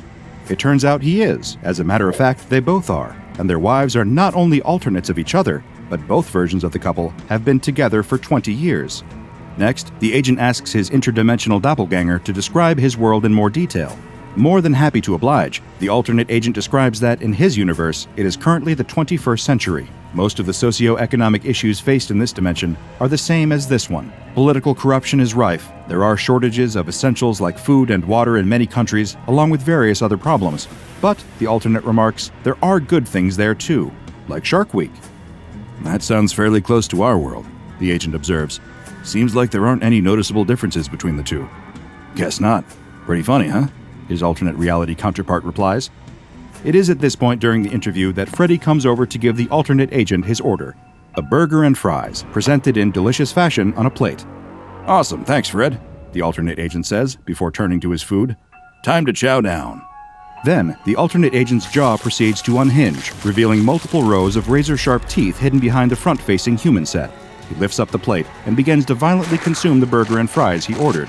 Having devoured the meal in a matter of minutes, the alternate agent then eats the plate his food was set out on, crunching down chunks of ceramic. Returning to the Foundation, the first agent later requests to be administered with amnestics. His request is denied. A bear mauling you to death, being stalked by cougars in the dead of night, only to be eaten in your sleep. Wandering off the path and getting lost for days, the elements slowly withering you away to nothingness. There are plenty of ways you can die in the wilderness. but few would expect death to come as a result of a simple bodily function with a decidedly anomalous twist. Springtime in the Sierra Nevada is undeniably beautiful. The unpredictable storms of winter are a thing of the past, but the oppressive heat of summer hasn't yet crept in. The highest peaks of the mountains are still spotted with snow, but in the foothills, the wildflowers sprout from the earth, blooming in a tapestry of yellow, pink, purple, and orange. Crystal clear waterfalls roar down the rocky mountainsides, water set free from its slumber by the melting ice as the world wakes up from a long hibernation. The summer vacation crowds haven't yet flooded the hiking trails and ski slopes, but a few groups of early adventurers can be spotted hiking through the mountains, taking in the sights and breathing in the fresh, fragrant air. Among these springtime visitors are a pair of young men, one with blonde hair and one with dark hair, each wearing a small backpack and carrying a canteen of water, not a scuff to be seen on their brand new hiking boots. These two young men are on their senior spring break from college, gleefully taking the hiking trip they have been talking about since they were paired up as roommates their freshman year. Neither of these young men is especially experienced in hiking, but they have both spent dozens of hours in the library reading up on wilderness survival, on the best ways to pitch a tent and start a fire with nothing more than a stick and 2 rocks. The lighter-haired of the two especially prides himself on his knowledge of foraging for edible wild plants, a skill he is excited to put to the test on this trip. His dark-haired companion is a bit more suspicious of wild plants, frightened by the stories of foraging gone wrong and unfortunate explorers confusing a delicious mushroom for one that stops the heart in minutes. He has filled his bag with provisions, with granola and jerky, dried fruits, and cans of beans that he hopes his friend will share with him, rather than risking his safety by gambling on a wild root or berry. Still, his concerns about foraging are soon forgotten as the two proceed further along the trail, passing sparkling waterfalls, bighorn sheep grazing on wild plants, and a bird that just might be a bald eagle soaring by overhead. The two are lost in the majesty of nature, so lost, in fact, that they forget to eat until the sun is dipping over the horizon and the world is growing dark around them. Out here in the mountains, with no light pollution to speak of, dark is dark. Even with the help of the lanterns they brought, the two men can scarcely see well enough to put up their tents and build a small fire. Still, they remember all of their reading and manage to set up a modest camp for the night. The dark-haired man pulls a bag of beans from his backpack and begins to heat them over the flame. He offers some to his companion, but he refuses. The blond man has found a shrub that he recognizes, weighed down with ripe fruit. This shrub, he explains to his friend, is a species of manzanita, an evergreen shrub that produces berries similar in flavor to little apples. The dark-haired man is dubious. Aren't manzanita berries typically red in color? These appear to be a shade of brown. Wait. The young man reaches out and stops his friend just before he can pop the berries into his mouth. At least let me look them up on my phone. That won't work out here, his friend tells him. The government blocks access to the web out here. They don't want you on the internet. It's a big conspiracy. Everyone knows about it. Page unavailable. His friend is right. But wait. He has the ultimate tool to defeat this intrusion on his lunch lookup liberties because he has Surfshark VPN. Surfshark, the sponsor of today's video. The virtual private network that keeps your online identity safe by encrypting all of the information sent between your device and the internet. With the simple press of a button, he's able to change his location to somewhere well outside the Sierra Nevadas and access the blocked content, thanks to over 3,200 servers Surfshark has around the world in 100 countries that allow you to bypass censorship and geo-restrictions no matter where you are. And you don't need to worry about who might be watching you, since Surfshark masks your IP address to make sure that your city, country, and download history aren't linked back to your identity. It's the absolute best way to stay safe online and keep your personal information secure from whoever might want to use it for their nefarious deeds. So why not try it out for yourself? Surfshark offers a 30-day money-back guarantee, so there's no risk. DrBob viewers who use my code DrBob get an extra 3 months free. So use the link in the description and check it out for yourself. You'll be glad you did. The wannabe forager insists that he has correctly identified the plant and that these berries will be his dinner. The dark-haired man shrugs and treats himself to a meal of beans and dried apples, while his friend munches on handfuls of the brown berries. He has no complaints about the taste, and does not immediately drop dead upon eating them, so perhaps he was right, and these are manzanitas after all. As soon as the thought crosses the dark-haired man's mind, he sees his friend double over, clutching at his stomach in discomfort. Afraid for his friend's safety, he rushes to his side, only to be met with a long, loud fart. The two share a laugh, the tension broken by the sudden smelly outburst, but the humor soon fades as the blonde man farts again. And again, and again. All through the night, he continues to emit loud, excruciatingly smelly farts. The smell permeates the campsite, seeping into the dark-haired man's tent no matter how he tries to cover his nose with his sleeping bag. He doesn't get a wink of sleep, spending the night wide awake, staring at the ceiling of his tent, and silently wishing for the relentless stream of gas to stop. But it doesn't. It just carries on until the dark-haired man can scarcely remember a time when he wasn't listening to the maddening sound. Again and again and again, the endless farts. He clenches his fists until the knuckles turn white, clenches his jaw, and grinds his teeth. It's enough to drive a man insane. The next morning, it is still happening. The blonde man expresses embarrassment, but does not apologize for ignoring his friend's warnings about the berries. He tries to laugh it off, but the dark-haired man does not join him in his laughter. If he had only listened, they wouldn't be in this situation. They wouldn't be about to continue their hike with this rancid, gaseous albatross around their necks. As they pack up camp, the dark-haired man glances down at the tent pole in his hand. One good swing, and he could put a stop to the madness. No, that's ridiculous. He shakes his head, clearing the impulse from his mind. The gastrointestinal distress will pass soon, and they will be able to continue the trip like they planned. But it doesn't pass. Nothing passes, but the gas itself. The blonde man asks if they can stop for water before they've even been hiking for an hour. He isn't feeling very well, he explains. He woke up dizzy and nauseated, disoriented from lying there all night, breathing in the fumes. The dark-haired man wants to say something, to retort that he too was suffering all night. But he doesn't. He just lets his friend stop to drink some water, and they proceed with the hike. Gone is the magic of the previous day, the time before the cursed berries. The men can no longer smell the wildflowers, the crisp mountain air. There are no wild animals to be found, not a single ground squirrel or little bird. Up ahead on the trail, the dark-haired man catches the barest glimpse of a tail vanishing into the brush as a mountain lion runs the other way. Is it fleeing from them? From the stench? He wouldn't blame the beast if it was. They have 5 more days of this planned, and he can feel his resolve beginning to fade. Maybe he can turn back, ask to cut the trip short now, but why should he have to suffer just because his friend made a mistake identifying a wild berry? It isn't fair. If he could just get a moment to think without the incessant farting, if he could just have 1 second of peace, maybe he could come up with a solution. But no respite comes. If anything, it only seems to get worse. The smell burns his nostrils, the sound rings in his ears. The blonde man tries to speak over it, to clear the air with pleasant conversation, but the dark-haired man brushes him off with grunts and shrugs. His eyes sting and water, he chokes on the stench. He knows in his heart that he can't take much more of this.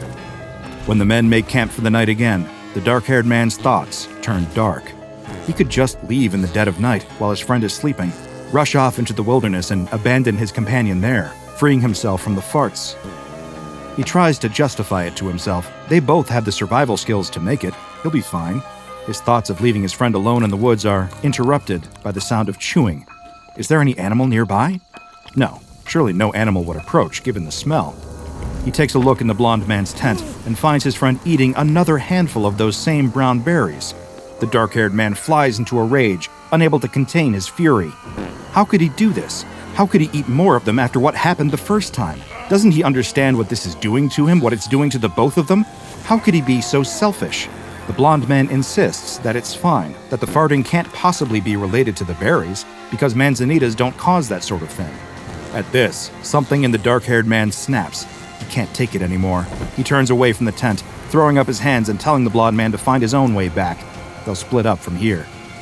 The blonde man emerges from his tent, begging his friend not to cast him out. He's certain the farting will stop any day now. At this, it seems to grow louder and more potent. The dark-haired man spots a large rock by the campfire, small enough to hold in his hand, hefty enough to do some real damage. He picks it up and turns to meet his friend. Without thinking, he swings the rock at the blonde man's head. For the first time in days, the sound of farts goes silent. The air smells sweet, like flowers, leaves, and campfire smoke. He did what he had to do. The dark-haired man lets out a sigh of relief, the rock falling from his hand. He glances at the rock on the ground, at the blood dripping down its surface, and realizes the full weight of what he has just done. He packs up the campsite as quickly as he can, douses the fire, and dumps the body over the edge of a nearby cliff. Over the next few days, he hikes back the way he and his friend came, noticing in spite of his gnawing guilt that the walk really is so much better without those damned farts. On the way, he passes that bush, that horrible bush, weighed down by the fruit that destroyed his spring break trip, that destroyed his friend's life. He opens his backpack, tearing a page from one of his books and grabbing a pen. He scribbles a warning, no matter what, do not eat these berries, and affixes it to the bush. He can only hope that the next person to stumble on this shrub will see the note and heed its warning. If they don't, they might meet a similar fate. Days later, the park rangers discover the blonde man's body and declare the death an accident caused when the man fell over the side of the cliff. Some of them suspect foul play, but are unable to find any evidence. All they can find is a strange note on an unidentified shrub and the faintest smell of something foul, like rotten eggs. The two doomed hikers had no way of knowing this, but the fruit they foraged was not from the Manzanita family. It was from a plant known as SCP-4032. SCP-4032 is a wide, deciduous shrub characterized by a rounded crown and wider base. It produces a distinct, small, round brown fruit that has been designated SCP-4032-1. Whenever any animal or human consumes an instance of SCP-4032-1, this meal will result in intense gastrointestinal distress. I will try to describe this as delicately as I possibly can, but as I have learned over the years in my line of work, the truth is rarely delicate or polite. 1 hour following the consumption of an SCP-4032-1 instance, the person or animal will begin to emit an excessive amount of flatulence, consisting of elevated hydrogen sulfide levels and a small but detectable amount of methane gas. Perhaps you are familiar with an old rhyming song about the wonders of beans, the magical fruit. These berries function quite similarly. The more one eats, the more one does, in fact, for want of a better word, toot. However, unlike the second part of the bean-based rhyme, these fruits do not cause their unfortunate consumers to feel better, nor should they be eaten at every or any meal. The Foundation first discovered SCP-4032 on April 2, 2018, after a man named Anthony Green happened upon the plant in the foothills of Northern California. Hungry enough to forget his better judgment, Anthony ate some of the fruit and became immediately concerned for his physical well-being as SCP-4032's effects began to take hold. Fearing he had unknowingly consumed a poisonous plant, he made a distress call to the local search and rescue team. This call was intercepted by Foundation operatives, who swiftly arrived at the scene to bring both Anthony and the plant itself into custody. The affected individual will continue to produce this flatulence until they have expired. Both starvation and dehydration have no impact on the flatulence, and no identifiable source of the gaseous output has been detected via endoscopy. If an affected individual finds themselves in an area without adequate ventilation, they will gradually begin to experience symptoms brought on by hydrogen sulfide poisoning, including but not limited to conjunctivitis, respiratory irritation and coughing, loss of smell, and eventually pulmonary edema and death. Shortly following SCP-4032's discovery, Dr. Logari began conducting a thorough observation of Anthony Green, referred to as D-14478 for the purposes of official documentation, as he suffered from the effects of consuming SCP-4032-1. First, he was brought in for observation and placed in cell 14B on the outside of Site 88. Dr. Logari noted copious amounts of flatulence being emitted by the subject, with high levels of hydrogen sulfide and methane. 5 hours later, the subject was complaining about gas buildup in his cell, and the interior venting hood was activated. 3 hours and over 50 complaints later, the maintenance staff deactivated the interior venting hood and opened exterior windows. In an attempt to quell some of the relentless flatulence, D-14478 was placed on an intravenous diet. After 2 days on the intravenous diet and no changes to the subject's gas emissions, medical staff conducted an endoscopy, which revealed that the colon was clear and there were no visible signs of rectal gas.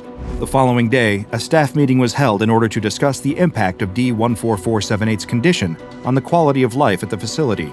Both residents and researchers alike had complained about the persistent smell, which they were unable to escape, and was permeating the air outside as well as throughout the interior of the building. Several options were proposed, including relocation, treatment, and failing all else, termination of the subject. A resolution was passed to house D-14478 in an outdoor facility until proper filtering equipment could be installed. A little over a week later, Foundation agents intercepted reports from nearby environmental watch groups concerning an increase in airborne pollution in the central Alabama area around Site 88, with D-14478's condition threatening not only the morale at Site 88, but the environment itself. An additional resolution was passed in order to transfer D-14478 into an experimental air filtering cell. The cell had not yet passed a safety inspection, but those with objections were overruled by the vote of the majority. The following day, subject D-14478 was found dead in his cell. An investigation into the cause of death determined that the primary filter was improperly constructed, and both it and its associated sensor had malfunctioned. There was one silver lining to this unfortunate incident, however. The effects of SCP-4032-1 mercifully ceased following the subject's death. The post-mortem report was filed with the Ethics Committee, and Dr. Lugari was placed on temporary administrative leave. Meanwhile, a large order of scented candles was placed by the staff of Site 88, and soon, the unpleasant odor was replaced with the smells of lavender, vanilla, sugar, and pine. In Dr. Lugari's absence, Dr. Carlyle was appointed to the position of lead researcher on SCP-4032. Following the approval of the Ethics Committee, Dr. Carlyle began conducting a series of animal tests using SCP-4032. The first test subject selected was the Araucanian herring. An instance of SCP-4032-1 was crushed and added to a mix of copepods and krill, which were then fed to a small school of herring. 15 minutes after the consumption of SCP-4032-1, the herring's usual flatus production increased dramatically. This caused great distress to the school of fish, as this species ordinarily uses flatulence as a means of communication. Samples of the flatus were taken and analyzed, and were found to contain hydrogen sulfide and methane, though the levels of both were lower than they had been in human subjects. 3 hours after their initial feeding, the herring were euthanized and taken for autopsy and chemical analysis. There was no post-mortem evidence found of SCP-4032-1's effects.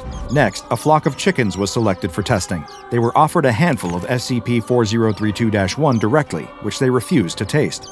The fruit was then crushed and added to chicken feed, which was fed to the chickens with great success. 2 hours after eating SCP-4032-1, all of the chickens began to emit gas containing low levels of methane and hydrogen sulfide. The chickens were promptly euthanized and taken for analysis, where an autopsy determined that the birds' short intestinal tracts were distended. This marked the first recorded visible sign of the fruit's impact on a test subject. The next animals selected for testing were brown-throated three-toed sloths.